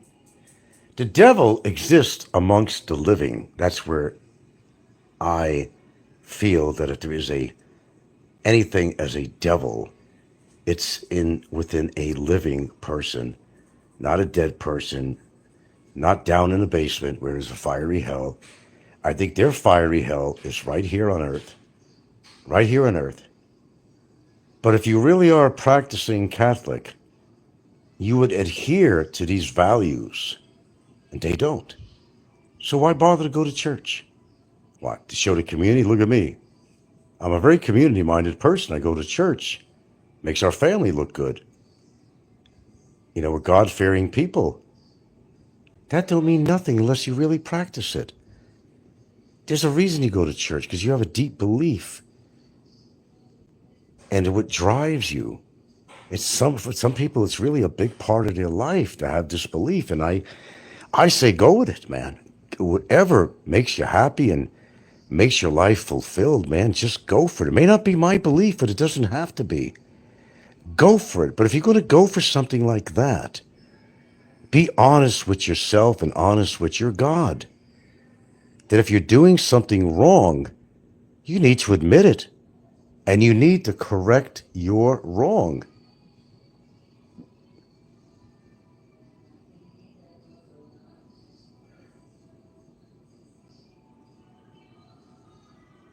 Ego is paying her college. Who? Shaw's? Who are you talking about now? Maybe I'm not reading everything here. Let me see if I can scroll. Oh, Big E's April's teenage daughter from another relationship yet. Okay. A new young harem girl. Okay, well, it's not a harem girl. Her name is Diane, a solid 7. Oh, whatever. It's his right to pay for her college if he's got the money. Can't hold that against him. That's something good. Let's hope he continues to do good for his rather large and growing family, if you know what I mean. I couldn't handle that. Nah, I couldn't handle that. I don't need a fucking harem. I need one woman. That's all I need. That's enough. I'm not trying to prove anything, you know. I'm in a solid relationship, and that's the way I want to keep it. But I'll be damned. I'll be damned if somebody's going to try to throw a wrench in my machinery without the biggest fight they ever had in their entire life, and without regret. Philippines, it's tough to say what to do about Shaw. It's tough to say, but Frank needs to do something about her. Well, I certainly plan to. It's in the makings. It's in the makings. She doesn't have a whole lot of time, really. That's all I'm going to say. We're doing something. That's all I'm going to say. We'll be talking to people. I can't give you details, what division of the justice system it is or anything like that. We are looking into something. Henceforth, that's why I'm making a trip tomorrow. Oh, yeah. I waited long enough. Of course, I'll be meeting up with my lawyer, of course. He will accompany me. But we got to really look into this and decide where we want to go with this and decide on it. Yeah. Moritz says, in Philippines, Frank's tenacity, tenacity in taking care of Barry is probably going to be his best course of action, with Shaw, me, and Tenacious being thorough in taking care of it. Well, kind of a broken statement there, but I think I know what you mean.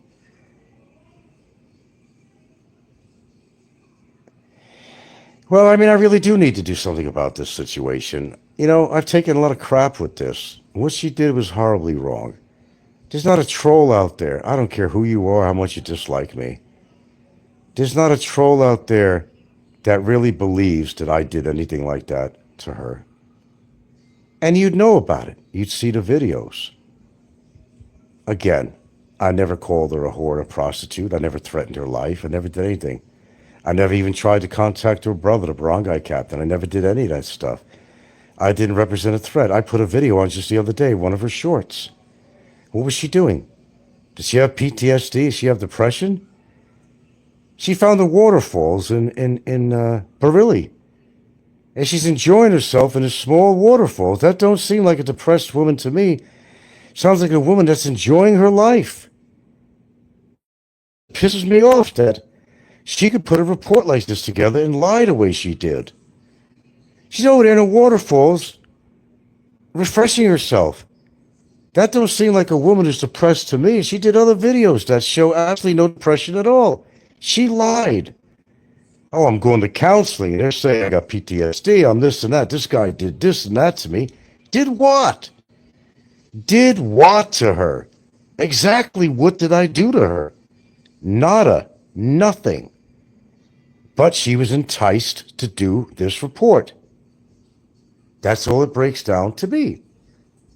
Menace says, don't be physical, Frank. The worst thing you could ever do is to try to do this. Everything you're talking about is going to get you into trouble, Frank.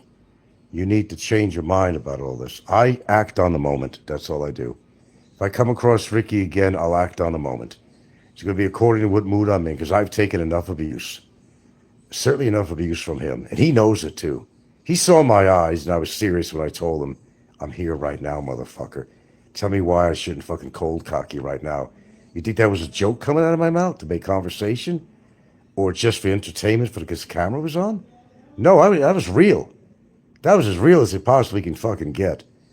And Ricky has said enough shit about me that I just don't tolerate it anymore. He'll pay his dues in time, if not from Mother Nature. He's not in good shape. He knows it. That guy has a cotillion of pills he takes. He has to take a CPAC at night to sleep. He's on high blood pressure medicine. He drinks too much. Had to be rushed to the emergency room. It had to happen to him a couple of times. He's got a fatty liver. I'm 100% sure of that. He drinks a lot. He's obese. He's got everything against him. It's just going to be like another Fazio situation. The guy's going to fucking croak. I know this is going to happen with some people on here. I know for sure. I'm no magician. I'm no real prophet. Although you think I was. I'm not. No magic ball here. No magic crystal ball. It's just common sense. You see their lifestyle, you see what they eat, and you put your age into it, the body mass index, you put the age into it, to the abuse of their body with the alcohol, the food they eat, the kind of food, the medicines they're taking, and the current problems that pre-existing problems they have, like him and Big Kevin, the same. I don't know who's going to croak first, Kevin or Ricky. I think it's going to be Ricky. I think it's going to be Ricky. Mark my words.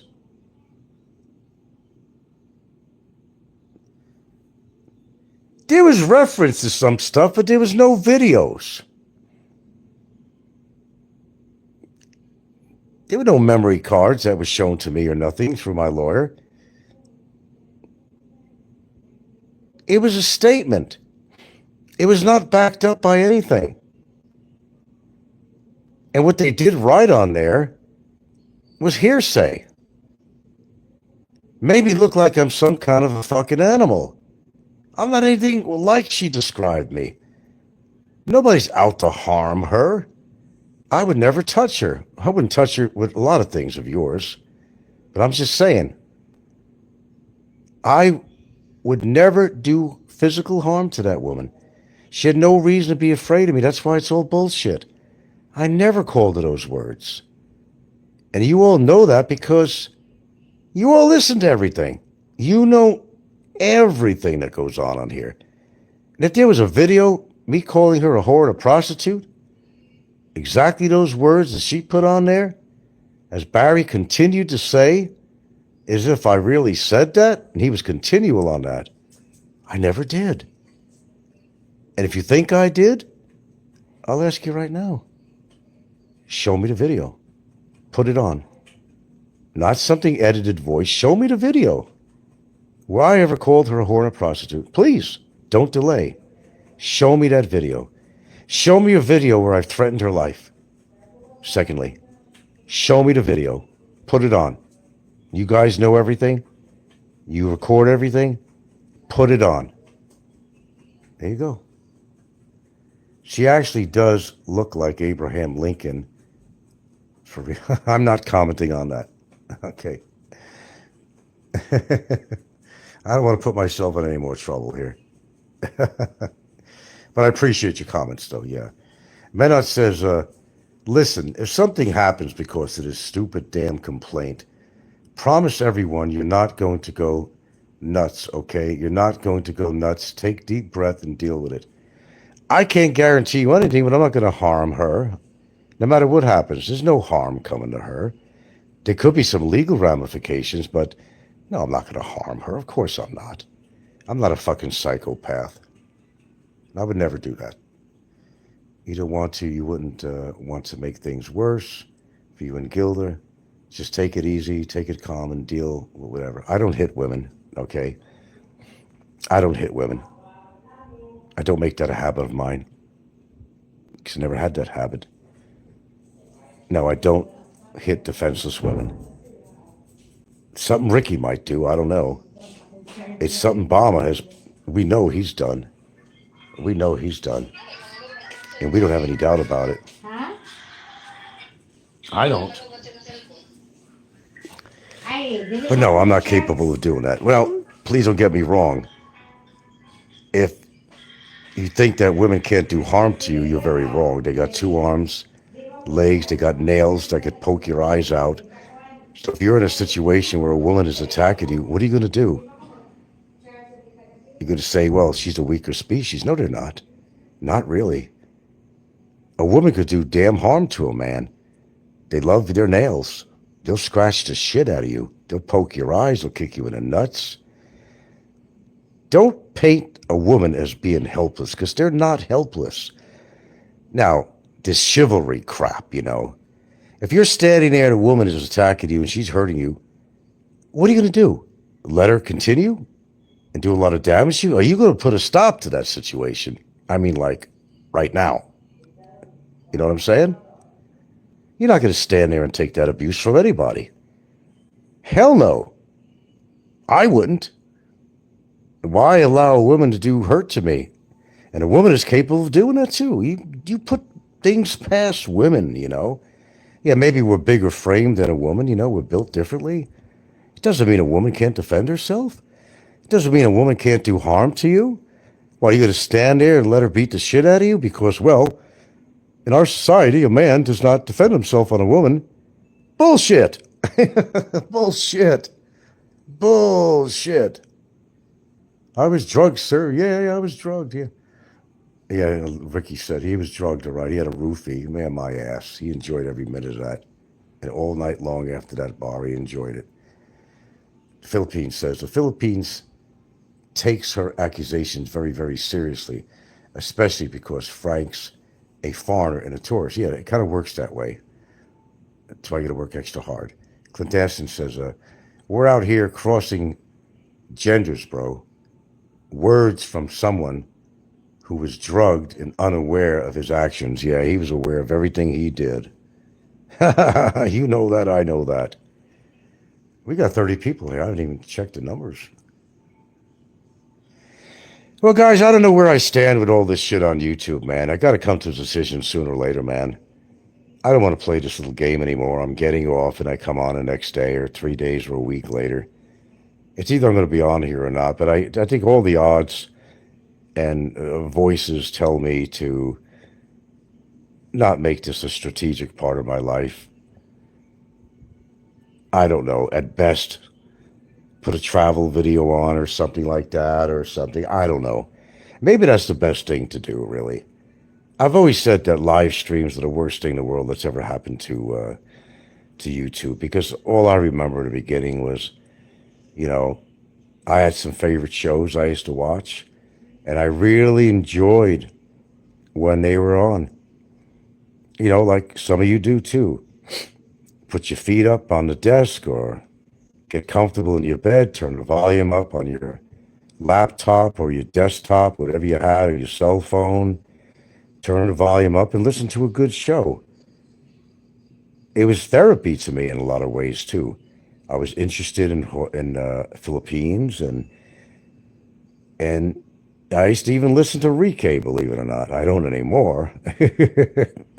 That's for sure. But I was interested in what people had to say about the Philippines. I wanted to learn about it. I was planning to come out there. That's how it started off for me on YouTube, very innocently. Then during time, they formed a hate club, and they get jealous of each other, and that's when all the shit happens. And all the shit's flying everywhere, and they try to recruit members to their hate club, and they spread the hate and lies. And gullible and naive people out there believe what they say, and it goes on from there.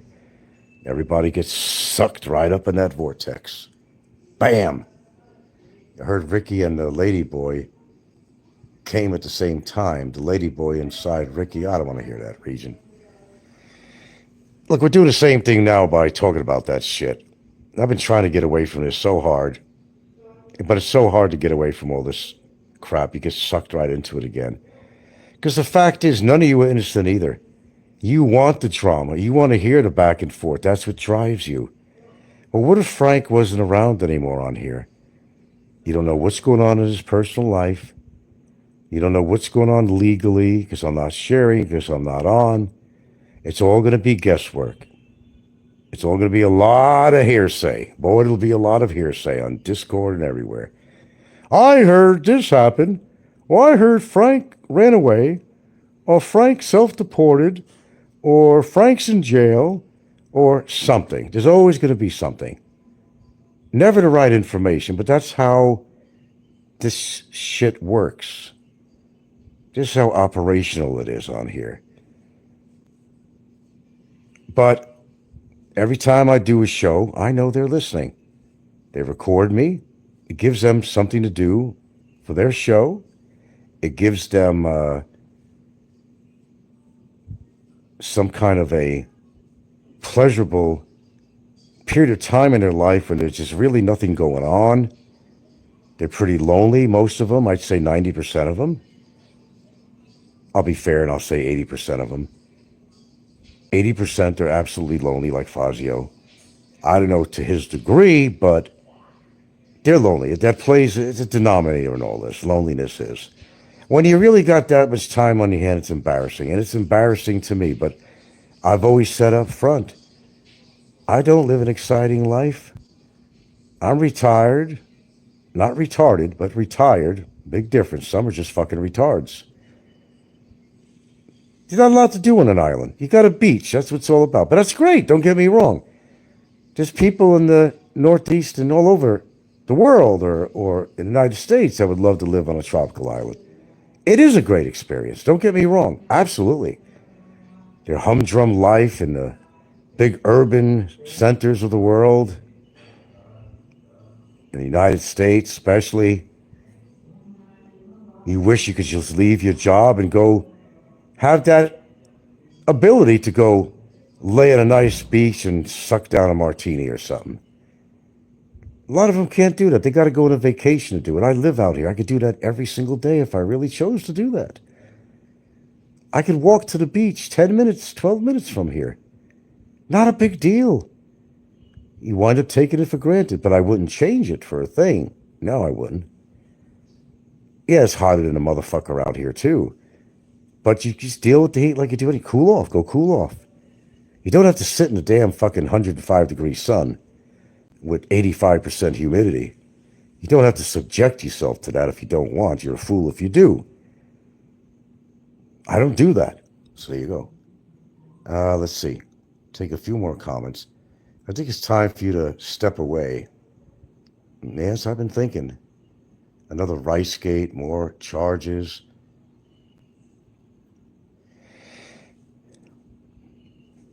Well, what they did was actually pretty cruel, even for trolls.